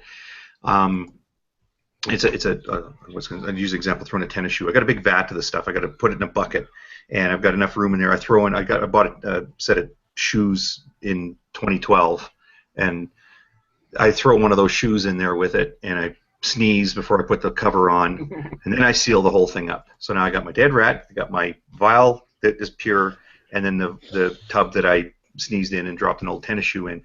So my 2016 sneeze and my 2012 tennis shoe.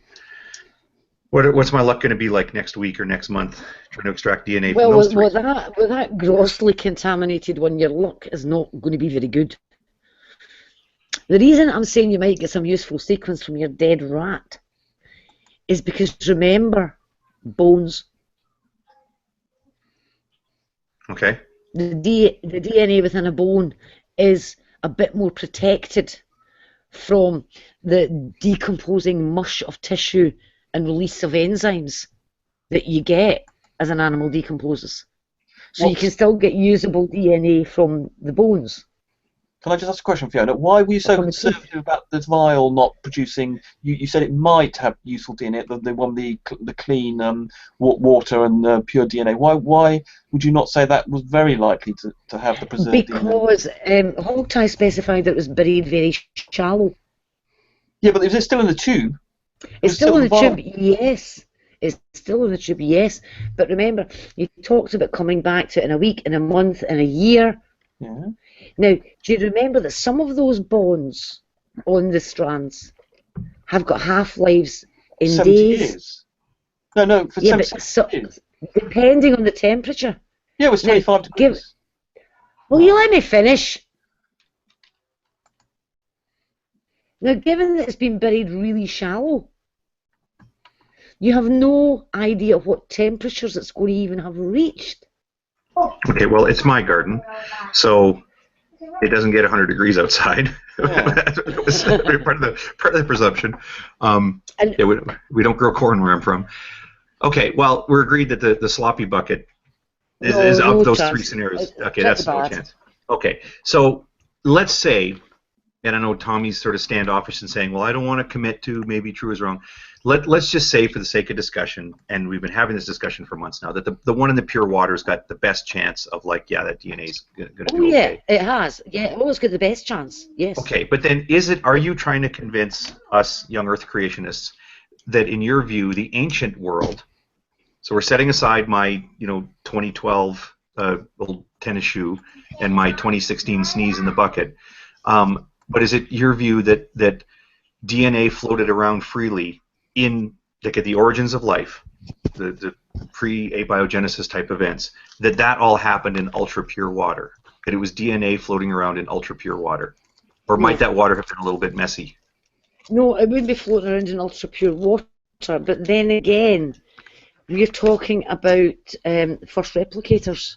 Now, and one of the ways of getting around the problem of this degradation is being able to self-replicate.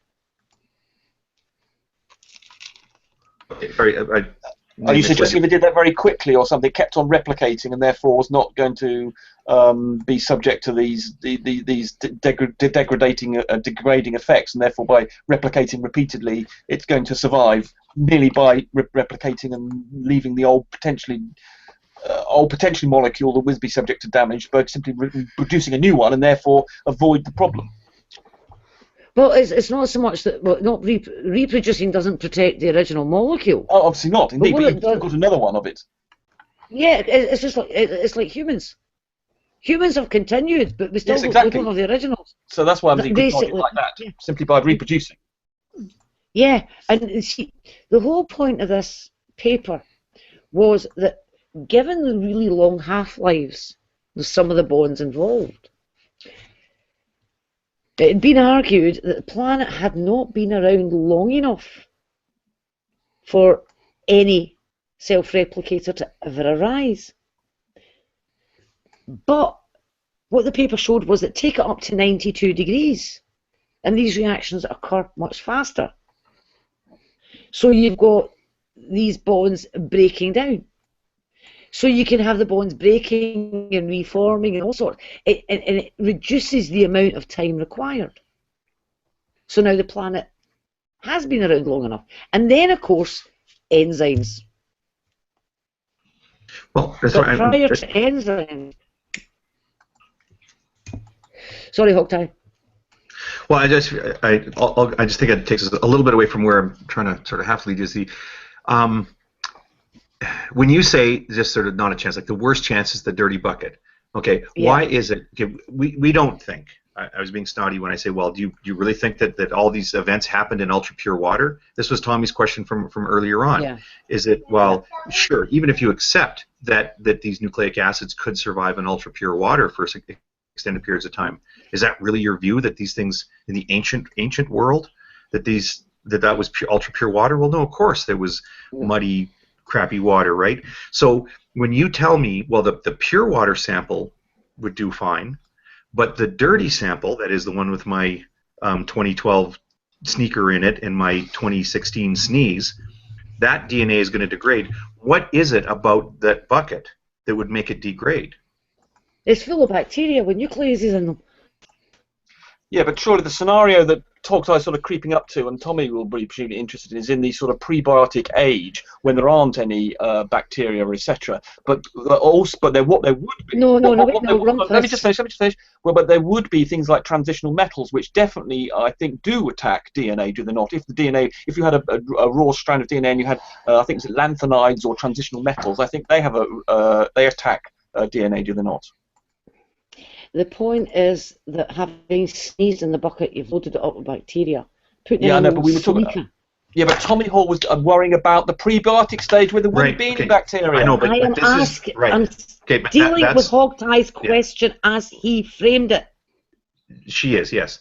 Because that's the thing that keeps coming up, is that when we're pointing to things like that product monograph that says that, well, you want to take extra precautions against having your stuff degrade, because when you're packaging up a sample in 2016, you're dealing with things that are present in the 2016 environment, including my old shoes that I wear for far too long. Which I probably would be allowed to wear them in a decent way. Bacteria full of nucleases. So you sneeze into the bucket, and you put in your bugs. You put this old sneaker in, it's full of bacteria. You now have little factories that are pumping out nuclease enzymes to degrade DNA. Right, so the reasons that we identify as why a modern contaminated sample, something that isn't in super pure water, the reasons why DNA is just has such a tendency to just fall apart in dirty water in 2016, those reasons weren't present before there were nucleases and bacteria carrying those things in my old shoes. Now that's not to say that just because those enzymes weren't there, that there wasn't anything else that might have destroyed DNA then. Like, but that's the point of the potential, sure. And that's the thing. But the enzymes are very efficient. Yeah. So it's things like that. Like when we have this conversation about how, well, this person was wrong about this and this person was wrong about that, we don't get to some of those interesting points of the discussion. Like, why is it that we're so, when people go to do a DNA isolation, that they have to put on like a beekeeper suit and, and scrub everything, and we're worried about this. And even still they tell you, well, you should probably put in this buffering agent and store it at this temperature and that sort of thing. Mm-hmm. And then, well, what does that mean for the discussion that we claim to be having, that is about these scientific speculation on origins? Yeah, can I just make a comment? Can I just make a quick comment? The point that Tommy was trying to make, or did make, was what is the and related to obviously Ronnie's point is that DNA couldn't have arisen because it degraded in water. But what we're now discussing is other means by which, because as Hogtie pointed out, the water that these self-replicating molecules existing in would not be pure water. In the prebiotic world, we would have lots of goodness knows what kicking around in this water, the minerals, inorganic material, and therefore we needed to think about. Their arguments would be, but there are these other inorganic things like transitional metals which are known to affect DNA. And therefore, would that not be responsible for breaking down DNA in the prebiotic world? And that's the sort of argument that we then need to challenge and say, well, how can we say that even though the water is not pure, it has got these contaminants in these minerals? Are there going to be ways that these self-replicating models can still continue and exist, and perhaps in different areas there was less contamination, there's fewer minerals or something? Are there going to be different environments, or there's going to be a mechanism that we don't quite understand yet, in which the prebiotic RNA, or I suppose it is biotic, or other self-replicating molecules, and even I suppose we are talking about the Bartic age, that would be RNA, can survive where there weren't necessarily enzymes of all these nucleases. Though I suppose if you've got RNA replicating, I suppose it would have to have some sort of nuclease kicking around or something like that, the equivalent. And I think those are good points, and I want to say, by the way, so I'll step back because those are the questions that I had, and I think that's all the questions that I wanted to get through, and I think Fiona answered them. I just find it weird. I mean, Tommy did bring that up in the side chat, but why am I asking the question about what causes DNA to break down? Why is it that we're so worried about DNA just falling apart? Why the police have to store these samples for criminal trials very, very carefully? Like, why is this? And then now transitional metals. Who brought that point up? Like, is Rumpus a young Earth creationist who's challenging Fiona and others who would make this case on the science? No, he's a guy like me who's trying to think about what reasonable challenges would be if we held those beliefs. And I can note that in Fiona's hangout, we even said stuff like this would have been a better argument.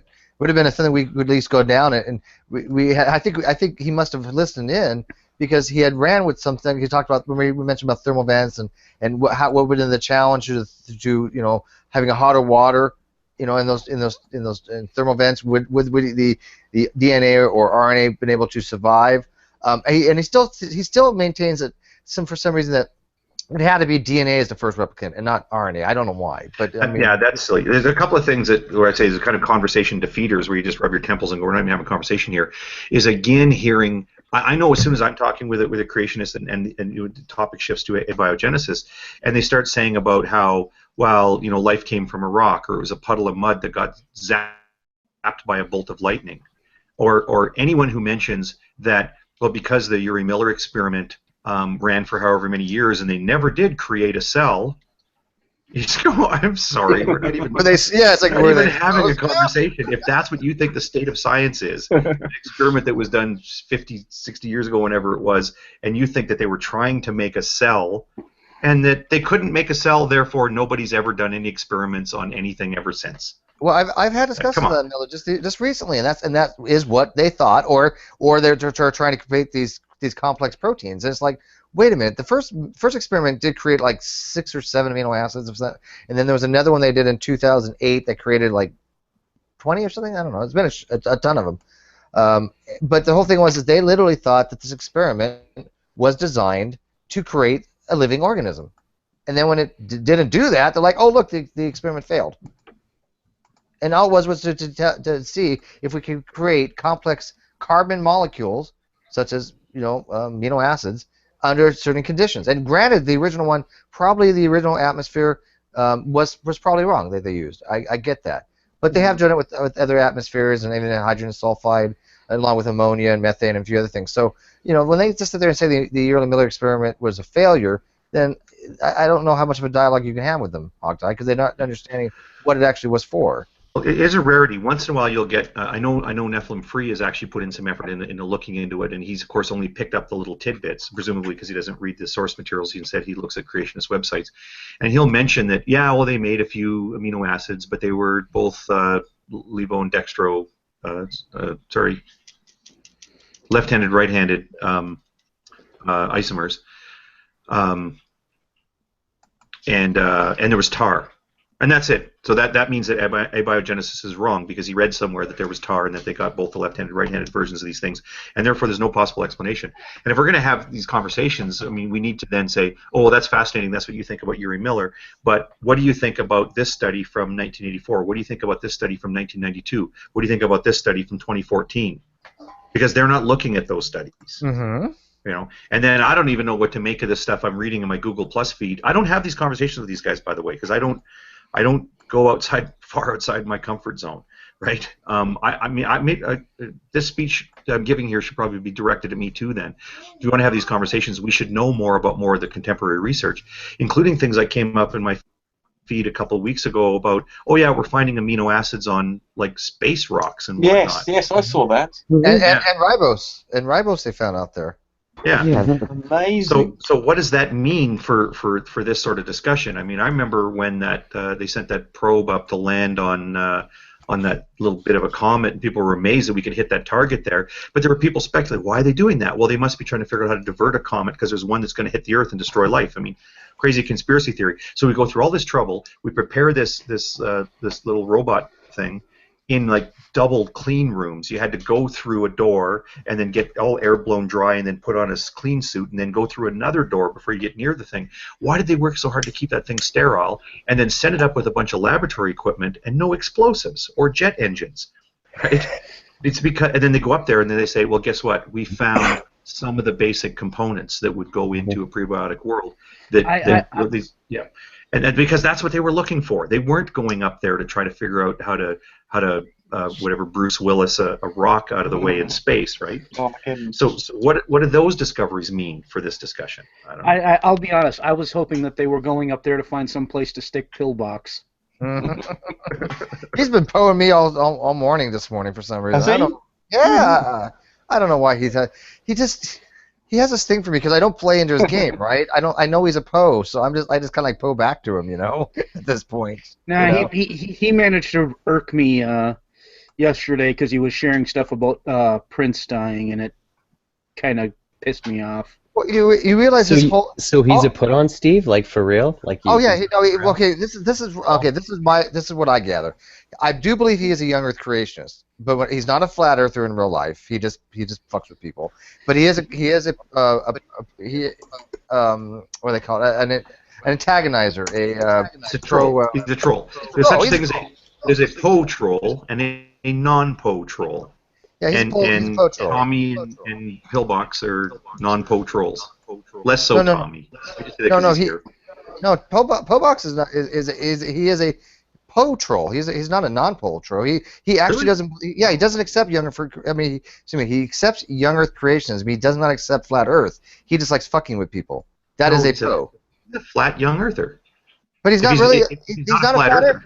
He's not a flat Earther in real life. Oh, is he a round Earth skeptic? No, I think he's totally just fucking with people on that one. He's just a provocateur. He just wants to get a rise out of people. He's like Rand Campbell. That's it. That's all they do. He couldn't possibly. Okay. Oh, Rand Campbell. Rand Campbell's just as here as a day is long. Sorry, Tommy. What's that? Tommy's talking to himself. But we can hear Fiona tapping. Sorry. Sorry, Tommy was not muted when that just happened. For people who were watching on the film strip, Tommy was talking with the microphone in place, and he was not muted. I don't know if he's having back. Oh no! You can go to the gear icon and just make sure it's on the right device. If not, you just gonna have to re-enter. Google's been having all kinds of shit lately. Yeah, I mean, Tommy has still got the little, the muted icon you get when you mute yourself. No, he's still got that on his profile. So I'm clarifying. He was not muted. He only recently remuted after I told him that we weren't actually listening or hearing what he was saying. Right, he's going to try again. He's going to drop and come back in. That's too bad. I wanted his opinion on how well I was doing as a young Earth creationist. So do we think then that we could get Ronnie in education with a few diagrams and go through a couple of issues, or perhaps just have a thing without him and just go through these issues and then do some diagrams, and eventually we might make some progress to this guy in educating. Well, hopefully you can tune into the education you gave me earlier, Fiona, and and Rumpus. I think that might go a long way if he has thinking about humility it, in just his a heart chance. when he does so. But Well, I mean, I'm it not is sure kind of if there's any humility there. I'm not, Tommy, I'm not bagging on you here, but it's kind of funny that you're still a little confused. It seems about dissolving in water and all this stuff, and yet you think you've actually falsified like theory of evolution multiple times. It kind of gives me. It's just comical to me, man. I'm sorry. It's just weird. Yeah. Can you hear me? Yeah, go ahead, buddy. Okay, sorry. Okay. Well, I mean, they're two different issues. Well, I know, but I mean, okay, but you got to understand. Anybody that's in a scientific profession of any kind, they all have to have some kind of diversification, because I mean everything kind of relates to each other. So if you know one field, you generally most of the time will have some kind of cursory understanding of related sciences. Right. Almost every single time. I mean, I'm sure Fiona had to take a physics course in her life. Hogtie probably had to take a physics course. Rumpus probably had to take a biology course. Yeah, he rocks it. Yeah. You want to discuss snowballs again, buddy? Tell me. Yeah. Well, Sorry, yeah. What I'm was just that thing called? What's that Coriolis effect? Is that what it's called? Don't even. I have not. Yeah. I'll get back to it. Okay. But so I mean, we like I'm just saying that Tommy it's like you just focus on one thing like evolutionary biology, but if you don't have a cursory understanding of some other things, especially I'm sorry, I'm not trying to be mean. But dissolving in water is something we probably all learned in like 5th and 6th grade. And it was salt, and salt, the molecule itself broke up into its atomic constituents. Because it's an ionic bond. See, Ludwig's got it. Yeah. Yeah, water's a polar solvent, and so it'll break down a polar bond, and so an ionic bond like salt, regular sodium chloride, will split apart. Yeah, I mean that's boom, you're done. But what Ronnie's trying to do is he's trying to relate that to covalent bonds in a polar solution, and it doesn't work that way. You need a covalent solution. And even when the video shows that the covalent bonds are staying together, and he still doesn't get it, and he still thinks that video proves his point. Yeah, that's really worrying, isn't it? That's very simple. That's not even requiring any scientific understanding. All you've got to be able to do is to process some information that's imparted to you with some diagrams, linguistically, and that guy was very clear and repeated the points, and yet he still didn't understand. And here's the thing, though. If True Empiricism was an atheist, Tommy, you would be all over his shit right now. No, because it's not my field. I don't believe. I'm sorry. I will give you the benefit of the doubt on most things, Tommy, but I'm not going to do it on this one. I can't, man. I can't. Do you guys think that's true though? If True Empiricism was an atheist, Tommy would be, It's not. It would be like me discussing physics with anybody on either side. I would just have to give way to. I just have to let everybody else argue it. I mean, that's just not something that I can argue or even understand. I understand it more now that you guys explained it. So I appreciate that, but I'm not gonna sit here and claim to be able to discuss it, debate it with anybody. So. Well, Rumpus is the physicist, so one of these days you two can get a room together and have at it. How about that? Yeah. He'll school you there, Rumpus. Yeah, no, I'd lose on that too, no doubt. I have my abilities and my non-abilities. So I spent most of my life. Don't feel bad. I took a lot of physics courses, and I can't even do that shit no more. See, this is what I like and prefer about Tommy. See, he's not trying to be conceited. He's not being claimed to be the super. I know. expert. I give a problem. This is a complete contrast to Ronnie, which is why he annoys me so much. And Tommy doesn't accuse everybody in here of being a liar or something. So there's a whole different attitude here that makes it. He's in quite a different class of person. Ronnie knows much more about it than I do, a lot more. So. No, I don't. Yes, he does. No, he knows lots of jargon. He thinks he does, but he doesn't. Yeah, here's he the thing. makes these fundamental errors. Because really fundamental. Tommy, you don't know that much about it. So maybe he does know certain words, and you're just looking at it going, "Yeah, I don't understand it." So. It just sounds like he does, but if you believe me, he does not know much more than you. He just has a jargon. That's all it is. Yeah, there are less things in there. Like, and I alluded to this in my post this morning about when True Empiricism had put in when he was talking yesterday. He said something about this happening at a cellular pH, he just throws in these phrases like that I know why that sounds so smart. Except those specific observations are actually big clues that he doesn't know what he's talking about. He actually would have, like to somebody who knows the material, he would have sounded more like he knew the material had he not thrown in that phrase. Well, I brought that up. I brought that up too, Bogtai. I mean, I didn't say he was wrong or anything about it, but I was like, why did he specifically say cellular pH? What was the reasoning behind that? I mean, because obviously these reactions, we're talking about the degrading of DNA, that is going to be affected by pH. If that pure water was in fact not pure water we're talking about, and we had DNA in that little diagram and it said the pH was, say, 4 or 2 or 3, I bet that half-life of those bonds would be very, very different. So it is worth mentioning the pH. Obviously, I suppose if you're talking about it being water, of course, well, he was talking about inside the cell when he mentioned that. So obviously in water we've got a pH of 7, but that degradation, no doubt, the half-life of those bonds would obviously be affected by pH. So it's worth mentioning, sort of an aside, but obviously not relevant to the discussion about pure water in the lab. It was just extraneous. Well, pure water is neutral pH, right? Exactly. Yeah, pH of 7. Well, perfectly neutral water, pH 7. Yeah.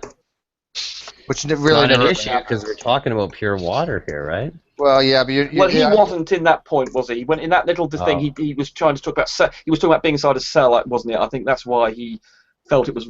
It's an aside, but and the paper we were reading him, Ludic, actually said in water and in the title. And if it's in water, that they mean it's water, okay? They don't mean it's any kind of a solution or anything, okay? So and he's like, he said literally, well, how do you know it's pure water? And it's like, what the hell do you think they use? Dasani, man? It's like, come on. I mean, it says in water, and he's trying to clutch at straws, saying, well, we don't know if it was a, I don't know, an ionic well, there's all solution kinds or of something. trace minerals mixed into quote unquote water in that context, right? this is laboratory. Not within the lab, but what he's suggesting could be a. Oh yeah, they run to a tap and they just turn it on. Yeah, that's what he. Like it's a big deal for people who brew beer, eh? No, but the point is that we were talking about ultra pure water. I specified 18.2 mega ohm water. That's not distilled water. That's water. So that's water I could stick 2 electrodes in and put my hand into, and I wouldn't get electrocuted. Yes, it wouldn't even carry a charge. 18.2 mega ohm water goes through 2 huge columns. First one, and then the other. And it's continually monitored. And if it drops, then you basically call the man out to change the columns. Because even double distilled water isn't good enough in a molecular laboratory. Wow. And even then, sometimes you still have to bite the bullet and order in specially prepared nuclease-free water. See, that amazes me. You're telling me that water that's being distilled could possibly have nucleases in it. Is that what that means? No. Water that is distilled can have other impurities in it. You don't. Right, I'll tell you a story. What's nuclease mean? Is that referring to the enzyme nuclease? Yes. Yes. Right. I know that's true because a friend of mine is a machinist, a buddy of mine who's a machinist, and he does computer numeric control stuff. There's these mills that use a little thin brass wire that cut through blocks of metal, and they do it in a bath of water, pure water, so it can't conduct, and then they pump a current through that little thin brass wire to slice through titanium. Yeah. So here's a wee story for you. He pointed out to me that's not distilled water. He says that would still conduct. Yeah. What happened to us when I was doing my PhD was one of the things that we did was polyacrylamide gels. We would separate proteins out on polyacrylamide gels. Some people separated their nucleic acids on it. I was doing proteins. But anyway, you get your acrylamide powder, you make a solution of it, okay? And you have to add a catalyst. So it stays in solution until you add the catalyst that causes it to polymerize. And you've got maybe 5-10 minutes to get the gel poured before the polymerization happens, and you end up with this jelly, right? And suddenly, over the whole department, all of the polyacrylamide gels, well, all of the attempts at them, failed to polymerize. Not just me, not just in my lab, not just in my building, but the whole of the department. Now, this department had a total of 250 postgrads and postdocs. So it's a big department. There's a number of labs there. There's the plant biochem lab. There was the microbiology lab where there was a number of research groups. There was an environmental lab. There was us away on the other side over a bridge, completely separate building. Everybody's gels stopped polymerizing. And everybody kept, they were making up their acrylamide solutions using double distilled water. And, mine didn't polymerize. I thought I'd made a mistake, did it again and again and again.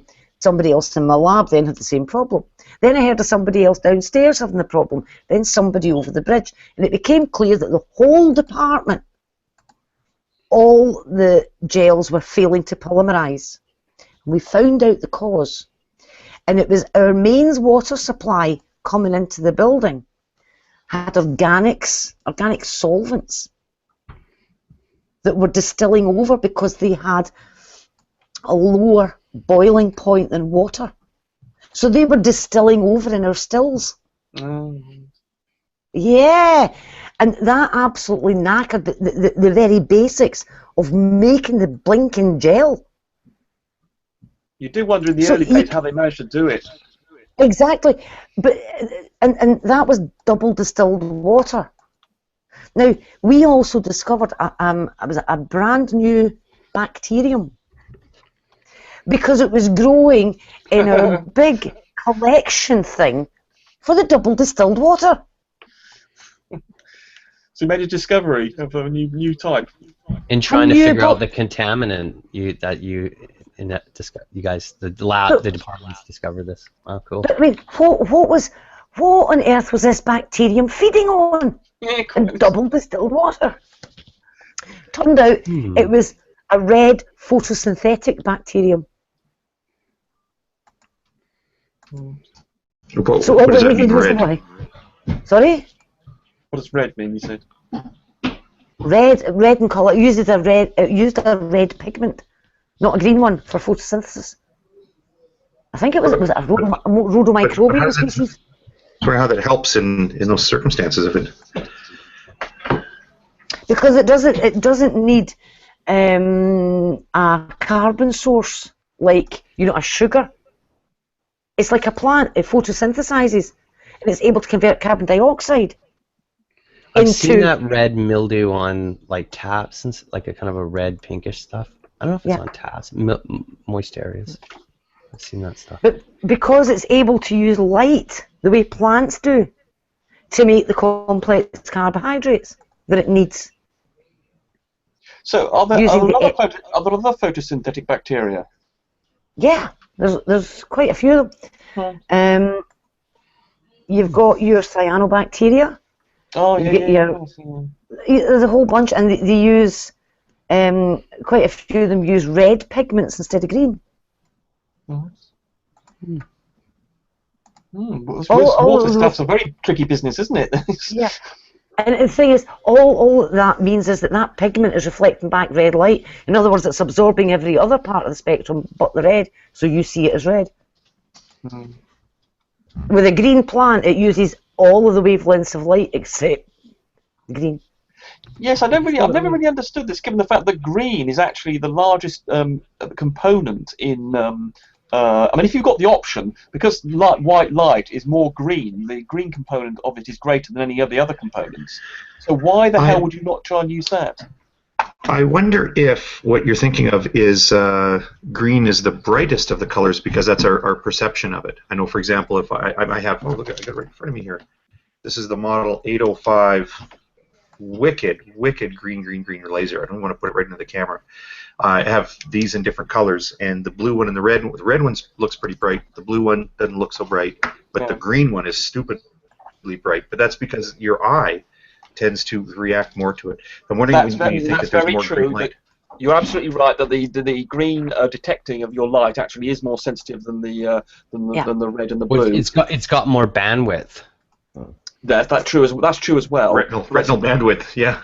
But I still thought that in white light, I'd have to go and check this, but I still thought there was more green light in it than the other component. I'd have to go and check the component. It's not uniform across the spectrum that you would expect for white light, because obviously the sun is just simply just sending off this light at a particular temperature. I think it's a temperature of 6,500 degrees Kelvin is the temperature, and you get a rain that generates a profile, a sort of hump.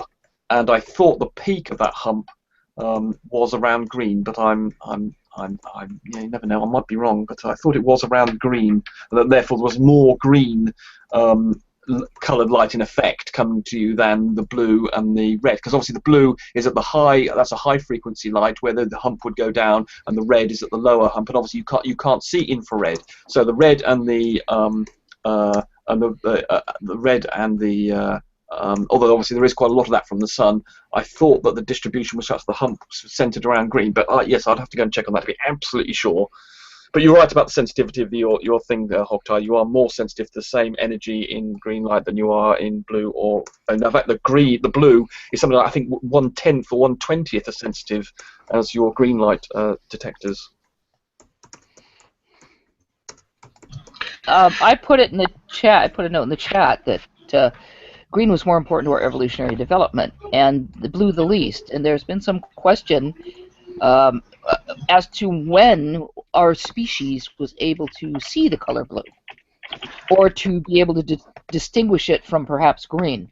There's been quite a lot of research done into that. It's wild. I know that when people say that dogs are colorblind, cats are colorblind, whatever, they just have totally different sensitivity to color contrast. But so I did also look up.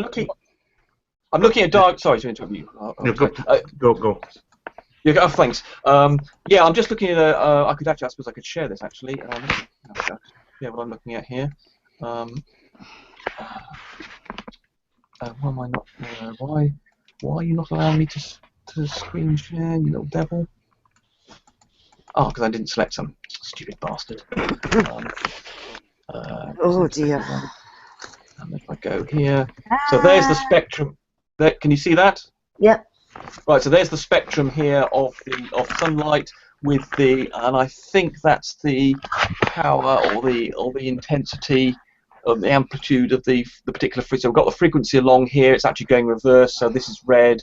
There's your yellow, green, and a bit of bluish, and then here's your violet, and here's your infrared, ultraviolet, and the infrared is presumably down here. So you can see the green to sort of greeny to sort of greeny blue. There's your peak, and here's your red stuff, and the blue is, the proper blue is around here. So it is sort of, the peak is around the greeny area. So it does surprise me that we didn't, given the fact that you've got the option, as Fiona was saying, you've got the option of having a red colour thing, which means, as Fiona said, it's reflecting the red light and absorbing every other colour. You thought, well, bloody hell, if you've got a red thing, that means it's not using this bit, but it's using this area. Yeah, so it wouldn't be as why efficient. not? Sorry? It wouldn't be as efficient, and be interesting to understand why the bacteria ended up that way. Yeah, exactly. I mean, or why plants don't use this green. Given that the extra energy is in this area, and it's being completely wasted and reflected, because that's what you see. You see the green colour because it's not being used by the plant. It's wasting all this bloody power here. Well, keep in mind that in circumstances of plentiful resources, the organisms don't need to be the most efficient.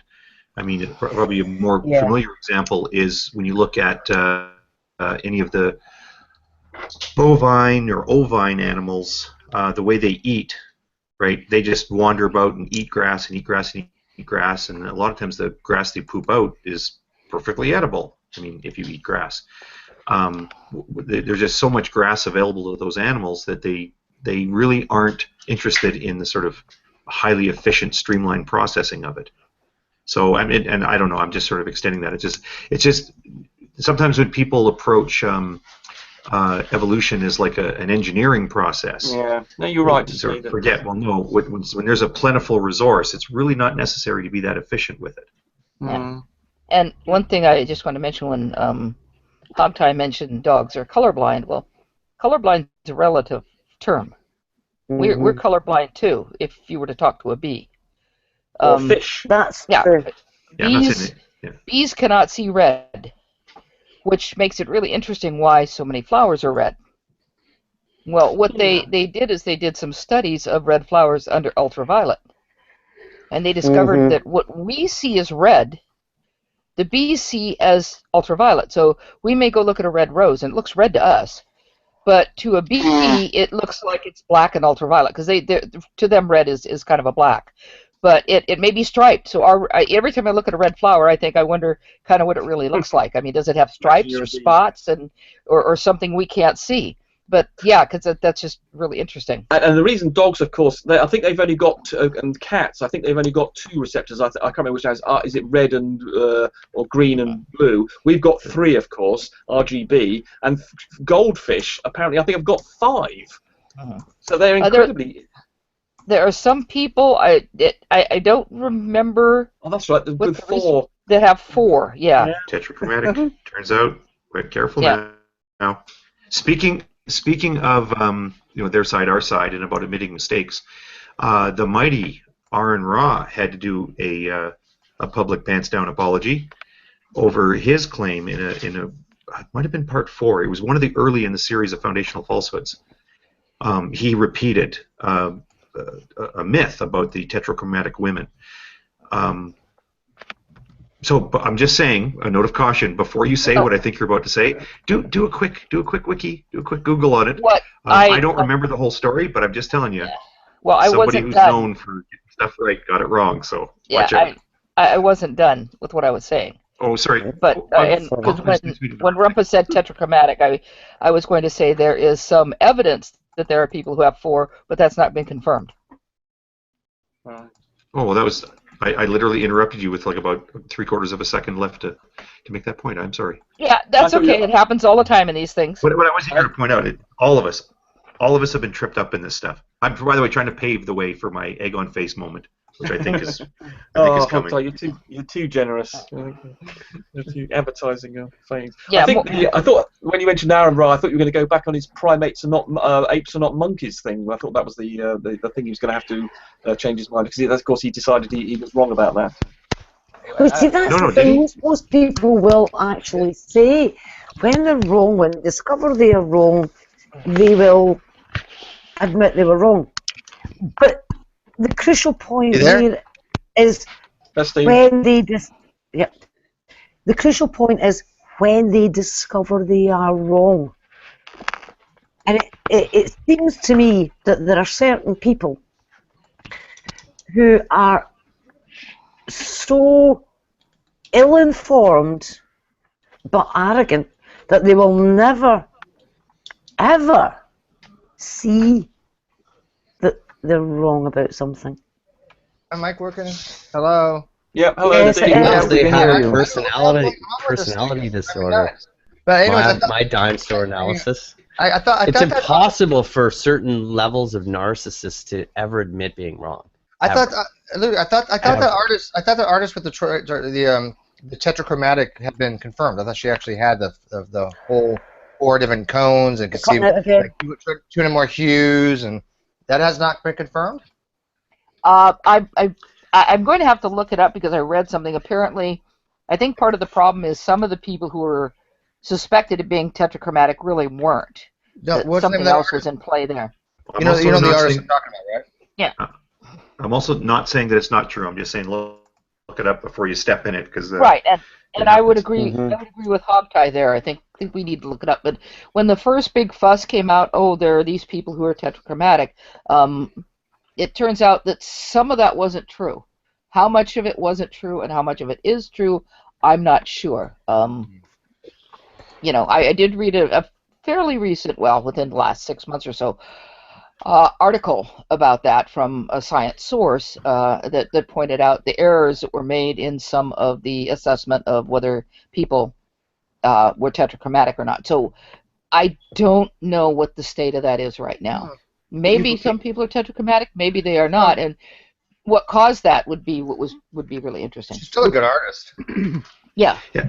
Did we want to touch on the humans are apes, humans are monkeys? Do you want to touch on what the word monkey means, and specifically if But was it you, Rumpus, you brought up? You Yeah. think that Arn made a position reversal or something? What's That's your right. understanding of what? My understanding is that some years ago he declared that apes. I mean, the consensus I think in the phylogenetic definition was that apes, ourselves and the other great apes, were not monkeys. And now, because of this movement and because of this cladistic moves and things, and obviously Steve gets all excited about monophyletic clades and things, and periphyletic. Go with monophallic. It sounds kind of cool, actually. Too many bloody syllables in that expression, and therefore, then now they've decided that he's now said that now he believes. I can't remember now if he's moved with the consensus or not. That now he regards humans and great apes as monkeys, and so he has changed his position, and he's even declared this in a video some years ago. Okay, well, that's not how I remember it. And actually, I think I have a pretty good memory of what had happened there. Especially, I would say the place to start there is that he's got a video on his channel called "It Turns Out We Did Come from Monkeys," and it's 10 minutes and 59 seconds long. And I know that because at the time there was a 10-minute limit on YouTube, which if you toyed with it, you realize is actually a 10-minute, 59-second limit. And that guy always ran out the clock on his videos. So he starts out that video by saying that this question has come up, and he did mention something in a video about how the word monkey's used or something, but he didn't want to get into it in that video because it's an issue that kind of generates more heat than light. So I'm going to take this video that is referring to "It Turns Out We Did Come from Monkeys" to explain just that one issue, in which he goes into this idea about preferring monophyletic clade names. Yeah, so that if you're going to say, well, those monkey-looking things are monkeys, and those monkey things over there are monkeys, well, then the basal clade must also descends from that basal clade must also be monkeys, and since we've descended from that basal clade, we must be monkeys. So in that video, he makes the argument that if that's how you want to use the word monkey, then you have to say that we did come from monkeys, and furthermore, we still are monkeys. So I would describe that as a clarification on an issue that he kind of was avoiding in an earlier video because he didn't want to get into a big bickering thing about, well, we're not really monkeys, we have a common ancestor. And instead he just made a video where he clarified, no, I do think we are monkeys, if you want to use the word monkey at all. Because that's the other thing he said too. And I've had this problem, I had a hangout a while ago where they were talking about, well, do you believe that we descend from fish? And I have a real problem when somebody asks me that, well, do you think we descend from fish? Because I got to say, well, what's a fish? The word fish, as we use it, is paraphyletic. Yeah. Right? It refers to all of those tetrapods, or what does it usually mean? It means all of the chordates that are not tetrapods. Like, how does that work? And their immediate descendants. But for as far as monkey though, we are Cercopithecida, which is we are old world monkeys, so we fit into that, which is the family, and then the clade is Catarrhini. So there are just so many of these words. I get there's just so many of these words that they're used in one sense, in one place, and like if you say, well, how do scientists use the word monkeys? Well, that's real easy. They don't, right? It's like I was telling someone a while ago about a riding stable place I used to volunteer at, and they had a sign across where there's one part you could go through these gates here, and there was a sign there that said no animals beyond this point, and it was because there was a food service area that was beyond that. And they had llamas, and they had sheep, and they of course had lots of horses, and they had a ton of barn cats. Well, the cats could be on the other side of that sign, but they couldn't go into the kitchen. But the humans could go into the kitchen. Never once did I see a human look at that sign and go, well, technically humans are animals, so I can't go past this sign. Yeah. Right. We understand in our common parlance a word like animal is used paraphyletically, yet the kingdom Animalia unquestionably includes human beings. It's just crazy when people say, well, we're not. I mean, of course, there are crazy people like Nephilim Free who will say that humans are eukaryotes, but humans are not animals, but humans are mammals, but humans are not apes. A little cherry pick collective there. Wow. Yeah, that's a special one, isn't it? Who was it? Arcane? Was it Arcane that said we weren't mammals? That was Mac Thomas. Oh, it's Mac Thomas. I'm sorry, Arcane. He also said we aren't eukaryotes. Oh God. But what I was going to say is that also Hogtie, we also say things in shorthand all the time. I mean, even those of us who know there's a difference between animals, animalia, and the common parlance of animals, we don't bother to always say non-human animals when we're speaking. It's just we just use a shorthand. Just like when we say evolution, almost everyone knows, except those who are trying to be deceptive, almost everyone knows we're referring to the biological theory of evolution and the fact of evolution. Yeah. Well, what do you think, Jade, about that issue? If somebody says, do you think you're a descendant of a fish? Like, how do you answer that? So are you descendant of a fish? I would probably say yes. Yes, I'd probably say yes as well. But then I'd probably try to explain what a fish is. I would say I'm not using the term fish in the modern parlance. I'm using the term fish as in the clade fish, the paraphyletic clade, from which all. Is there a proper clade called fish then? It's not a scientific term. Fish? No, it's not a scientific term. No, because the term fish is paraphyletic. You would have to go. Oh crap! I can't think. Teleos, for example, you'd have to speak of teleos, as you know, which is bony fish. They're what we would call bony fish. Yeah, in science, fish is just sort of a. But even scientists will use a term. I remember watching a video where they were talking about some studies done at Woods Hole in Massachusetts, and of course the woman was talking about fish because that's what people can relate to. She was also talking about the difference between the plural fish and the plural fishes and how they're used in science. If you're talking about the plural fish, for example, if I have a whole bunch of salmon, I have a whole bunch of fish. However, if I have a whole bunch of salmon and a whole bunch of tuna, I have a whole bunch of fishes. Ah, okay. They're only collective within species, but not across species. Yeah. Well, when I was asked the question in a hangout, I think it was one of Nadia's hangouts, I said, "Well, how do you want to use the word fish? You want to use it paraphyletically or monophyletically?" Well, obviously, then you have to get a discussion about what those words mean.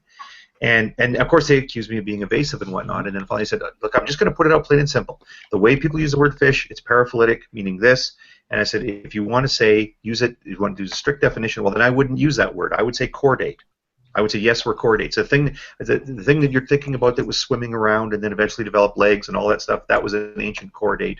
And yes, we're descendants of those ancient chordates. If you want to call that thing a fish, well then yes, we're descendants of fish because you're going to call that a thing of fish, and therefore we are also fish. And if you find that funny, which of course they're laughing, well, if you find that funny, that's because you're not looking to understand this stuff. It's just you trying to find ridiculousness in the other person's position so you can sit here and laugh like a bunch of kids from 4chan.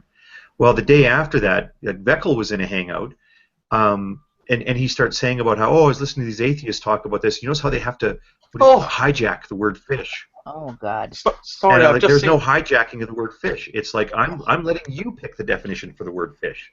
There's an orgasmic video that Fiona's posted. Just, oh gosh. I was going to say, but Hogtie, there is no sense of the word fish that works monophyletically. Whether we're referring to what we consider as modern fish and their direct ancestors, or ancestors in the direct line, is paraphyletic, and the ancient term is in terms of the word fish is also paraphyletic. Either way, it's paraphyletic. What was that? Guess what that is, people? What? Can you see that? You can No. see this jiggly thing. That, Fiona, do you want to go ahead and explain? Well, somebody has to present her. I'm trying. Oh, no, I'm not, can't you see? Did I not present myself? Sorry. There we go. There we go. Sorry, did that not? Okay. Oh, there we go. Yeah, no, I'm sorry. There we go. Yeah, get back on the right tab, yeah. No. Can you see this? Mm-hmm. Can you see this jiggly DNA thing? My concern is that the water molecules that are kind of haloed around it might not come through depending on people's current viewing resolution. I've got you at 360p and I can barely see it. Oh, right, okay. Let me just see if... Oh, okay, let me just... Oh, no, it's only got 480. Oh, does it help if I do that? Is that clearer? Yeah, well, again, I've got you at 360. That's not bad. So other people... Like, I'm getting your feed at 360p. And I can see the little dots around it. Right. Okay. Perhaps it's okay. Perhaps you better watch it separately then with the link that Fiona provided. Oh, orgasmicness. The link that Fiona's put there. I mean, you could do it on YouTube. Yeah, do it on YouTube or something. Oh God, stop that. What is he trying to show? I don't see anything. You couldn't see the video. I don't see shit, but whatever. Okay, okay. You just click on Fiona's link, the one that she in the side chat. Okay. When I get a chance. Which was just orgasmic. Oh well, damn. Bugger, orgasmic. It is orgasmic. I could barely contain myself. Is everybody having problems with this right now? I got to show Fiona again here in a second. Today I don't. Yeah, I could see it pretty well, but I'll have to look at it later on a better screen. I also have a new monitor coming, hopefully soon, which would be cool. Yeah, I mean, just right-click on it and open a new tab or whatever, and then watch it. It only takes a second to appreciate what it is. It's amazing. I always love to help people with computers. Did you already order the monitor? Oh yeah, yeah. Is it something good? Oh, okay. Because there's these great MVA ones from Denki that are cheap. Yeah, well, I got an inexpensive one.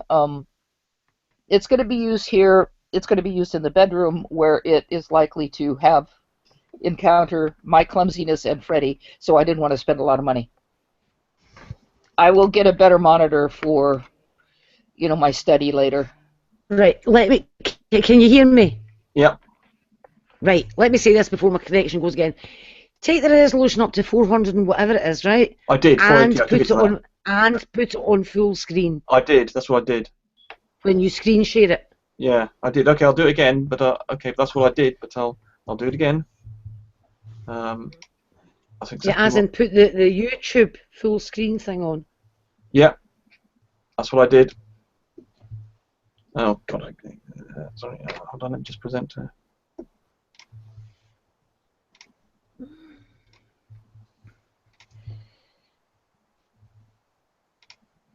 Oh, and I need the link again. Right, can you see that? Can you see that, Fiona? Check your resolution. I have. Yeah, check the resolution. It only goes up to 480, unfortunately. 480, yeah. Yep. You can see the wee water molecules bouncing around. That's just amazing. If that really is an accurate representation. It's a simulation.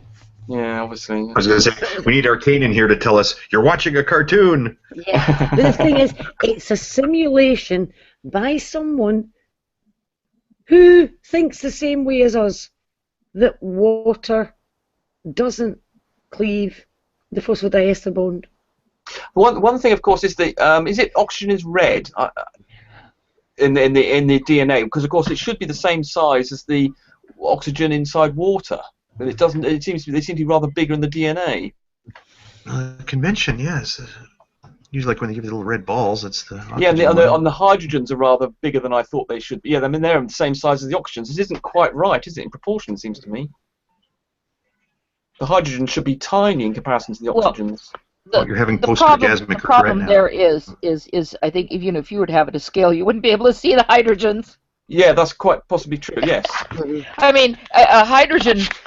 A hydrogen is tiny. Yes, I mean a proton. It's just a little proton. Yeah, that's right. Yeah, I mean you're absolutely. Well, of course, no. Yes. Sorry, I was about to say with the. Yeah. Oh, okay. Rumpus, breathe, man. You're gonna stroke out one of these days, dude. Yes, well, of course, a proton, of course, is a lot smaller than a hydrogen atom with an electron. A proton is. If you think of a proton as being a size of, I think it's a pea, and you in a football stadium, the football stadium is the size of a hydrogen atom, and a pea at the center of the is the size of a proton. So there's a big difference between a proton and a hydrogen atom. Did you ever figure out an answer to my question about basically we don't exist? Remember that, Rumpus? Empty space. Oh yeah. I can't remember what the question was now.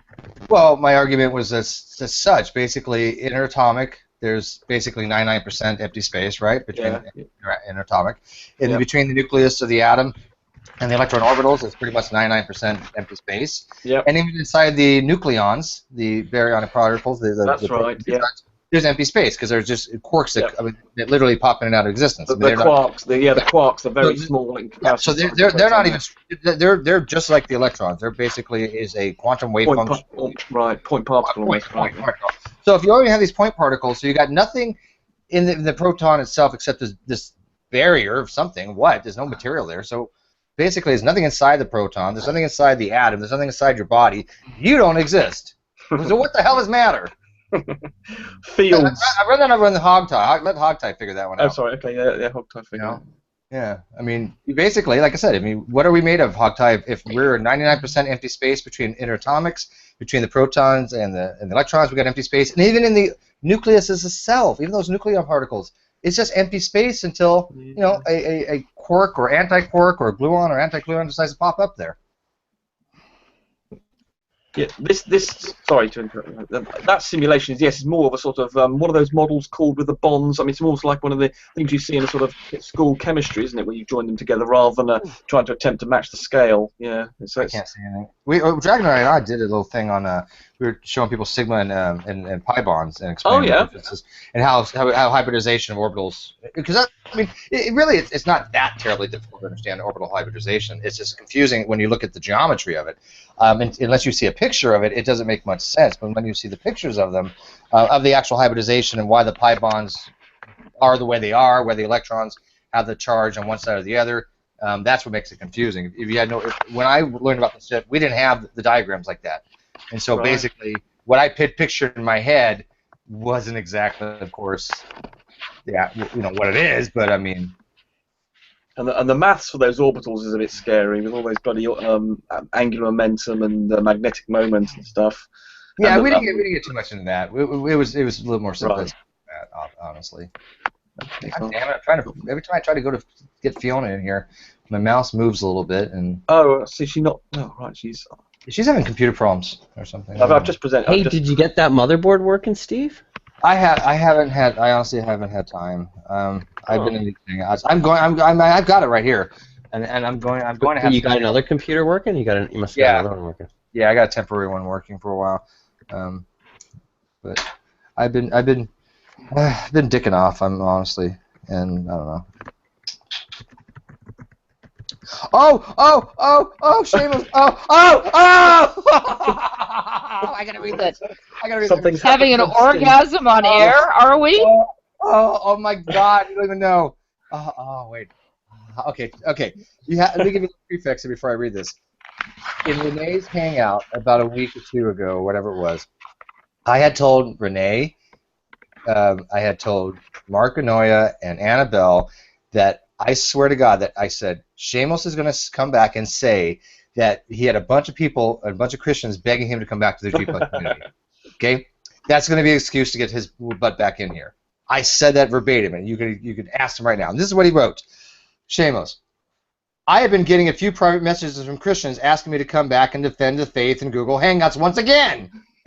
I just want to take a poll of the Christians on G+ and ask if they think I'm better serviced to the Christian community here, or if my absence has been better for the Christian community here on G+. So here's your chance to weigh in. Majority rules. All atheist comments will be properly deleted.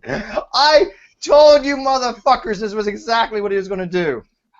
We're fucking beta, bitches! Well, Ronnie did the same thing, of course. He claimed he went away whenever it was a month or two ago, and then he came back because of demand from fellow Christians or whatever. No, I'm psychic, dude. Seriously. Wait, there is a bit of a habit. There is a bit of a precedent for this. Oh my God! I mean, yeah, but come on. I mean, he did exactly verbatim what I said he was going to do. I couldn't have predicted that any better. Not bad. I could weigh in. I'm not an atheist, but I don't care. Yeah. Well, I think this has been a reasonably productive hangout in some ways. I mean, we actually have Tommy and Vekl here, and they seem to be reasonably informed and learn something. And yeah, no, I mean, I can at least talk to Tommy, and I mean, I like Vekl. Like I said, there's a lot of people that maybe have some issues with him, but until he does anything to me, I'm not going to hold anything against him. He's been very civil to me, and I enjoy conversation with him. And that's all it is. It's about me. If I like to talk to somebody, I like to talk to somebody. If I think they're an asshole, I don't want to talk to them. And you say and you say you're doing something about processing what Ron has said into some script, and then we could use that as the basis for a hangout for a video, going through all the terms that he gets confused about. We're going to get something going. Okay. That does need to be done, because it's. I mean, the only reason I've kept on at this is because of the accusation that I'm dishonest, that Absolutely, I'm lying perfect. about DNA. You're perfectly entitled to do that. Absolutely. And that's one of the reasons that I've kept on at this, because I'm sorry, what reason do I have to lie about the properties of DNA? For goodness sake. Yeah, If I did that, I would destroy my credibility as a molecular biologist. Seriously. Yeah, I mean, it's this is That's so why simple. I'm not letting it go. And nor should you. I don't think you should. I think you should take it very personally. And you need. It's the lack of respect, Steve, that bothers absolutely. me. Absolutely. And I see it quite often around here. I mean, we have to admit in life that we have to defer our opinions to experts. And people like Fiona and Sam are expert. That's their opinion, and they're vetted. So, you know, and I need to take. We should. Well, I mean, believe what they say. I mean, Jay's an expert too, and I had especially when there's no motivation, like Fiona just pointed out. What would be the motivation for her? Yeah. I had Down Corner the other day, and we got off air. He started going off on Jade, saying that, you know, questioning her knowledge level, and I was so fucking pissed, and I finally said, you know what, I had enough. I ended up not only kicking him, I permanently blocked him. And said, do not ever come back and hang out again. Well, it'd be quite interesting to see Jade being, if you ever met Jade in the dark corridor or dark alleyway somewhere. I don't know where my bets would be. Hey, I could still throw a pretty good punch. Yeah, I know, but the amount of disrespect was palatable. I was like, no, fuck that shit. Yeah, I am getting. Well, I have for a long time been kind of upset about the false accusations, and you know, there's a fellow here on YouTube that's got a video on his channel that calls me and Dave S. Racists, and I guess G-Man was pretty hot with the racism talk last. I still haven't seen that Nadia's Hangout yet, where that stuff jumped up. But like, I mean, is it really like I know? Okay, so they said, well, we shouldn't be calling them morons, and I don't like the retard. You know, it's not really funny. You think I was too harsh on Ronnie the other night? Then. Well. Yeah. My concern was the sort of, because he did come in swinging, but then there's a point when you got to say, well, I got to dial it back, right? There's a point when you got to say, well, you know, I got to, you know, but I mean, I don't think it ever helps call someone an idiot or a moron, but I'm not saying there's never an occasion to do that. Well, I think so. I mean, Nephilim Free, for example. Said, I think we've been. I mean, Fiona, when in the previous night. Fiona, or sorry, no, it was actually the night after. The other night when Fiona spent 2 hours and a half being super nice to Ronnie, and still he was just blocking her with every sense. But then sometimes you just got to say this guy's a moron. Hey, by the way, well, as I said, I don't. Yeah, go ahead. If you when you watch Nadia's thing the other yesterday, but Hogtie was in the middle of something. Yeah, he was. Sorry, Hogtie. Just go ahead. Nadia's Hangout. I just wanted to say, pay close attention to Darwin's deity, because Darwin's deity for about 10 minutes actually sounded like a rational, normal human being. I'm not lying. Because he was disagreeing with G-Man? He was not only I'm so fascinated by those matchups. It was not only disagreeing. I was just saying, he was not only disagreeing with G-Man, his whole demeanor changed. Just I'm serious. It's like to a normal, talkative person. And explain to G-Man what a piece of shit he was. And that he was mentally unstable. Mentally unstable. Yeah, I'm so fascinated. Yeah, go ahead. It was awesome. Yeah, I'm so fascinated by these matchups, right? Like watching Nephilim Free and Arcane Logos discuss Flat Earth. It's so fascinating to me. It's like, I'll tell you, I don't know if you guys remember the series Bum Fights. There were these DVDs you could buy of like them paying hobos to fight each other, and I've never bought one. I don't at all condone that sort of thing, but I understand the basic human curiosity for it, and it's just like it's like intellectual bum fights, right? It's like pay Nephilim Free and Arcane to have an intellectual discussion. You're in the middle of saying, well, I shouldn't have been so hard to Ronnie. Well, it wasn't so much about that. It was. I mean, there is a point. Like I know, I get really irate with Nephilim Free, like where, you know, he says, oh well, I just found this article that says this, and then you're like, no, that article has absolutely, it's not even close to what you're saying, and then he interrupts you and he says, what you're trying to do is this, and you do get to a point where you're just like, you're an idiot, and you're you're on purpose, like you just desire, you crave being wrong about stuff, idiocy, and it just gets to the point where, yeah, you just have to, like, there's a point where, yeah, you just have to tell them, but I think when you're still at the point where you're trying to have a discussion and bring points out, you got to avoid doing that. And then when your point is you're an idiot, well then yeah, you got to say it. So I'm not saying that we should never ever say it. But what I'm also trying to do is set it in contrast with saying something bad about somebody, like you're just an idiot, or like, you know, G-Man, he goes into Hangouts, it's vandalism. He goes into other people's Hangouts to do nothing more than to just disrupt the conversation and just put on a bunch of big drama. So he can go back to his channel and complain about all the drama that's going on. I set that very much apart from, like, when you call somebody like that an idiot or a troll or a Poe or whatever, that's totally different from these people who will make these false accusations. Well, so-and-so's a liar, that person's a liar, where they really attack your underlying character when they accuse you of being a liar. Worse yet, I mean, there's cases of them calling people a pedophile. And, like, lately, this racist thing, like, everybody's a racist. Like, it's just like that stuff is so far beyond simply calling somebody a moron because they are some of these people that have obvious personality disorders, Hog. It's just the mechanism that they use to cope with it, and it's psychological projection. Many times. I mean, many times. G-Man has issues. There's no question about that. But when Darwin is an issue. When Darwin is an issue. When Darwin's deity has to tell you that you're mentally fucked up, you know you've reached rock bottom. Okay. I really have to laugh at whenever Nephilim Free and Arcane get into it on Flat Earth. It's really funny because. It's almost reassuring when you watch Nephilim Free treat Arcane the same way he treats everybody else, and by I just mean deplorably, like just insulting and mind reading and scorekeeping, just all the crap that he pulls in a conversation. To see him do it to someone he considers a brother in Christ, and you just realize that that's just the guy's mode. Like I can't imagine what he would be like being pulled over by a cop to be given a speeding ticket. Or him just decide he's going to fight. That I'd like to see. Wouldn't that be? I know, it's so awesome.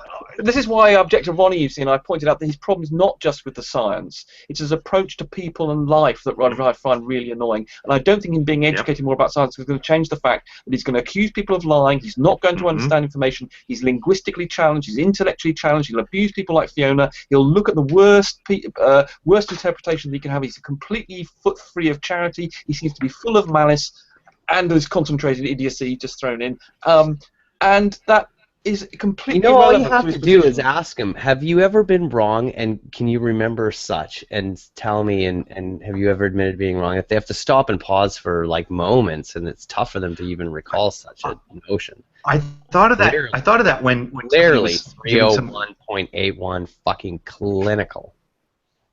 Clinical. Well, I thought of that when there was a moment of praise for Tommy in the Hangout earlier tonight, where he says, well, at least you'll admit when you don't know something, you know, but not like Ronnie, you know. And I was going to say, you know what, Ronnie is like Tommy when you compare Ronnie to Nephilim Free, because Nephilim Free is just never not an expert on any topic ever. It's just almost fascinating to watch. I mean, it's funny when he argues with Arcane too, because he'll start saying, well, I've been a professional photographer for 35 years. And then he just comes up with the most ridiculous, like there's so many ways to address confirmation bias is his problem. Whenever he does a Google search query, it's always within the from his own perspective, right? Like it's, well, anybody that can read a paper on, you know, and he never goes out of his way to read.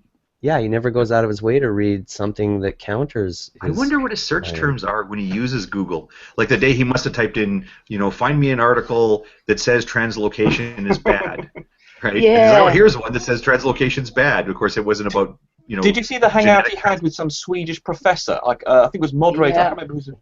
That was it. That's it. I've still got to watch half that. I found it fascinating, and the poor old professor being really reasonable. Nephilim would throw him a couple of papers, and the guy would say, "Okay, and he didn't, you know, he's obviously bollocks. He'd misinterpreted the paper, but the scientist, you know, didn't take, you know, he's been very reasonable. Just okay, can you give me that paper? I'll look at it away and investigate it. And he treated Nephilim with great respect, and Nephilim didn't treat this bloody professor. I mean, this is a professor in like a biochemistry or something. I mean, he was a really established high bloke. I don't know how he ended up talking to Nephilim in some moderated hangout, and he didn't treat the guy very well. And the guy was very kind back to Nephilim, and the bollocks that Nephilim came out with was moderate. He got a couple of sort of bits in his armory and ammunition that he threw at him, and the professor was very gentle with him, and remarkably so, and considerate, and not showing the same. The Nephilim wasn't showing him the same respect. It's really. I do believe You see the Morgile guy, who's the flat Earth guy on Art Bell. He was on Art Bell's internet radio. He's still going, by the way, as an internet thing. And Morgile, he was on there with this cosmologist, physicist gentleman, and I can't remember the specifics of who it was, but, and it was very much the same. Right. Well, can I just point out that for the flies on the wall. Sorry, Fiona. For the fly, I just got to say one thing. For the flies on the wall, though, that exercise is worth it because people see that there is a genuine consensus that groups of people. Most of us don't have personality disorders. Most of us know how to carry on a conversation, right? So for the outside observers that don't step into these rooms, they can see it. It becomes so readily apparent. So perhaps the exercise is worth it in that regard because people can see that, right? Reasonable people. Yeah, and that's what I was saying about Ronnie. Wait. Go ahead. That was just a quickie. Yeah, but I'm going to forget what I was going to say now. You were talking about the Nephilim Free with the Finnish professor, and you about lack of respect and the discussions. You said you're only part way through it. Yeah.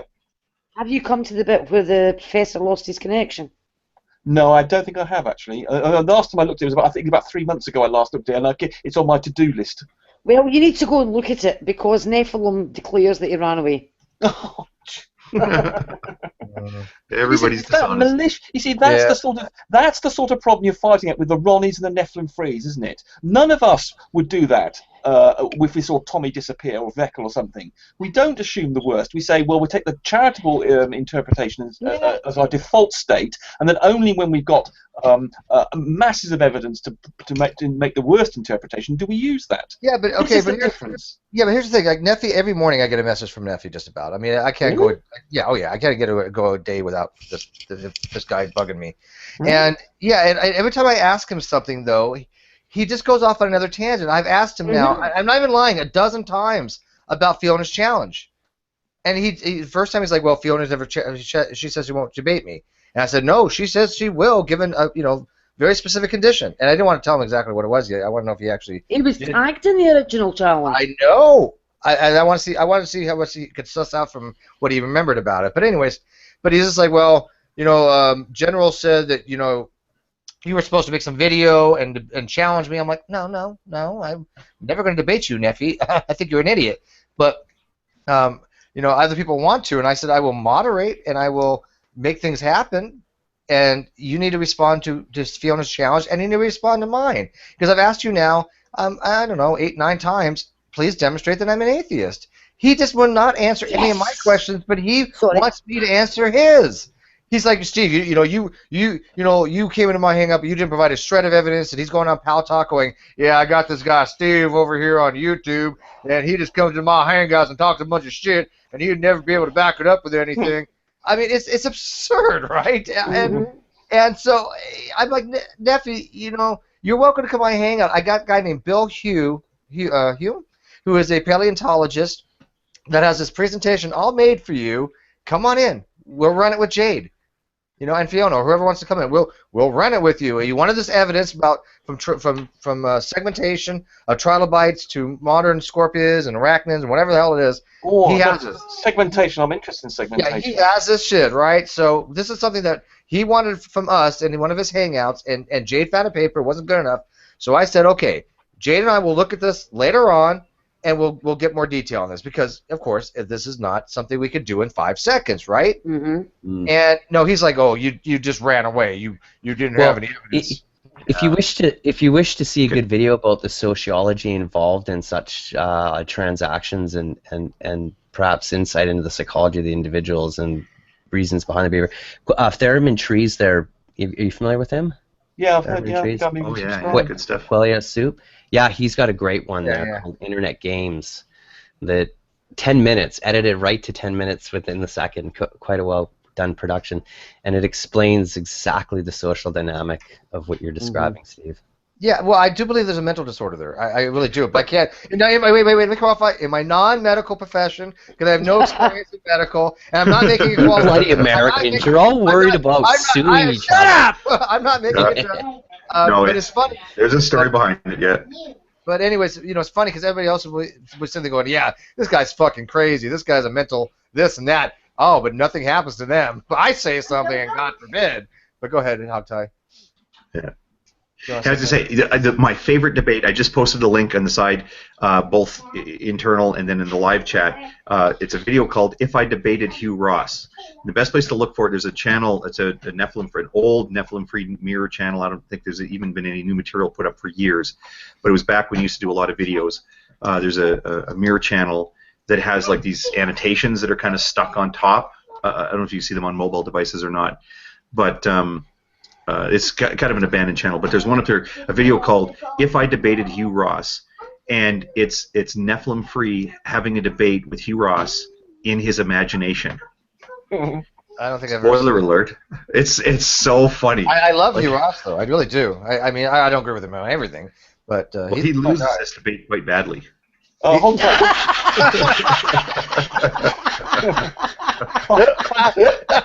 Hogtie, what did you think of Vekl calling you a bit crazy earlier? Hogtie, what did you think about Vekl calling you a bit crazy, as though you were one of the more wilder, abusive elements of the atheist community? Yeah, that was kind of awesome. I think he was kidding. No. Okay. I think he was kidding. I think what happened, a lot of times if people start to overtalk each other, I think he started saying it and then he was going to kind of laugh like, oh, he was... I mean, he might not have been. I mean, I'll follow up with him. I didn't think he was. Why did you say something like that? I think, honestly, you see, you're so nice to them, they start abusing you.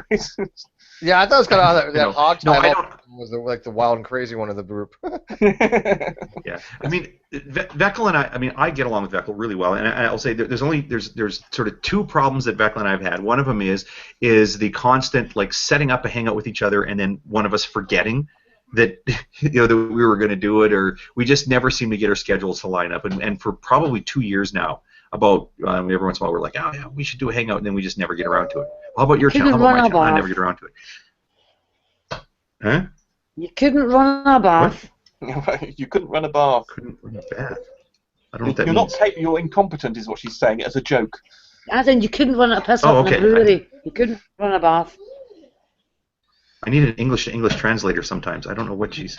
She's saying you can't run a bath. You're not capable of running a bath. Yeah, it's like saying you can't organise a piss up in a brewery. Running a bath is turning on the tap, filling up your bath. Piss up in a brewery.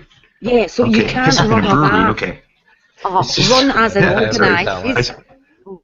I speak Saskatchewanese. I struggle with Fiona sometimes. You have no organization skills to actually plan a bath. I got it. Yeah. Your arse and parsley. Yeah, see, I know it's that accent. But okay, anyway, so the other problem we have. I think he does, Vekl. I do think he's really open to the discussion. He doesn't mind. He doesn't get his feelings hurt and stuff. But I think lately, like my constant, well, not constant. It's only every once in a while. But I've caught him out on a couple of things. Like he puts up a post, and then it turns out not to be true, right? Mm-hmm. And then he says, oh, but I was just putting up as something for people to talk about. I think the last one maybe did sting a little bit because, what was it now? He put up something, you guys are going to remember. The 200. Exhibit the massacre of the missionaries that was going to happen. The 200, yeah. Yeah. Yeah, and I put up a thing, and it was about, oh, aren't you? Because the thing about that, he did. I even made the prediction that he's not going to say like, oh, it's not true. Oh, thank goodness. Yes. What do you asked a good question? I thought it was a great question you asked. What would you do? What did you want to be true? Oh, we lost you. Oh, no. Yeah. Well, dude, it goes to their persecution. It's all smart. So I said, but the thing is, he may have seen as a little mean the way I ended that with that sort of thing about how, when I was saying like how are you going to react? So it's not true. Like, why aren't you going to say like, oh, it's a good thing those people aren't they didn't burn down 20 churches, and now they're going to burn down 200 more and kill 200 Christians. Like, you're not going to be relieved by that. You're actually going to be frustrated because you need that persecution, don't you? And I said, well, like, don't fret. Like, there's some good news here. There's a guy making fun of you on the internet, so there's your persecution for you, kind of thing, like however I worded it. And he didn't even respond to it. He went back to the video where this thing was, and he just put up a message that said something like, "Well, that's it. I'm taking down this post, and I'm I'm only going to discuss it with the elect. And he never did, like, he never followed up with me. And then I put up a post the other day where I put up my own, hey, look, here's a story about a woman who was dragged out of a bathroom with her pants down in front of a group of people and was tasered because she didn't look sufficiently ladylike to be in the ladies' room. And the story is a hoax. It's just not true. And I was like, hey, Vekl, what do you think about this? And he was posting that day, and he even posted more of his, I would describe as very bigoted, like, oh, if we start letting, trans people pee, well, then what? Oh, we'll just open the door for the perverts. He posted one that had it was a ladies' room with the door propped open and a welcome mat, and it said, welcome creeps. Because that's how they look at this situation. Again, to me, it's very simple. I posted the teal deer version of my post, which was, look, people got to pee. How's about when somebody has to pee, we let them go pee? They can go into their little stall like everybody else and close the door, and whatever equipment they got to pee with, I'm not going to worry about that. They can deal with what they got to do to pee. It's just not my problem. But they tend to look at it like, well, if we let trans people pee in public bathrooms, well, welcome creeps. It just invites all sorts of perverts. And he shares a thing with like the balding man standing there taking a whiz inside or outside the ladies' room, who knows, because the sign was on the wrong side of the door or whatever. But they post all these chicken little skies falling, like the whole world's coming apart because we're going to let trans people pee now. And he did that the day before I put up that post, and he did it again the day after, but he didn't have a word of comment for my question about, what do you think about these women, who are obviously women, getting removed from ladies' rooms? Now, granted, I put up 4 stories. The first one was a hoax, and the next 3 were true. He doesn't comment on the hoax. He doesn't comment on the next 3 stories. So I think maybe I got under his skin a little bit, but I'm also quite sure that, well, either I'm wrong about that and it didn't really bother him, or even if it did bother him, he'll get over it real quick because he knows the score too. He knows I don't, hate him or whatever. But why does Fiona keep dropping? My computer. Hey, Hog, I asked Tommy this She question. just needs to log into her Wi-Fi and change the channel. And see if you guys can answer what he answered. Like, if you guys already read his answer, don't say it. But I mean, what did he answer? You know the guy Buck Angel. Ever heard of him, Hog Tie? Doesn't sound familiar, no. Okay, Buck Angel is a transsexual female to man, but she still has a vagina. She just had, major breast reduction. She's muscular as hell, or he's muscular in hell, tattooed up. I mean, the guy looks more manly than any of us here. I mean, because he's a transgender, so he's a guy right now, right? But he was born female, and I had asked him. I said, well, what, and he's a porn star too. I said, what restroom in Target, because this is the post that he had posted on, what bathroom does he use? And what do you think his answer was?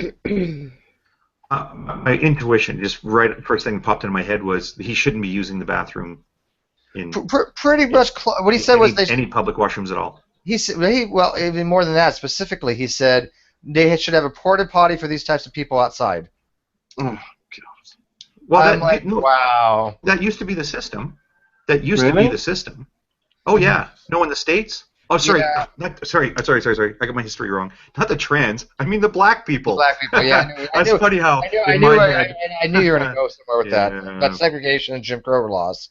Well, that's the thing, and I don't care that this was barbed or not. In that post, again, I know it was a really long post, but partway through there, the woman in Detroit that got hauled out of a washroom for not looking enough like a woman was a black woman, and I've seen photos of this woman, and you know what? She doesn't look like white women look. Right, that's why she got thrown out of the bathroom, because women. So when you're sorry, I don't know why I feel compelled to re-explain this. Remember, no black people where I'm from. Okay, so if I'm going to sound unenlightened, bear with me. No black people, no Jews where I grew up. Women have long flowing hair, usually blonde, sometimes reddish. That's what a woman looks like. Damn Skippy, baby. No, if I see, okay, if I never moved to a city in my life. And I see, well, the thing is, this is Detroit. I think there are black people in Detroit. Never been. I've just heard. There's plenty. There's plenty? Okay, that's what they say. So this is a woman who's a black woman. I think she's straight. I don't know. It doesn't matter. The point is, she is a woman. She was in the ladies' room, and she has very short, curly hair, which is her choice, or her genetics, or whatever. That's how she goes out in public. But because she doesn't look like the stereotypical woman, again, to some people, a woman is someone with long flowing hair, then she gets thrown out. And would black people not be concerned that this is now the standard we want to use? You have to look sufficiently ladylike to go into a bathroom. If your hair is buzzed short because you're a lesbian or because you're a straight woman who's a lot of mothers, it's like a lot of women when they get pregnant, they have long hair for partway through the pregnancy, and then all of a sudden they just cut it all off. Go ahead and ask a woman why they do that. A lot of them do it, especially when after they have the baby. I don't want hair anymore. They cut it off short. So now the standard's going to be you can't have short brown curly hair to use the ladies' room. You can't have a buzzed haircut to use the ladies' room. Why am I even saying this? Why are we having this discussion? I'm so disappointed in humanity. The fact that, and then when I post this and I'm trying to sort of play on this thing, it's not part of my culture. Sorry, gentlemen, not you folks in this room, but you people in the United States. It is part of your culture that you didn't let people who didn't look like proper gentlemen and proper ladies use the same bathroom or drink out of the same water fountains. Yeah. How can you people, meaning when I say you people, I don't mean blacks, I mean Americans. How can you possibly have a discussion now? It's disgusting, isn't it? By the way, can I just add something? I love the hairstyle. Have you noticed on ladies lately the hairstyles like the wavy hair of the 80s? Like that 80s sort of. I like the 80s blonde hair. Oh, that hair is sexy, man. As one of the to see that hairstyle back on a woman who's got a nice set of hair. It's beautiful. As one of the very few Americans in the room, me, Jade, and Isaiah, and that's it, isn't it? I think. Yeah. So I mean, I can safely probably speak for them as well. I'm thoroughly disgusted with some people in America. I've lost all sense of hope that the society in America will move past this stuff in any relatively near future. When I was growing up back in the Reagan years, I was proud to be an American. I loved Reagan. The country was patriotic. This shit would have been shut down like you wouldn't believe. I mean, I think what's happening. I'm talking. Sorry, Steve. Whatever. Go ahead. No, you can. I'm just venting about Americans because like Hawkeye says, I'm so disappointed. I'm so thoroughly disgusted, and it is an American thing more than anything else. I pointed out to Tommy, I was like, Tommy, there are restrooms overseas. They're not only co-ed, they don't even have stalls. You just do your business and get the fuck out. There's militaries that have co-ed bathrooms. There's schools that have co-ed bathrooms. You know what? You leave a society unto itself that's self-regulating when it comes to that. But they're pointing out all these small little instances that there are already laws against anyways, right? I mean, if somebody's sitting there with a little camera sticking up a stall, that's already against the law. But somebody plucking their nose hairs in a fucking mirror, while somebody else is taking a dump in the back, you know what? Who the hell cares, Tommy? Do you think Ronnie Reagan would have been so liberal in this regard? Yeah. He was pretty. Really? Yeah, he was pretty progressive. Yeah. Fiscally conservative, socially liberal, and he was. Yeah. We had a recent. Conservative again. Canadian. Hold on, socially liberal. This was the guy who was involved in the giving evidence against communists in the 50s thing. No, he was social issue. You got to take the American political spectrum in relation to Canada or the UK and shift one notch like a slide. Yeah.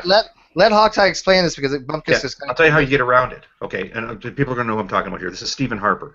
So he becomes a prime minister so there's a big debacle many years before him. The Progressive Conservative Party is destroyed, right? One of the founding parties of our so-called two-party system here ends up getting destroyed. They go down to below 5 seats. They lose their party status. They're gone. They get replaced by this grab bag of like the Reform, and then there was like the Conservative Alliance, whatever. So we have this new Conservative Alliance party that's the sort of the swept up bits and pieces of the traditional Progressive Conservative Party, and these guys are super right wing. Again, by Canadian standards, everyone calm down. But in the meantime, the Liberal Party ends up taking over, and Jean Chrétien was he's a Quebecois, a French Canadian Prime Minister, who ends up handing the keys over to Paul Martin for a period, and then they start to get the country sort of turning the tide, and it's going to go more right-wing for the next election. On their way out, they sent, because they were trying to push through things like marijuana legalization and gay marriage and all these other things that gets conservative tits in a knot, right? On their way out, and they didn't have time to legalize gay marriage, so on their way out, they sent a set of reference questions to the Supreme Court of Canada saying, hey, so if it turned out that, that the government made laws about gay marriage to this effect, what would you guys do about this? And they got the response to these reference questions, which was basically, look, anything comes to the Supreme Court of Canada about gay marriage, we're going to say marriage is a right and suck it, right? So then it's like when Martin finally leaves and hands the whole country over to Stephen Harper and these right-wing conservatives, you know, the sort of people that want to bring back the death penalty, for example. He was like, yeah, and by the way, make sure you jiggle the handle on the thing, and, you know, like that sort of like leaving office sort of speech. Oh, and by the way, here's the response to the reference questions. Good luck running the country, making it so that there was no reasonable way that the federal government could do something to institute some of these policies. And what Harper did, and what I'm suggesting this was kind of a Reagan thing to do too, this is how the more right-wing conservative forces are able to appease their political base without actually instituting a bunch of draconian policies. Is they say, they shrug their shoulders and they say, our hands are tied. You know what? There's no point in us trying to do things like bring back the death penalty or try to make gay marriage illegal because of all these things that Liberal Party did, right? They put us in a position where we simply, I mean, the previous party before that made it so that not only can there not be a death penalty in Canada, or not only did they get rid of the death penalty, but they made changes to the Constitution such that a death penalty couldn't even be voted on by Parliament anymore. And it's the same thing with the gay marriage. When they handed over those reference questions, there was really no way to do it. So what happens is they say, oh, we'd love to do these things to put down the gays, and we'd love to bring back the death penalty, et cetera, et cetera, et cetera, but we can't because of what the Liberals did, and you know how the Liberals are, blah, blah, blah. So we're going to focus on balancing the budget. And that's what Reagan was like as a president. That's what Stephen Harper was like as a prime minister, was saying, oh, we'd love to do these things, but nah, let's just focus on the financial issues. Let's clean up the financial mess. And let's not bother ourselves worrying about who's peeing in what bathroom or who's getting married to who. That's my view on Reagan anyway. Yeah, but Reagan was an idiot, and also what? he... What the fuck? Dude. Right, but sorry, name one thing that he did that's like a Ted Cruz type thing, where he said, well, let's... Can I... Rumpus, first of all, religious freedom. Religious freedom. Can I get in here? Yeah, but I want to say on record, I named my daughter after Reagan. So I'm sorry about that. I loved Ronald Reagan. He was a brilliant space person. But go ahead. He wasn't. I'm on Rumpus's side. You're a liberal, whatever. Go. Yeah, and I was here when Reagan was governor. He totally screwed up our state, and it took Jerry Brown to straighten it out. But let me say, oh yeah, he did. He left us with a huge deficit. We're gonna have a He left us with a huge deficit, and I was working for the welfare department when Reagan kept changing the rules. I don't even want to talk about that. But he screwed over so many people in this country, in this state, mostly the most vulnerable, the people in mental hospitals, the developmentally disabled, the mentally ill. Totally fucked people over, and I was working for the welfare department at the time, so I know that. But anyway, let me go back to Reagan. Reagan, what Rumpus is talking about is the 1950s and the Red Scare, and when people were pulled before Congress. This was a terrifying time period, and a lot of people named names, and a lot of people were later sorry that they named names. But it was either, you know, some people named names because they were as frightened as everybody else. Some people sort of slipped out of it, like Desi Arnaz was very, very careful in getting himself and Lucille Ball out of trouble, because Lucille Ball's grandfather, who raised her and she adored, was an old-line, strong socialist and communist, and when she and her brother were like teenagers or just out of their teens, he had them sign Communist Party member cards, and they didn't think anything about it. They were just kids. They were just pleasing Grandpa, and he and her mother, that their father was nowhere to be seen, but Lucille Ball's grandfather and mother, you know, raised her and her son. So, you know, but people, you know, a few people could stand against the juggernaut that was that committee, which was started out of absolute bullshit when, what's his name was, I can't think of his name right now. McCarthy was holding up those papers saying these are the communists, that the pages were blank. So yeah, Reagan was called up. I'm not exactly sure what he said and what he didn't say, but I'm not going to blame him for what happened during that time period, because few people. I mean, there were some people who just rolled over like, you know, utter cowards, but most people tried to be at least, you know, somewhat circumspect. But if your entire future depends on this, and you're even afraid of being sent to jail, yeah, it's pretty scary. He was I an don't know how many enthusiastic people. informer. I don't. Well, okay, I don't know. Maybe he was. Maybe he really believed in it at the time. A lot of people did. I Are mean, you people, familiar with Trudeau when he showed up there to visit Reagan when he came into office? No, but can I just finish, Sorry. please, here Okay. for a minute? I'm almost done. Yeah, you bet. I don't know how many people have seen the movie The Way We Were, but that gives you a kind of a good picture of what things were like then. But yeah, maybe he was an enthusiastic informer. But I'm not going to blame somebody for what they did at one period of time and what they did later in life. Okay. So let me jump forward a bit to what happened in here in California. We had this really incredibly vile guy who was running for Senate, and Bruce Hershenson. He was extremely right-wing and incredibly vile. He tried to get a law passed here in California to make it basically illegal to even know someone who was gay. I'm not kidding. I'm not kidding. It was that bad. If you could be fired for being a school teacher if you even basically had gay friends. He was an incredibly vile individual, and he was so right-wing that's how we got Barbara Boxer as our senator, because Barbara Boxer at that time was really too liberal for most of California, but even the Republicans in California didn't want to have anything with Bruce Hershenson. He even brought oh crap, what's her name? Anita, you know, the orange juice woman here to. And one of the things I've been trying to find for ages is you know, everything isn't on the internet yet. I've been trying to find for ages some of the interviews done by the news of Bruce Hershenson during that time period, because if you could see him on camera, you would see what an incredibly vile individual he was. Well, anyway, so a lot of the conservatives in this country, I mean, you see the fuss over gay rights. Now, think about the fuss over gay rights way back when, and this is in the 1970s. So people were rallying behind this. Oh, good, this is our foot in the door to shut down gay people, because the gay rights movement was just starting. So a lot of conservatives are rallying behind Bruce Hershenson and this really horrific law that he was trying to get passed here in California. Do you know who shut the whole thing down? It was Ronald Reagan.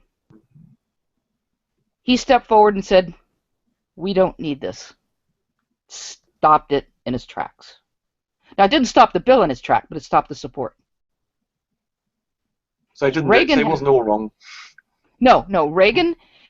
The history of Reagan is a bit curious, because at one time he was president of the Screen Actors Guild, and he was far more liberal as a president of the Screen Actors Guild, and he was, from all reports I'm aware of, was a really great president of the Screen Actors Guild. When he became governor, not so great. But yeah, you can't look at one person in just one light. But yeah, he was actually a supporter of gay rights, although not openly. And just as a little interesting note, Nancy Reagan's godmother was a very famous lesbian, for her time, a very famous actress, Alla Nazimova. Nancy Reagan's godmother was an out lesbian actress, Alla Nazimova, and some people may have ever heard of the Garden of Allah. Alla Nazimova had this huge estate. She was a silent film actress, famous silent film actress. She had this huge estate, and on the estate were all these little bungalows for her friends to stay in. Well, years later, when the estate sold, all these little bungalows were rented to various people, and a lot of very famous Hollywood people at one time or another stayed in one of the bungalows at what was called the Garden of Allah, after Alla Nazimova, not after Allah, the God, but Alla Nazimova. And so there's a whole long history of the Garden of Allah. That's just a little side note. But yeah, so they weren't exactly anti-gay. I've got an article here on is Schmoop a reliable source? It says, during the late 1940s, Reagan served as head of the Hollywood Actors Union, the Screen Actors Guild. In his union capacity, Reagan volunteered to serve the FBI as a secret informant against communists in the entertainment industry. He testified against the Hollywood 10 before the House Un-American Activities Committee. Yeah, he testified before the Hollywood 10, but did he give up a lot of people? I don't know. I just wonder. But the point is, we could in America we call that social liberal. Okay. No, but I'm just saying he's not one-sided. I have no doubt he probably was. He always had this patriotic thing going on, and if the FBI asked him to spy as a member of the Screen Actors Guild, he might have thought that was the best thing for the Screen Actors Guild. Here we go. As an informant, another article in the LA Times, as an informant, Reagan couldn't add much to the Bureau's existing intelligence because he wasn't a Communist Party insider. It operated. Oh, sorry. Sorry. By the way, I want to ask Christian Hillbilly because he popped in, so I'm not trying to divert it back to that's okay. topic, but we got sidetracked there. But, no, that's okay. But hey, Christian Hillbilly, what's your feedback? Does DNA degrade in water? Yes or no? Come on, weigh in on the controversy, man. He's not there. No, I've just found a post I've been hunting for about half an hour. We found a post for what? Right. Hogtie, you still there? He's gone to sleep as well. Hogtie still there? He's like politics. What? Well, he did a long speech on that Canadian. Yeah, that's Canadian politics. No, on Ronald Reagan. Well, he seemed to think that was analogous to what Ronald Reagan did. Presumably because he's got lots of information about Ronald Reagan. The fact that he would make that analogy. What'd you find, Fiona? Right, it's a thread from hours ago, and sorry for the delay, but everything just about degrades in water. I fucking give up. Now he answers. Fiona's halfway through a sentence, and now he answers. Wow. Okay, hold that thought, Christian, because you're a little late on the trigger on that one. Fiona has the floor. Go ahead, Fiona. But everything just about degrades in water. Go ahead. We'll get back to you on that. Go ahead, Fiona. Okay. So anyway, I found this, and it was a thread begun by TrueEmpiricism. When he started his video. But anyway, in the comments underneath it, I point out, and so do others, that I did not conflate hydrolysis with dissolving, because I was saying hydrolysis was degradation. Mm-hmm. Anyway, as I'm trying to explain this, first of all, he tells a rational mind to get off his page. Now, these comments aren't shown up under the video, but they are shown in the G+ thread, right? Mm-hmm. And I again point out I didn't conflate hydrolysis with dissolving, to which his comment is breakdown. I point out breakdown is not equivalent to dissolve. Mm-hmm. Right? Others make that point. Arcane weighed in Joyous. with all you have are petty semantics. If universal common ancestry was actually a scientific theory, you would be able to give better evidence than just changes in allele frequencies, aka normal reproduction. Learn how to think critically. What kind of champion of Christ would argue that God didn't create all the different kinds, as your Bible so clearly says? There's a reason why you have no evidence for your monkey religion, and it's because it's false. What we observe scientifically, empirically, is exactly what we would expect if Genesis is word for word correct. So that's Arcane's input. But anyway, here's the one I was been trying to find. TrueEmpiricism says, it's kind of funny that the first criticism was that DNA doesn't degrade, and we've moved on to specifically breaking down. And now that is failed, we're moving back to degrades. What? Degrade is breakdown, true? I know. He says, why can't you guys just deal with what someone is saying to you instead of playing with words? Right. This is why we call him an idiot. Right, but here, I'm just getting to the one that I was really after. After I point out we have no option but to play with words because you still haven't grasped that dissolving isn't degrading, here's his reply to that, right?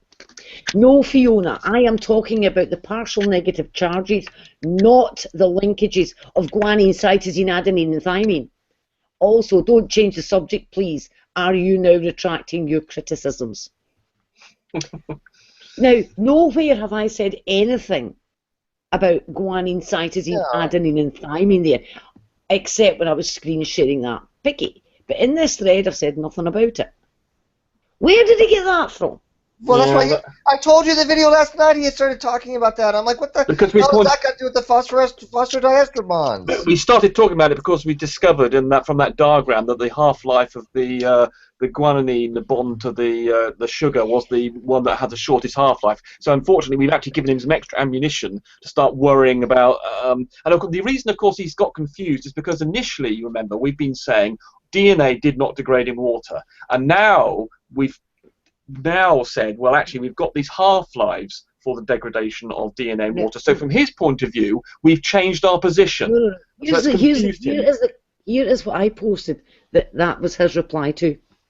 We have no option but to play with words because you still haven't grasped that dissolving and degrading are not the same thing. DNA degrades by hydrolysis reactions. Hydrolysis reactions are not involved in dissolving DNA. All of your idiotic utterances have their root in your inability to grasp that dissolve and degrade are not the same thing and never will be. This is basic high school chemistry, and the fact that you don't know this, let alone are having trouble grasping it, is astounding for such an expert in chemistry. That's well worded at the start there, Fiona. That's good stuff. That is what I had posted, and his reply is, no, Fiona, I am talking about the partial negative charges, not the linkages of guanine, cytosine, adenine, and thymine. Where did he get that from? So this is why you see we need to focus. A little video of it. What happens to that phosphodiester bond and how the dissolve involves having a little hydrogen popping off, and to degrade is actually the breaking of the hydrolysis of that phosphodiester bond. And that little video, a little focus on that, may just bear some fruit. Anyways, well, perhaps pointing out that dissolving can. One other thing, please, while I've still got this up. He also said this, Fiona, I was never originally talking about the phosphodiester bond. I was originally talking about the partial negative charges. It was Hogtie that appeared to be alluding to that. So I then asked him, are you referring to the phosphodiester bond? I believe we were trying to get at how DNA would break down, or basically what would be left. So he says he's never been talking about the bond that he just actually describes in his own blinking video. He talks about the backbone. So what other bond is he talking about? Exactly. The wisest course of action, everybody, would be to bring up that diagram again and share it. Well, where you can point out the specific bond. Ludic, he's a potato. Play it as you did to me. Seriously, he's a potato. I mean, all literally. the Lord is made. Let us rejoice and be glad. Amen, brother. So hang on, guys. I want to ask Christian. I want to very civilly ask Christian. But it's overly confusing. All you have to do. Damn it! When I said wait, and people start talking, I've been very quiet. Holy shit! Have, Steve. You've been very quiet. Oh my gosh, I love you guys. Damn, I want Christian, because Christian Hibbley has been like bugging me to debate him for like, oh my god, forever now, which is never going to happen because I don't do debates. But Christian Hibbley, did you just say a few minutes ago that everything degrades in water? So basically, you agree with true empiricism that DNA degrades in water. Would you say yes or no? Well, I would say everything degrades in water to some degree. I mean, when you look at it, water is a universal solvent. No, it's not. Dissolve, not degrade. Right. The difference between solvent is dissolve. Dissolve means to put in solution. Okay. That doesn't mean to degrade. So I ask again. Do you again, sir? Water is a universal solvent, and to some degree will degrade just about anything. Okay. Again, hang on, guys. I want to go down this path with him. Okay. Okay. When you say it's a solvent, do you recognize or realize that you're saying it means to dissolve, not to degrade? They're two different things. Yes, sir. Okay, so I ask again, if you took DNA, pure DNA, and you put it in water, after 10 minutes, would it dissolve or degrade? It'd probably degrade. Wrong answer. Okay. Because I've never done that experiment. I couldn't tell you one way or the other. But I guarantee you it would at least degrade. If it didn't degrade, it would dissolve. Either way, my hypothesis is correct because water, being a universal solvent, will degrade it at the very least, dissolve it at the very least. All right, hang on. Fiona, I want to do this one. You guys Oh, dear goodness. Oh, This is fucking killing me. You guys, Literally, you guys killing me. We're killing Christian.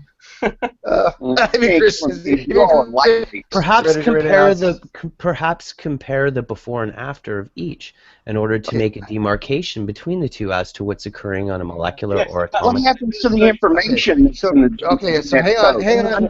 When we talk about degrading, what is your definition of degrading? Okay, let's ask you. Okay, you're the one that's saying that DNA degrades. So have you posited that? Well, if we're going to talk about degrade, then the information itself inside the genetic code would have to degrade to a point of being non-useful or at least damaged. It doesn't do that in water. All right, let me ask you a question. No, he was defining degrade. I thought you made a good point. Hang on. Something I did. But the whole point is this. What happens to the information that's in the genetic code? All right, Christian, if DNA, do you agree that DNA dissolves in water? Would you say yes or no? You say yes, right? No, I don't know that. Okay, so you don't know whether I would say at least it degrades, at most it dissolves. Okay, you have it really backwards. You're 180 on that. You're really backwards. Absolutely. Quite well at one point. Again, I'm not saying one way or the other. I said because water being a universal solvent, DNA or anything else left to its own devices in water would dissolve. Excuse me, would degrade. Yes. Or Go back. Go ahead and make the main thing. You know what? I could go put some Kool-Aid in water and it's going to dissolve. Does that mean the information's gone? Let's talk hold on. Let me. Information. May I make one point? I'm not going to get to this place. So go ahead. One thing.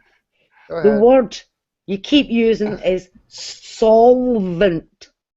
Fiona. Let me finish. Fiona. Please. Where's let me finish. Where did the information come from? Christian, let her finish. Let me finish. I'm not worried about solvent. I'm not worried about degrade or dissolve. I want to talk about DNA. Why are you in the hangout? Here for a while about this very issue. Now you're all talking.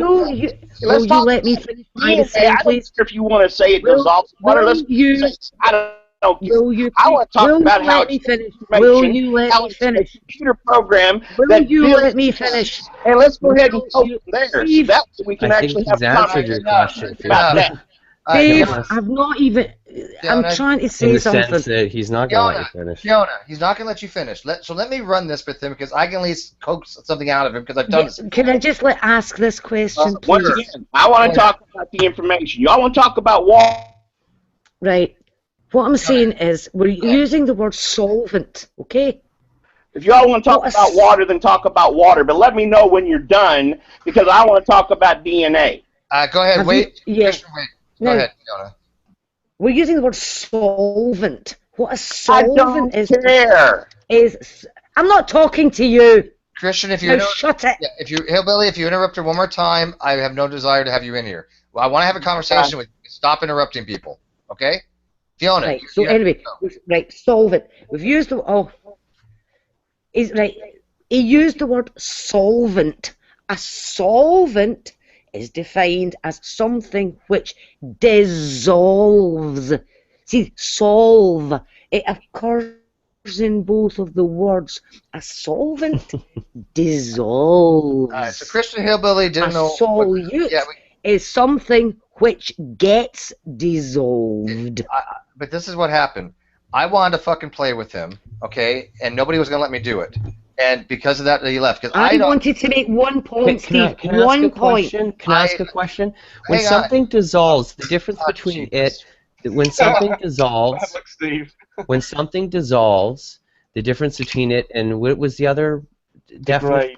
Degrade would be that something that dissolves can be brought back out of solution into its same chemical constituents. Would that not be the difference? Where if it's broken down, you cannot. Yes. Correct. Well, that's important to point out to them, guys. Yeah. We've tried you run in circles and try and No, Ludic, we've tried that one as well. I think a didn't work chart either. and some clarification of some of the language, if open. But if they're going to behave in the way in which Jim but the point is, then we've he's been not at this after since truth. before Christmas. We've been down all these routes. Well, we haven't done the diagrams, Fiona. We haven't gone to quite the level that we've done this evening, actually, where I had a diagram and I showed No, but we what have had gone happened in down the the two route scenarios. of. We have gone down the route of it being recoverable if it's dissolved and Yes, not if it's mentioned, degraded. yes, mentioned that, yeah. We've been that way. It didn't work. Well, we need to do a combination of things. You need to tackle him on a number of fundamental fronts, I think, with diagrams, slow explanations. Well, ask him how the molecule changes prior, anything. before, after dissolving. I do But not also- need to do anything. Okay, but for me, in my understanding, I would like to see a before and after. So I envision the way the molecule looks, and then there's that little hydrogen poking out of the end there near the ester part, right? And what do they call it? A polypeptide? Phosphodiester bond. Phosphodiester bond, yeah. Ester. So the before and after would just be two oxygen molecules stuck to it, no? What? Not quite. We are saying that water. No, that's right. Remember, water is one oxygen and two hydrogen, and one of the there'll be an OH on one end, and there'll be a hydrogen on the other end of the what you think of the. You can think of the ladder, the breaking of the backbone of the ladder. One end would get an OH, and the other end would get an H. That's Can you hydrolysis. point? Can someone bring up that same diagram? Yeah, I can bring up that diagram again if you like. Please do so. Please do Okay. so, Which and I'll explain diagram the is it you want? context to which I'm Which my layman. diagram is it you want? Just a picture of the molecule? Okay. That one? I don't know if I can see the pointer there. See where the M where it says minor groove? See the red oxygen there with the hydrogen stuck to it? This one here. Yes. Is that what Yeah, so you're there's- referring to? Okay, That's now right. that I've clarified that. That Right, white when it dot dissolves. represents a may I please speak? That hydrogen represents that white dot. May I please see it full screen again? I guess you have to talk, or you can broadcast to everyone. I would suggest you broadcast to everyone if you wish. For Oh, people sorry, was I outside. not? Oh, so I thought. Sorry, Perhaps, I thought I had. perhaps you can do Oh, that. Yeah, I'm Steve? sorry. Just present it so people outside can see. there 'Cause you you go, know yes. who's listening. Yes, Now there- you see the oxygen there and that little hydrogen. From That's what right. you explained to me earlier, what I gathered is that hydrogen there on its own is replaced by a water molecule. No, it doesn't. It's not replaced. This hydrogen goes ping, and then it goes and attach itself to another water molecule, and then the water molecule comes along and it nuzzles up against it. It doesn't actually replace it. This then acquires a negative charge, and then a number of water molecules will sort of surround it. It doesn't- Nudge. Is a bond being formed? What No, it's a nudge hydrogen mean to bond, me? so it's not quite the same. Hydrogen bond. It's not a proper bond. Okay, but it's a single. It's a similar single sort of. bar. I remember in high school the single bar line connection, right? Yeah, No, it's not a With the single bar valency line. of No. plus. No, it's not a single bar line. Oh. It's a dot line. Yeah. Oh yeah. Okay, I remember Hydrogen now. bond. Yeah. So. Okay, I remember now. Right. Instead of a line like it is now going out to a hydrogen, it gets replaced with ... hydrogen Yes. line oxygen. That's Yes. right. Well, that's what I was saying, but I didn't make that important distinction in terms of the type of bond. And when it degrades, so here we have the phosphor, and when we have So before you get into that confusion, before and after, the DNA molecule looks the way it does in this diagram before being dissolved. That's right. Now it's placed into caveat pure water. Yep. It dissolves, quote unquote, as we're defining dissolve. How That's does the right. molecule change? As we just described. Instead of right. it being a single line out to the hydrogen there in that white area, if you can hover over it again, Yeah, it there. changes to ... It's that particular type of loose bond, and Yep. then a full bond out to two oxygens. And that's what happens once it's dissolved. That's the only change to the molecule. Are you listening in true empiricism? It's a ... out to the H. Yeah. To an H. So it's Exactly what I said. Let's connect. Yeah, you did No, say. you said to the oxygen. Yeah, The I think. oxygen is did carrying I? a negative Okay, charge. sorry. Yeah, I think he So said therefore both. it's the H. Well, it's So really easy to understand. The hydrogen just gets replaced with a water molecule, which everybody understands. Well, not quite replaced because, as I say, it's a hydrogen bond, not a normal covalent bond. Yeah, that's it. That is the bond it. itself changes, but I'm okay. Yes. That's the only thing that happens That's to the the only structure. thing that And so happens. all of these, so it's not just this one, of course. So all of these, Remains the same. Yes, exactly. there. See, this is important, not going into all this like complex stuff you guys are about to spew off. Well, the reason we've been talking about the phosphodiester bond is because True says specifically that it's the phosphodiester bond that breaks. Which is here. And that's why we're talking about the phosphodiester bond, because it doesn't break. Okay, well, getting into the intricacies of that particular bond section there, what do they call it again? Between, I remember it like a rung, and there's three. Wait a minute, 1, 2, 3, 4, 4 parts to it. What's the one in the middle called? That nucleotide. Nucleotide. Thank you. That's right. So you're referring to an aspect of component of the nucleotide there, Yeah, when really dissolving is just a bloody oxygen poking out that a hydrogen was stuck to. That changes with a water molecule with a what type of bond is it called again? The hydrogen bond. It's just a weak hydrogen bond. It's just you can call it. It's only plus 1 or minus 1 or whatever, right? You don't even have to. You don't have to use water. You could say any R group. Anything that's attached to it on the kind of periphery is going to just be an R group. That's how it's referred to. Yeah. And when it's dissolved in something, you can just put an R there, and that's like a placeholder. And all the R groups are placeholders. True empiricism for listening. It would follow for me would be all the little white hydrogen lines dipping off oxygens that run up the outer side of the ladder. Yeah, but most of them. Yeah. Mm-hmm. A lot of them. Yeah, that would follow. That is all that happened. Well, that's all that's ready to bond there. That's the only loose bond that something can come flying in and stick to. Yeah. I mean, you can get into a little bit more, in depth if you want to talk about 3' and 5', depending on what side you're on. Now, before you get into all this, now an important distinction to make is degradation. Now to demark the two. Yeah. Okay. So when you degrade water over a certain period of time, my understanding, and this is all I've heard is just this one fucking debate on it, community in this. 31 million years. You said in 2,000 years, or was it? No, 31 million years for this the bond. Okay. So obviously, temporally, the first thing that's going to happen is it's dissolved if it's in water. So now we've got the loose hydrogen bond connected to the water molecule and the little white dewey sticking out, and I can imagine over time. Other water molecules, and water molecules are polarized, right? Yeah. It's an L shape that it's got a, what's it called, the little line I draw through the molecule that shows its polarity orientation or whatever?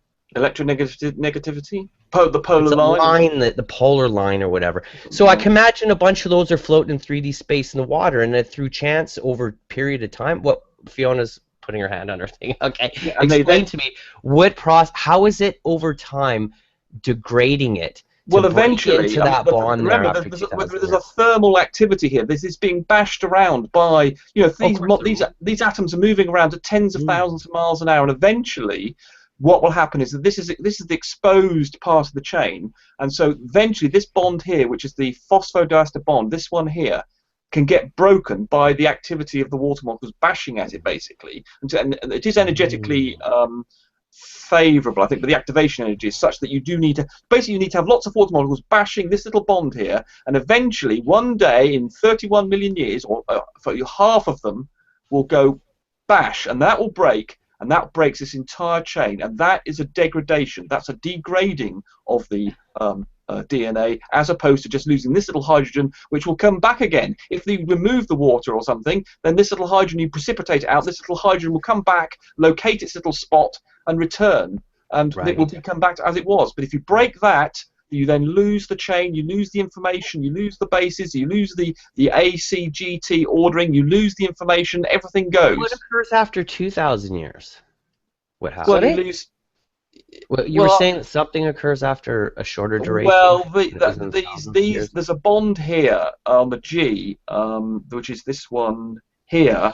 That bond there, that has a lifetime of half-life of 70 years if it's exposed to water. And this is the bit I don't fully understand, because you see this area here inside the chain, water molecules can't actually really get into here because it's all hydrophobic. And so I presume it's obviously a hydrolysis reaction. But even so, this apparently according to that diagram, that paper, that bond has a half-life of 70 years at 25 degrees C in pure water. I am screen Okay, and sharing the that end diagram result, again. yeah, and that's the rung that you put your feet on in the ladder there, right where it would attach to the vertical part of the ladder. It's amazing. It comes down to that one bond there. You want me to screen share, do you, Fiona? Yeah. So when that busts apart, so would you end up with a line of nucleotides floating around? No. Yes. If the phosphodiester bond breaks, right, then you end up with a bunch of nucleosides that are no longer attached to each other.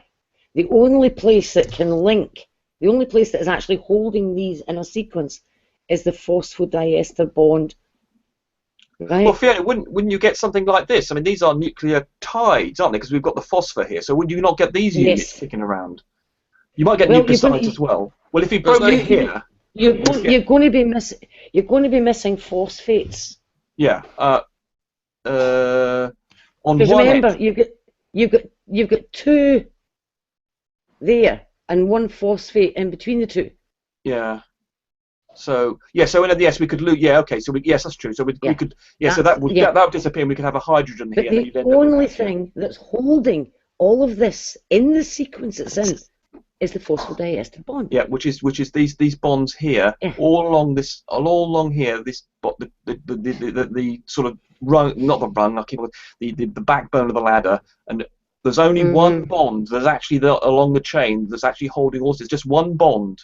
That makes the chain. That makes the chain, yes. So if you look, any one of these one bonds break here, you break the chain, you break the DNA, you degraded it, it no longer functions, you lose the information. These things come loose, and therefore you just got a mess. If you want a visualization of that, there's the dispersal hypothesis of DNA, when before Watson and Crick finally established what it actually looks like, because there was three competing hypotheses. So it's dispersal. I think it was what was it? Conservative? Yeah, conservative and semi-conservative. Those three. I think the dispersal one was instantly thrown out because it was just ridiculous. There was no way for DNA to recombine, especially if they hypothesized that the phosphodiester bonds had broken, and so you just had these fragments of partial, nitrogenous bases and then ribose, and then just kind of floating around in there. So should I screen share? Would it shorten the strand itself if such a thing occurred? Like, for example, if that broke, the strand that would be one strand becomes two. If it broke again, it chops it up into pieces. It chops it up into pieces like me chopping up a carrot. Yeah, right? If you have a look at every phosphodiester bond there. Right, can you see the phosphodiester bond? That one. That there. Oh, for goodness sake. Right. Yeah. Right, you see the wee arrow in this one? It's pointing. It says 31 million years, and it's pointing to that wee green blob. Do you see it? Yeah. Move your pointer around to show us. There. What happens is I get this big thing up. But you can see a bigger pointer then. Yeah. So there. No, you don't get the pointer at all. So there you go, right? Sorry, I was referring to the arrow on the diagram. Right, Now that wee green blob is a phosphodiester bond, okay? And if you look, it's that which is linking the one with the A to the one with the G. It may be important here to make the distinction of T, under half, 31 million versus 110, because they're going to look and say, oh, 110, 180, 100. Yeah, right? We've already been through that. The bit in square brackets. I'm sure you have, Fiona. Yeah, and it tells you actually at the bottom that the bits in square brackets are the half-life of RNA, that particular bond in RNA. But we're talking about DNA. So the only way to just for me to make I need to make the distinction for me to understand what you're saying. So in other words, this is this floating in solution, not a strand in itself already built up, right? No, this is a strand already. This is a strand. Yes. This is the same already thing built up. Yeah, this is the same thing as in my diagram. This is just a slightly different view of it. It's a sort of flat as opposed to a 3D model. So this is exactly the same situation. Right, but there's not two sets of nucleotides on either side. Yeah, okay. It's showing one strand. That's all. It's just showing one strand. Okay. Okay. Right.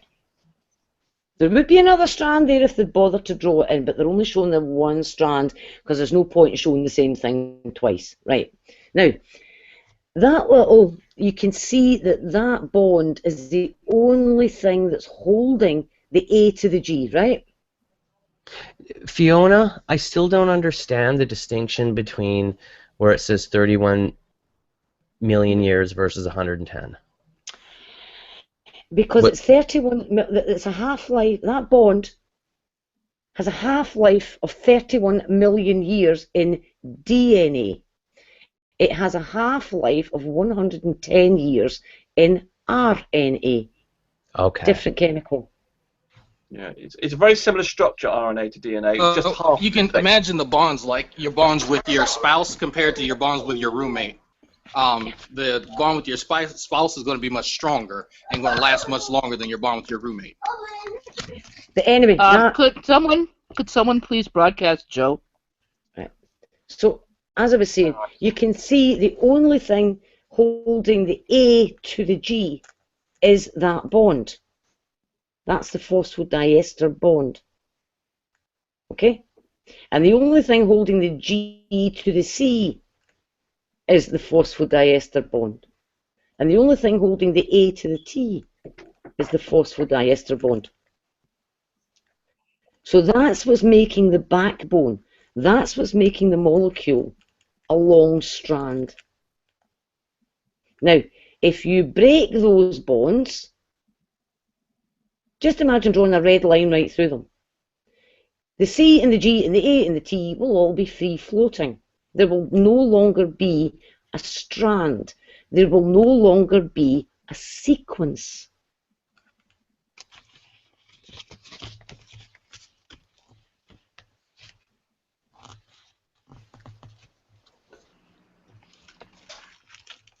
So we now have the concept of the conceptual difference between the dissolving, which is just the loss of that little thing on the end, into solution, and along come the water molecules, and the degrading stroke hydrolysis, where that bond that's being pointed at that says 31 million years breaks and acquires an oxygen on one end and an OH on one end and an H on the other, and then the chain breaks. Those are the two. That's the difference between degrading and dissolving, and Ronnie doesn't understand the difference. Yeah.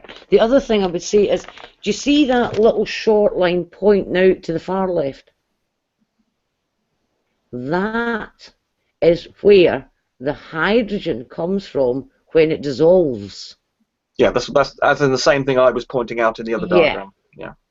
And as you can see, that one there is nothing to do with the two bonds causing the linkage. I believe if you just double click on it, it'll go full screen and then you won't have to deal with that. Yeah, that's what I was thinking. Yeah, I didn't. There's a double click. I'm on a Chromebook. Oh, God. You should be able to two-finger click in it. Either that or you click the plus up there, the magnifier glass. Here's a two-finger click. Yeah, now what you want to do is go down to open image in a new tab. Yeah, this is that. Yeah. And go to that tab. You'll be able to. Click that. Yeah. Right. Now go to the tab that just opened. And, right. Should be able to make it bigger. If it doesn't, then I guess it doesn't matter. No, it's not going to make it any bigger. Oh, bummer. Well, you anyway, can I ask a question? Hold Control and press the up arrow. That too. That zooms in. Do you mean Control plus? Yeah. Control plus will make it bigger. Right. That's it. Right. You see it now. You could make it a bit bigger. Oh no, it's great. At this point, it's excellent. Might be in this Hangout. Anyway, can I ask a quick question? Right. Okay, so you say the DNA molecule, if in pure water, doesn't dissolve for how long? No, it dissolves immediately. I mean, not dissolve, degrade. Sorry. Oh God. Please Degrade. take me to strength. Okay. I'm not even sure what the Like, now, with that being said, and that we're looking at a DNA here, the equivalent of a ladder where it's been split up the middle, right? To make it so that you can compare an RNA and a DNA side by side and it makes no differentiation. But my supposition here in my head that I'm thinking, when it points to little bonds there, like the one that says 70 years where it says T equals half down, I would assume that when it says that that's half-life is that time, it's referring to it when said DNA is in the state in which it's unzipped. Mm-hmm. Well, important distinction if you want Ronnie to understand, because a layman will look at that and see it pointing at 70 and just say, well, fuck, it's going to break at 70. See the big important distinction I made with these charts here, temporally speaking, in terms of the condition in which it's in. It has been made previously. Through it with them. We've made that exact same. We discussed the 70 years on that bond the other night. Yes, we've been. Well, you probably talked about it over complexity, because for me to clarify, I had to interject 3 or 4 times, may I add, and I had to point out with people's size and pointing their eyes up in a way that, to be quite frank, was rude. Well, here's the point. The point is that Ronnie is talking about this bond here, right? That bond. Okay? That one. No other bond. No other bond.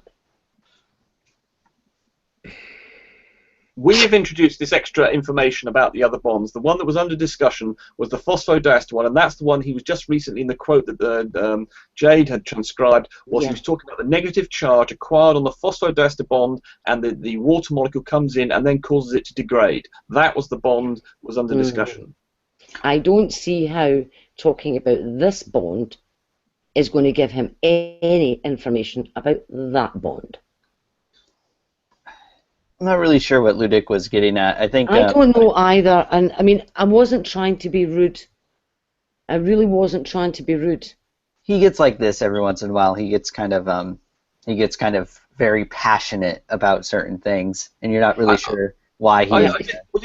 I thought he was not talking about being rude here. I thought he was talking about being rude in the discussion with Ronnie in the previous hangout. No, I think he felt that every time he tried to interject, it was treated as oh great, he's talking again.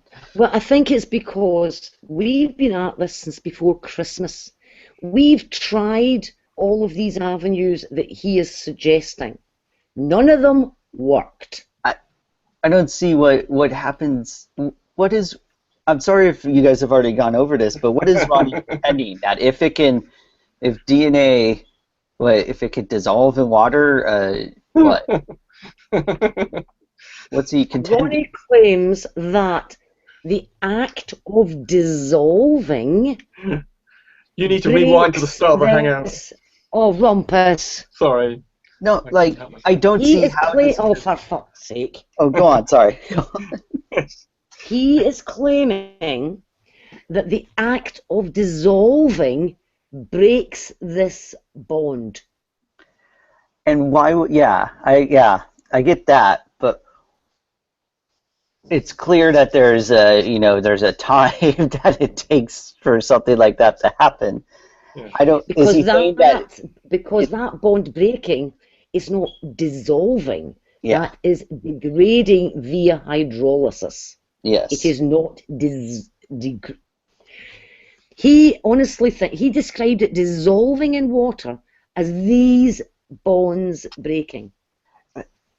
What happened is like if you have a nucleus, it's like an egg. It breaks, all the DNA spills out, it goes into water, and if it dissolves, then evolution is false. Like it's already dissolved in the cell. Yeah, it's already in solution in the cell. Exactly. It's dissolved in the cell. He says when it dissolves, his own words, this bond breaks and the sequence is lost. But when it's dissolved. It's already in a solution. Yes. Yes. So I'm agreeing with you guys. I'm just not understanding what his point is. Join the club. That is his point. He is claiming that when DNA dissolves, you lose the sequence because all of these phosphodiester bonds break. Because he thinks that degrade and break down and dissolve all mean the same thing. He uses the terms interchangeably. Though, of course, we've learnt just recently in some piece of information we've got this evening is that he's suddenly claiming now he's not talking about the phosphodester bond, so now I've no idea what he thinks he's talking about. No, but in that same bit where he says he's not talking about the phosphodiester bond. He is talking about it, yeah. He then talks about the phosphodiester bond. He doesn't realise he's talking about the phosphodiester bond. But somehow I'm on the hook for bringing up the phosphodiester bonds. I don't think he's saying I'm the one that said it, but I got to go back and listen to that hangout now and figure out how did that come up now. I do remember actually that I had during that hangout, I had forgotten the name phosphodester bonds. I started it by. Sorry? He brought it up. Yeah, I had. That's right. I didn't even remember the name. I started that hangout by saying, look, I sort of remember chemistry from school, but it was never really a big passion, and so I wasn't trying to get into a sort of in-depth thing with them. And then later, when I said, well, what's the thing on the backbone, like the bonds that are, like, when I was trying to ask him, like, how does it, like, what functionally, what is the thing that's happening when you say it breaks down? What? Because I'm trying to get him to say, okay, which bond is it, and then next, what reaction is it? And I'd forgotten the name of phosphodiester bonds, and he brought it up. It's called phosphodiester bonds. And then I said, well, what reaction would break that bond? And he didn't really seem to get what the question was. So I said, well, for example, a type of reaction would be like a hydrolysis reaction, for example. I gave him the answer. But then we, he changed the topic to something else, and that's something I know when I go back and I listen to my hangouts that sometimes I too easily let somebody off the hook. Yes, that's the hangout that got me going bonkers, and I said you drive me nuts sometimes because you got to the point of killing him because you almost got to the point of exactly where the problem was, and then you let him off the hook, and then the confusion started. So it was very frustrating, and unfortunately you didn't use a diagram, which is what I would have done in that hangout. See, as soon as he says that the sugar phosphate backbone is being broken, he's talking about the phosphodiester bond, because that's the one that forms the backbone. Exactly. It can't be anything else, can it? No. So he can't deny. I mean, although he's claiming now. I mean, let's say I really don't know what he's doing, but he certainly claimed whatever it was. I don't know how he got now from post from Vekl, I think, whatever it was. He's now claiming that he's not talking about the phosphodiester bond. But as you say, even if he's denying it, he in effect is, because there's no other bond to be talking about. Yeah, he says he's not talking about the phosphodiester bond. He is talking about the sugar phosphate backbone and it breaking apart, which is by definition the phosphodiester bond. I don't even know why he goes into such detail. He can't even show how it's more likely that intelligent design is true when you're looking at examples. He can't even do that when I talk to him.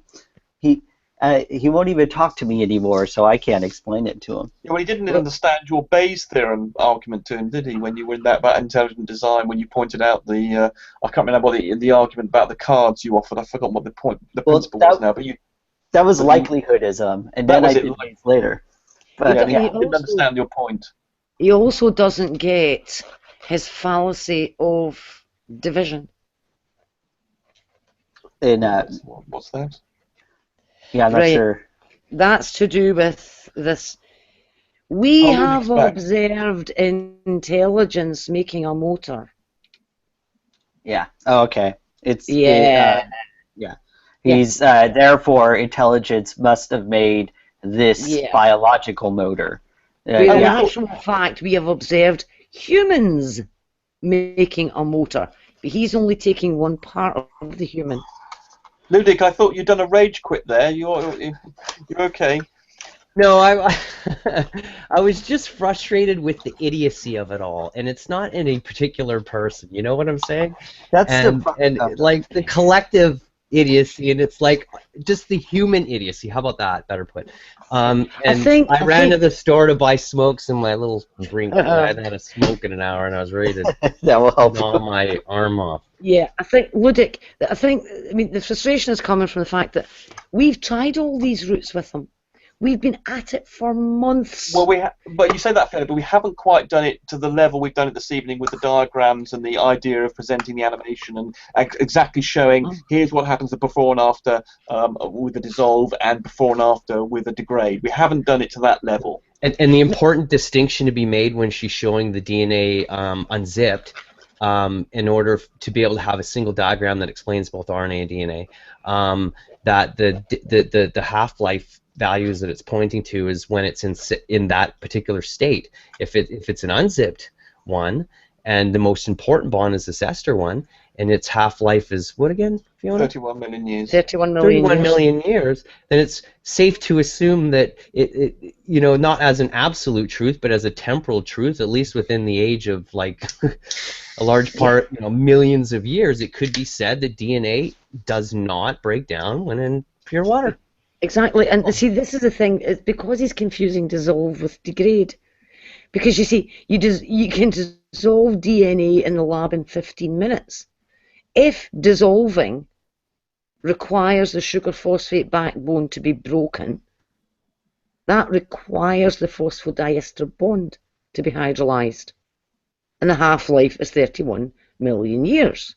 But you can dissolve it in the lab in 15 minutes. In pure water. Yeah. So that alone is telling you that and the an bond important distinction, just to hammer it home again for those listening, and sorry to interrupt, Fiona. Once it's dissolved, if there's a before and after, and we look at the DNA molecule before and after, it's simply, if we add that chart up again, and I can visualize it in my little head, it was a red that went out to the hydrogen, and then the hydrogen is this little doohickey, and it just gets replaced with a water molecule. Yes. On the outside of the ladder. Think of your ladder, something just stuck to the outside of it. Mm-hmm. It's not messing with the little three-part braces that hold the rungs together. It's not messing with anything. It's simply adding an essence to the molecule, despite the bond change. It's simply adding two oxygens to it.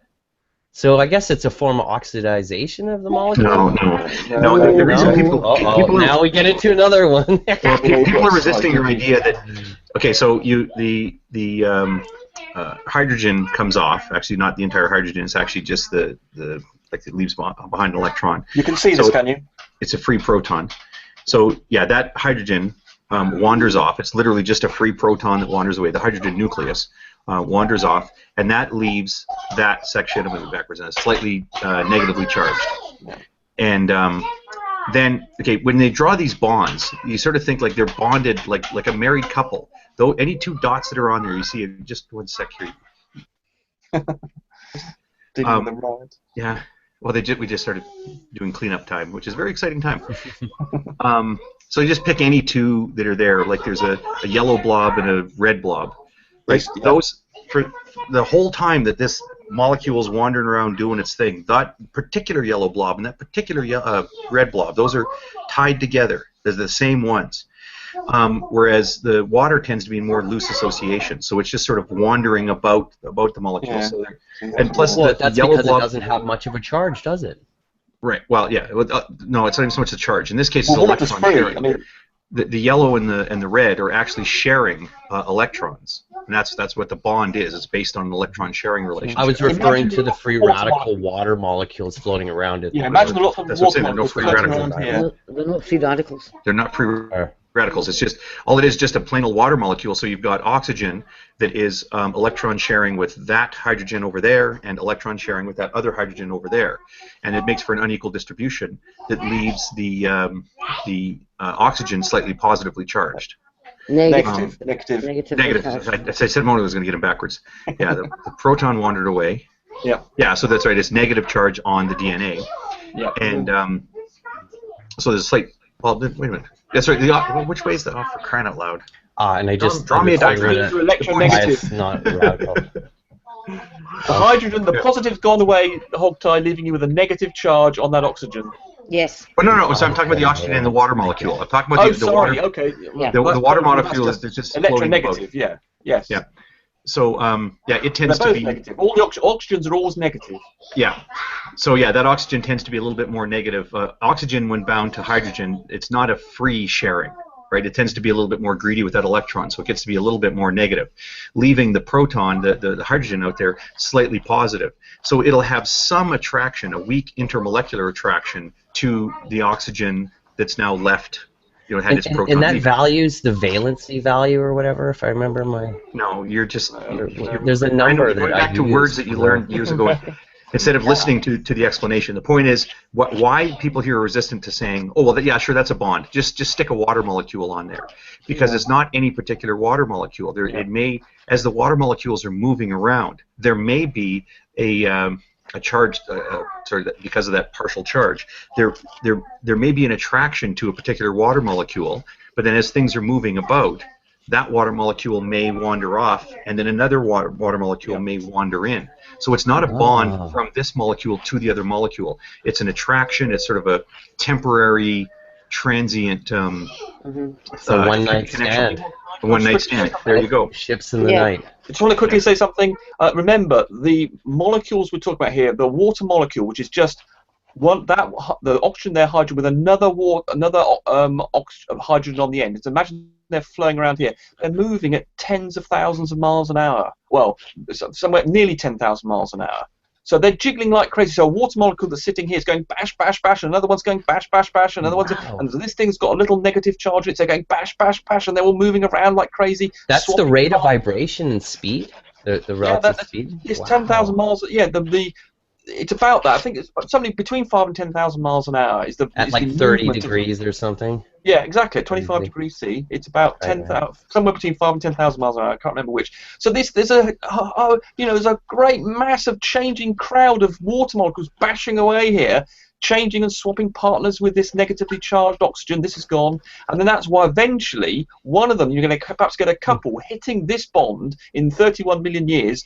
We're going to get back. There's going to have to be a sort of fortunate conflation of two perhaps bashing water molecules that hit that bond, and finally there's enough energy in there to go bang and then cleave the bond, and then whoosh, you've just lost the backbone of your DNA.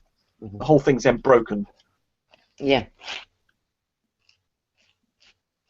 So, it's just possible that Ronnie might understand this if we. But the end result of that would be like me chopping down a ladder. Yeah, exactly. There'd be a chop here, and this then would be broken. This would be in two separate parts. It'd be hydrolyzed. There'd be an extra water molecule would be incorporated, capped on one end, and the other OH on the other end. This would be broken. They would no longer be joined. These bases here, all along here, all the HG would be disconnected from this lot, and so one strand would become two. And I presume that because of this strain, it would probably break the other one on the other side at the same time. So then this thing would become broken across both here, and then you'd be left with this one and then this one. So it would be like me chopping a ladder in half, right? Yes, yes. So exactly one strand becomes two. Is strand the wrong word to use? These are two strands. These are two strands here. Okay, so here's another distinction that needs to be made. When you say strand to a layman, they think of the whole molecule like ribbon, man. Yes, it's a two-stranded. Right? They think that's a strand. They don't realize that when you say strand, it refers to one half of a ladder, a molecule unzipped, or a ladder cut down the middle. Yeah, right? okay, that's a good point. It's important stuff, man. You wish to reach people. Yeah, I agree. But the point is that water, when you dissolve DNA in water, the act of dissolving is not these bonds coming apart. The chopping of the legs of the ladder. That's not dissolving. That's what certain types of dissolving is, right, Fiona? Like salt does that. Right? Salt does that? Salt is an ionic compound. Behaves completely differently. We're looking at covalent bonds here. The phosphodiester bond is a strong covalent bond. It's not an ionic bond. Yeah, but he was just saying it will not come apart in water. I think Ludic was just simply asking about an ionic situation, and indeed it's the equivalent to the breaking. Indeed, everything comes apart. In other words, what I'm trying to say is the act of dissolving or the outcome of dissolving is different Dependent on the bond. Yes, and in other words, it's dependent upon the molecule. Exactly, which indeed we've been discussing. And that's what we've been trying to tell Sugar, sugar or salt, they behave very, very differently. In that video that you may have seen earlier, the sugar behaves in a completely different way to the salt. The salt actually does, you can call it degrade, because the sodium and the chloride ions become separated by water molecules. The sodiums wander off from one direction, the chloride go off another. You've broken up the sodium chloride structure, but with sugar, you don't. The sugar molecules, which are quite big, remain intact. So sugar and salt behave completely different, and as the Hogtie went into great deals earlier, they look as though they're doing the same thing with water. They're both disappearing, but in fact the process is completely different. Yeah. The covalent So it would bonds follow are to me untouched. that dissolve doesn't necessitate that the molecule itself break apart, but what it does, I guess, suggest is that the molecules are floating within this substrate of water, right? Yes. Like that they're not stuck Basically. together. But you have lost the hydrogens. To dissolve, these hydrogens do have to disappear to make the water want to nuzzle up to it. So the water will be moving around Well, to 10,000 miles an hour. that property probably helps it to dissolve and yet remain intact within water. Yes, that's what dissolve is. Yes, that's the whole point. That's its whole property actually lends itself. Right, of course. Yes, exactly. I mean, remember, water is polar, as we discussed earlier, so that means it can dissolve things that are polar, and then once these hydrogens go away and this becomes negative, this then becomes a polar molecule. It has a negative charge, and therefore the water becomes attracted to it, nuzzles up to it very closely, and that's what that's effectively the dissolving happening. Yeah.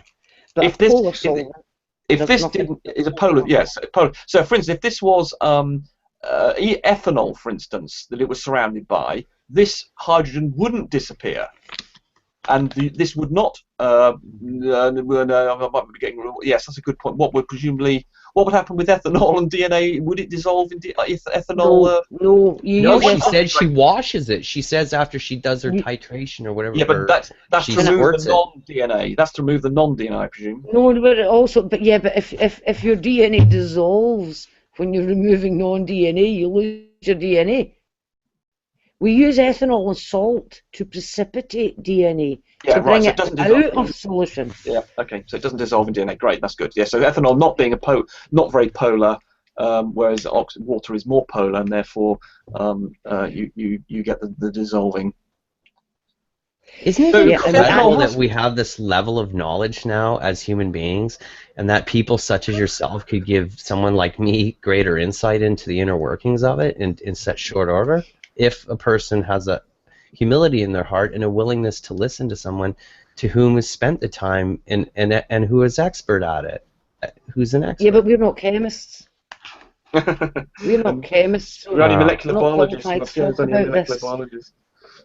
Yeah. Which is a DNA expert, of course. That's what the biologist is, the genetic, an expert in the biology of genes. What is in there? Damn it, I've forgotten now. Ethanol. But I'm still very interested at where the water can get inside this cavity here, because I'm reading the book I've got on DNA says that because this is all hydrophobic and the space isn't in here, and the reason this actually clamps together because there are various forces that actually. So hydrophobic for those listening would be that the fields of those atoms in there, their valencies are such, or the collective field in which they create. You're using, I'm afraid, almost all those words. I'm afraid were wrong. Okay. Sorry about that. Hydrophobic means it doesn't want to. It's afraid of it, right? So the water tries to. I'm trying to imagine there's fields involved, and that this water molecule is trying to. Well, it's electromagnetic fields. I mean, that's what attracts. When an oxygen here becomes ionized, it does become negatively charged, which is an electrostatic field. So that's I'm not referring to the individual atomic fields on their valencies. I'm referring to its collective field. Yeah, well, let's put it in easy terms. If it's hydrophobic, it's doing its damnedest to get away from water. Yeah, so it's not afraid of water. And that's why DNA has. That's why DNA has the structure it has, because the hydrophobic bits are on the inside, and it's the partial twisting that causes this double helix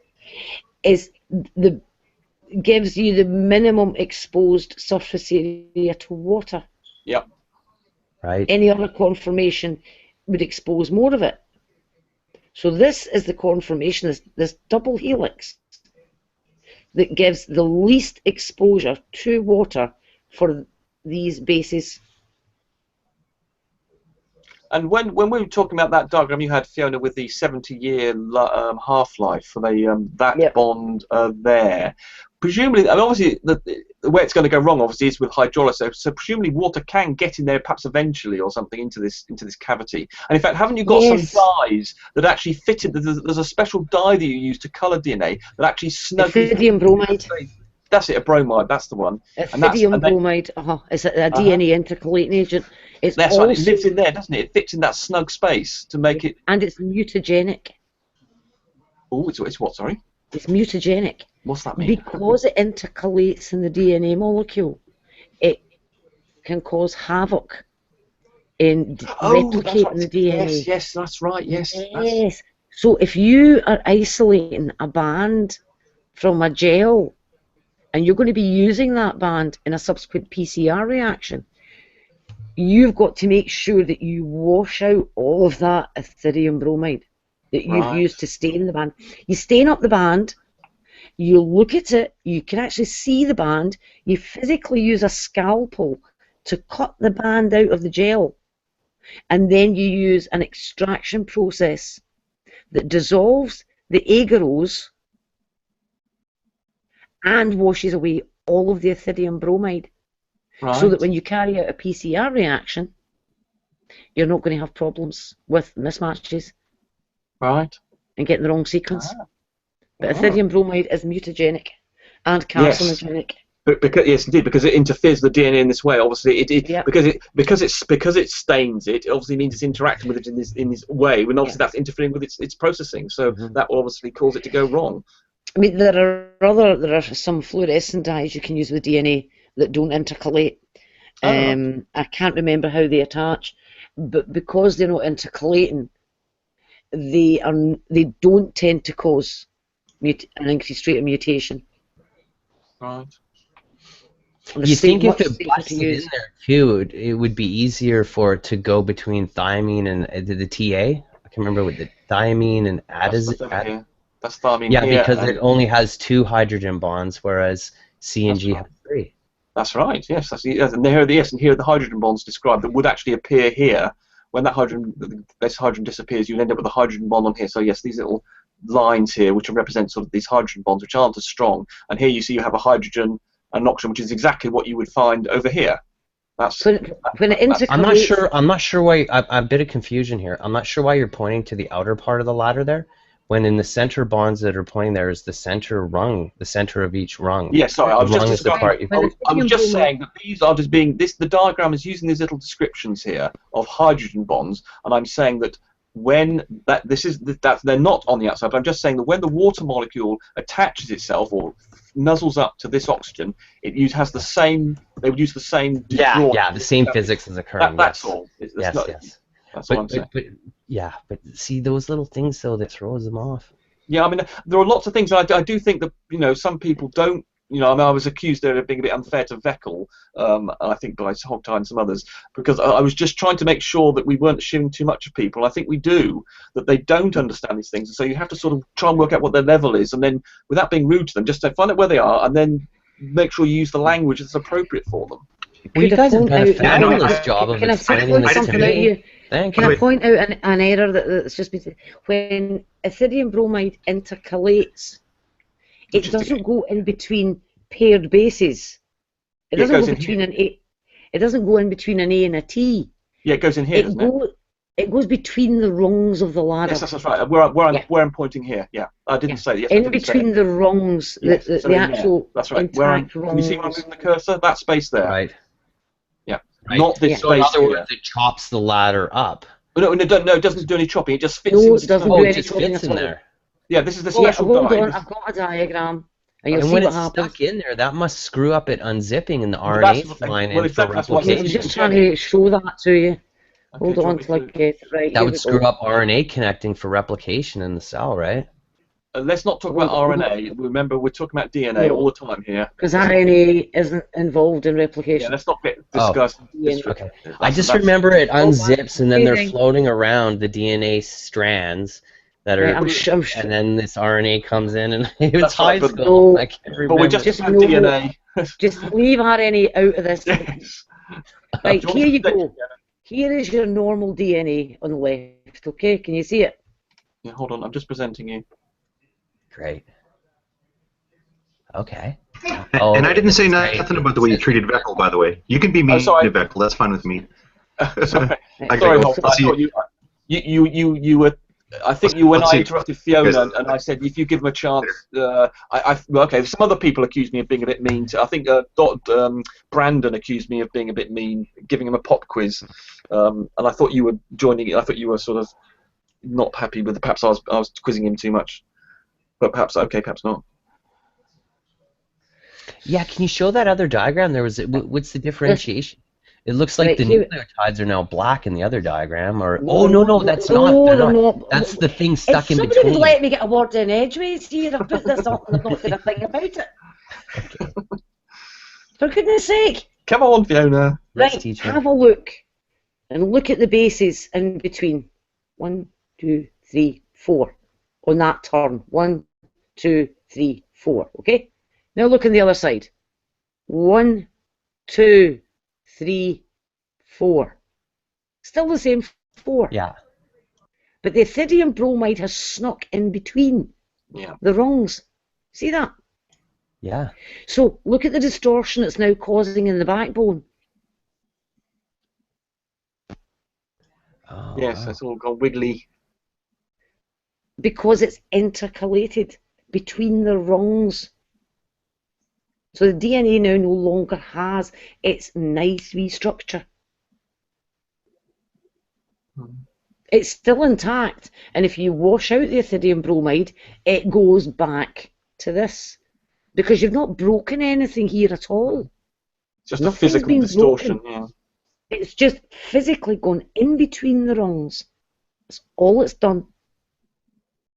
And this is the bromide. This is the thing here. Is it the bromide? The chemical. That's quite big, isn't it? That thing. I suppose. And the bromide's used. Is it used? Sorry, I just my layman. And why would that bromine be in there? Is that like dyeing it so you make those little lines? Yes, it's so you can see it. When ethidium bromide intercalates with DNA, that combination causes it to fluoresce under UV light. It shines bright orange. Ethidium bromide on its own doesn't shine as brightly. But when it's intercalated, it shines very brightly. So if you've run a gel to separate out different sized pieces of DNA, and you have ethidium bromide in the gel, or you stain up the gel with ethidium bromide afterwards, if you set that on a UV light box and put on your eye protection, you can see all the bands shining brightly, bright orange. You can visualize them and take a scalpel blade and cut out the band that you're interested in. Oh, wow. It's a really... You have robots that do all this now, but that's fascinating. And so this is why, I mean, a lot of the stuff that we do, when you separate out pieces of DNA, because of the charge in dissolved DNA, right, because of this O minus, because it's carrying that charge, right, you can run a current through a gel and the DNA migrates. An electrical current? Yes. This is how you separate them out in a gel. You have a flat gel, and you put your DNA in little wells on the flat gel, and you run a current through it. And the DNA being negatively charged moves to the positive end through the gel. And the smaller it is, the faster it goes. Because the gel is like almost like a sieve. And that's how the bands break apart at different lengths due to the speed in which they go. No, they don't break apart when you're separating them. You have got to break them apart before you do this. You break them up, but then you need to separate them out, the different sizes. And if you imagine that the gel is like a sieve, and the DNA strands have got to wiggle their way through the holes, the longer the piece of DNA, the slower it is wiggling through the pores, because it's like sieve upon sieve upon sieve upon sieve. So the smaller it is, the quicker it can work its way through all these layers of sieves. Sieve upon sieve, like for those who might not get the Scottish accent. Right, yeah. So that means that your smaller pieces of DNA migrate to the anode quicker than the big pieces. So when you look at the gel after a certain amount of time, you get, if you've got loads of fragments of different sizes, you actually get like a ladder effect of all the different sizes of bands. And you're able to visualize them because of the Ethereum bromide.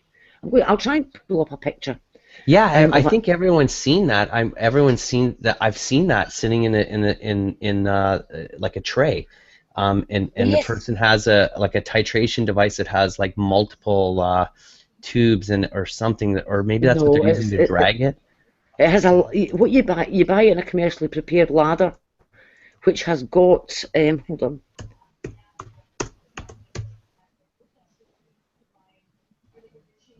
How do people figure this out? My God, the trial and error to figure this out. There we go. Yeah, that's what I mean. Yeah. Right. Hundreds of thousands of people work on it. I'm for one that's actually got the ladder on it. Right. You see that? This column here, that's got lots of bands in it. Now that's a commercially prepared ladder. It's a solution of different lengths of DNA.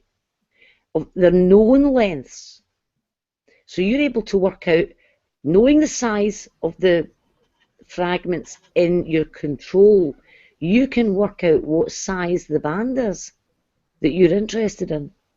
They're solely dependent on the size and no other factors at all. It's not about the particular bases that are used in there. It is just the length, is it? Excellent. Nothing else at all. You can do some of the things that you can do using acrylamide gels, where you can actually identify single nucleotide polymorphisms because of slightly different mobility. But you're talking about quite a strong polyacrylamide gel, and it's a weird type of electrophoresis that you have to do with it. I bet it is. Oh. It's vertical for a start. I hated it.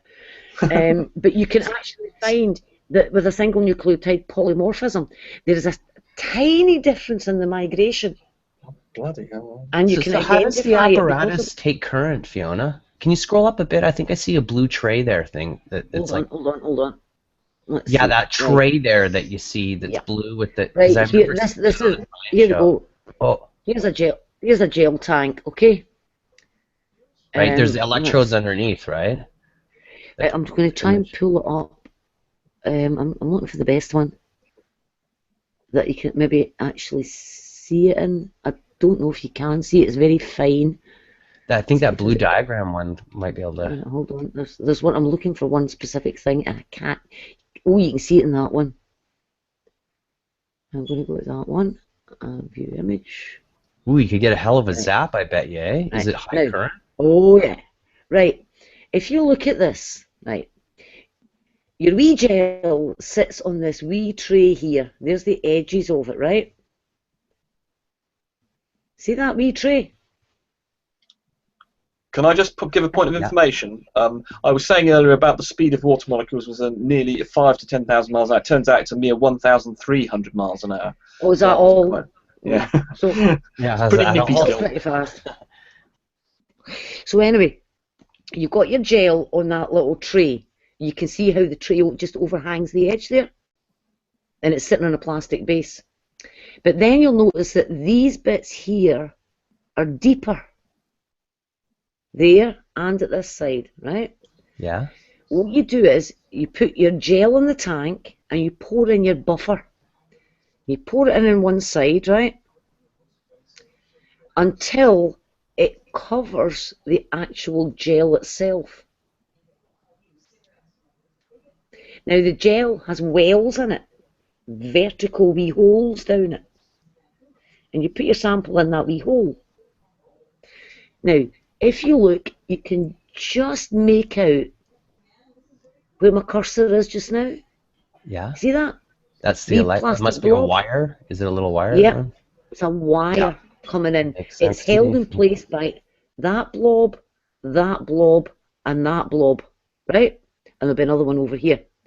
But the wire is bare in between the blobs, right? So if you run a current through this, I can't. If you run a current through it,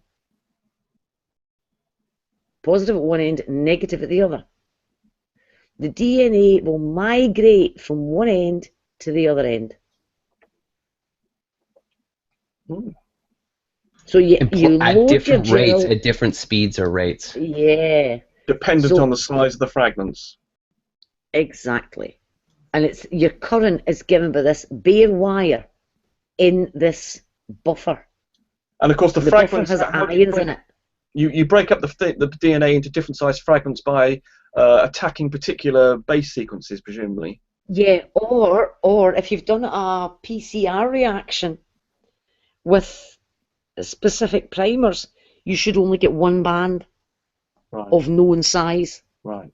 So you run it out in your gel, you compare it with your ladder control, of standards. which is your ladder that comes. I guess the ladder already comes with it plugged in the wee holes with the gel. Fiona. Okay, I'm going to have to go to bed. I'm afraid. You have to make it. Oh, okay. You make your own gel.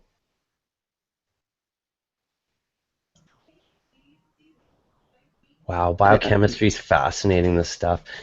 I can't help but think of the movie Blade Runner and Lyndon Terrell and where were the sciences ultimately going. Can I be on broadcast, please? Can anybody on broadcast me? I don't have mods, so I can't. Neither do I. I think you still can if you click on your name there in the panel on the bottom, maybe. I've tried that. Maybe the screen share icon on the left, the green little box with the arrow pointing to the right. No, and then when it I've pops done out, that. Hold on. But I'm left presenting to everybody. there you go. You're good now. But nobody else gets presented. I'm the only one on camera. Yeah. Has anybody got mods? I don't. I don't. I don't. Oh, sorry, I don't. Steve And a pen in my mouth. Steve, have you got mods? No. I don't see your kitty behind you. Quite often I see that. Oh, I don't know where they are. Asleep somewhere. They've run away. I've been busy with. Got my organic chemistry. I've got my Stryer biochemistry out.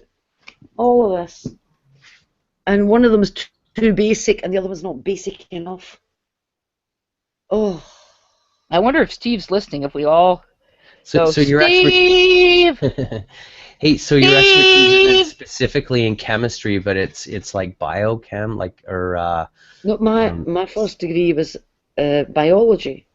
Right. But biology these days is very much biochemistry. I can imagine, yes. Same with microbiology. That's now turning in biochemistry as we go zoom closer and closer into the bacteria or the viruses. So, you know, and it's all becoming, I mean, genetics, if you think about it, Mendel and his pea plants, we've come a long way since then. We're now right down at the molecular level. Yeah, that's what I was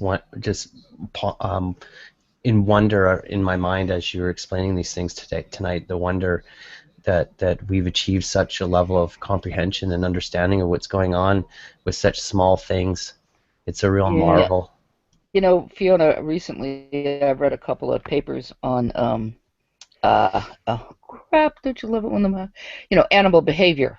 People going out in the field and studying animal behavior, field studies. And what's really interesting is they're now describing that on the genetic level. So it's biology has just since I first started school, biology has just changed dramatically. It has. Because I've seen some field work on plants now. They're going out, and the old days you'd go out, you take a square meter or so, and you would dig up every single thing in that square meter and record it. Mm-hmm. And that's how field studies were done. And of course they still do that, especially for students. It's a really, really good thing for students to do. You mark off a square meter, and you find every single plant and every single bug. You go down into the dirt, and you describe every single thing in that square meter. Mm-hmm. But nowadays, again, when they're doing plant studies, it's not just, oh, this looks like miner's lettuce or whatever it is, which would be in this area. You might find miner's lettuce, and you might find the Rosa californica plana, which is a native rose. You might find all these different things, but they don't just look at it at that level anymore. They look at it from a genetic level, because you're now taking the genetics of the samples that they're looking at and comparing them to samples in other places. That gives us a far better view of what's going on than just noticing that, oh yeah, we have miner's lettuce here, we have miner's lettuce there. What are the differences between those? And of course you also have to take soil samples at the same time to see what the soils are, especially here in California, because we have a really interesting soils profile. And a lot of our soils are soils that you wouldn't think stuff would grow in. Limestone and serpentine soils. And yet we have plants that have adapted to them. Interestingly enough, I'll have to find some pictures. I've got a really great book on this. There's some great pictures in it. We have places where different soil types come up against each other. So you might have limestone soils on one side and serpentine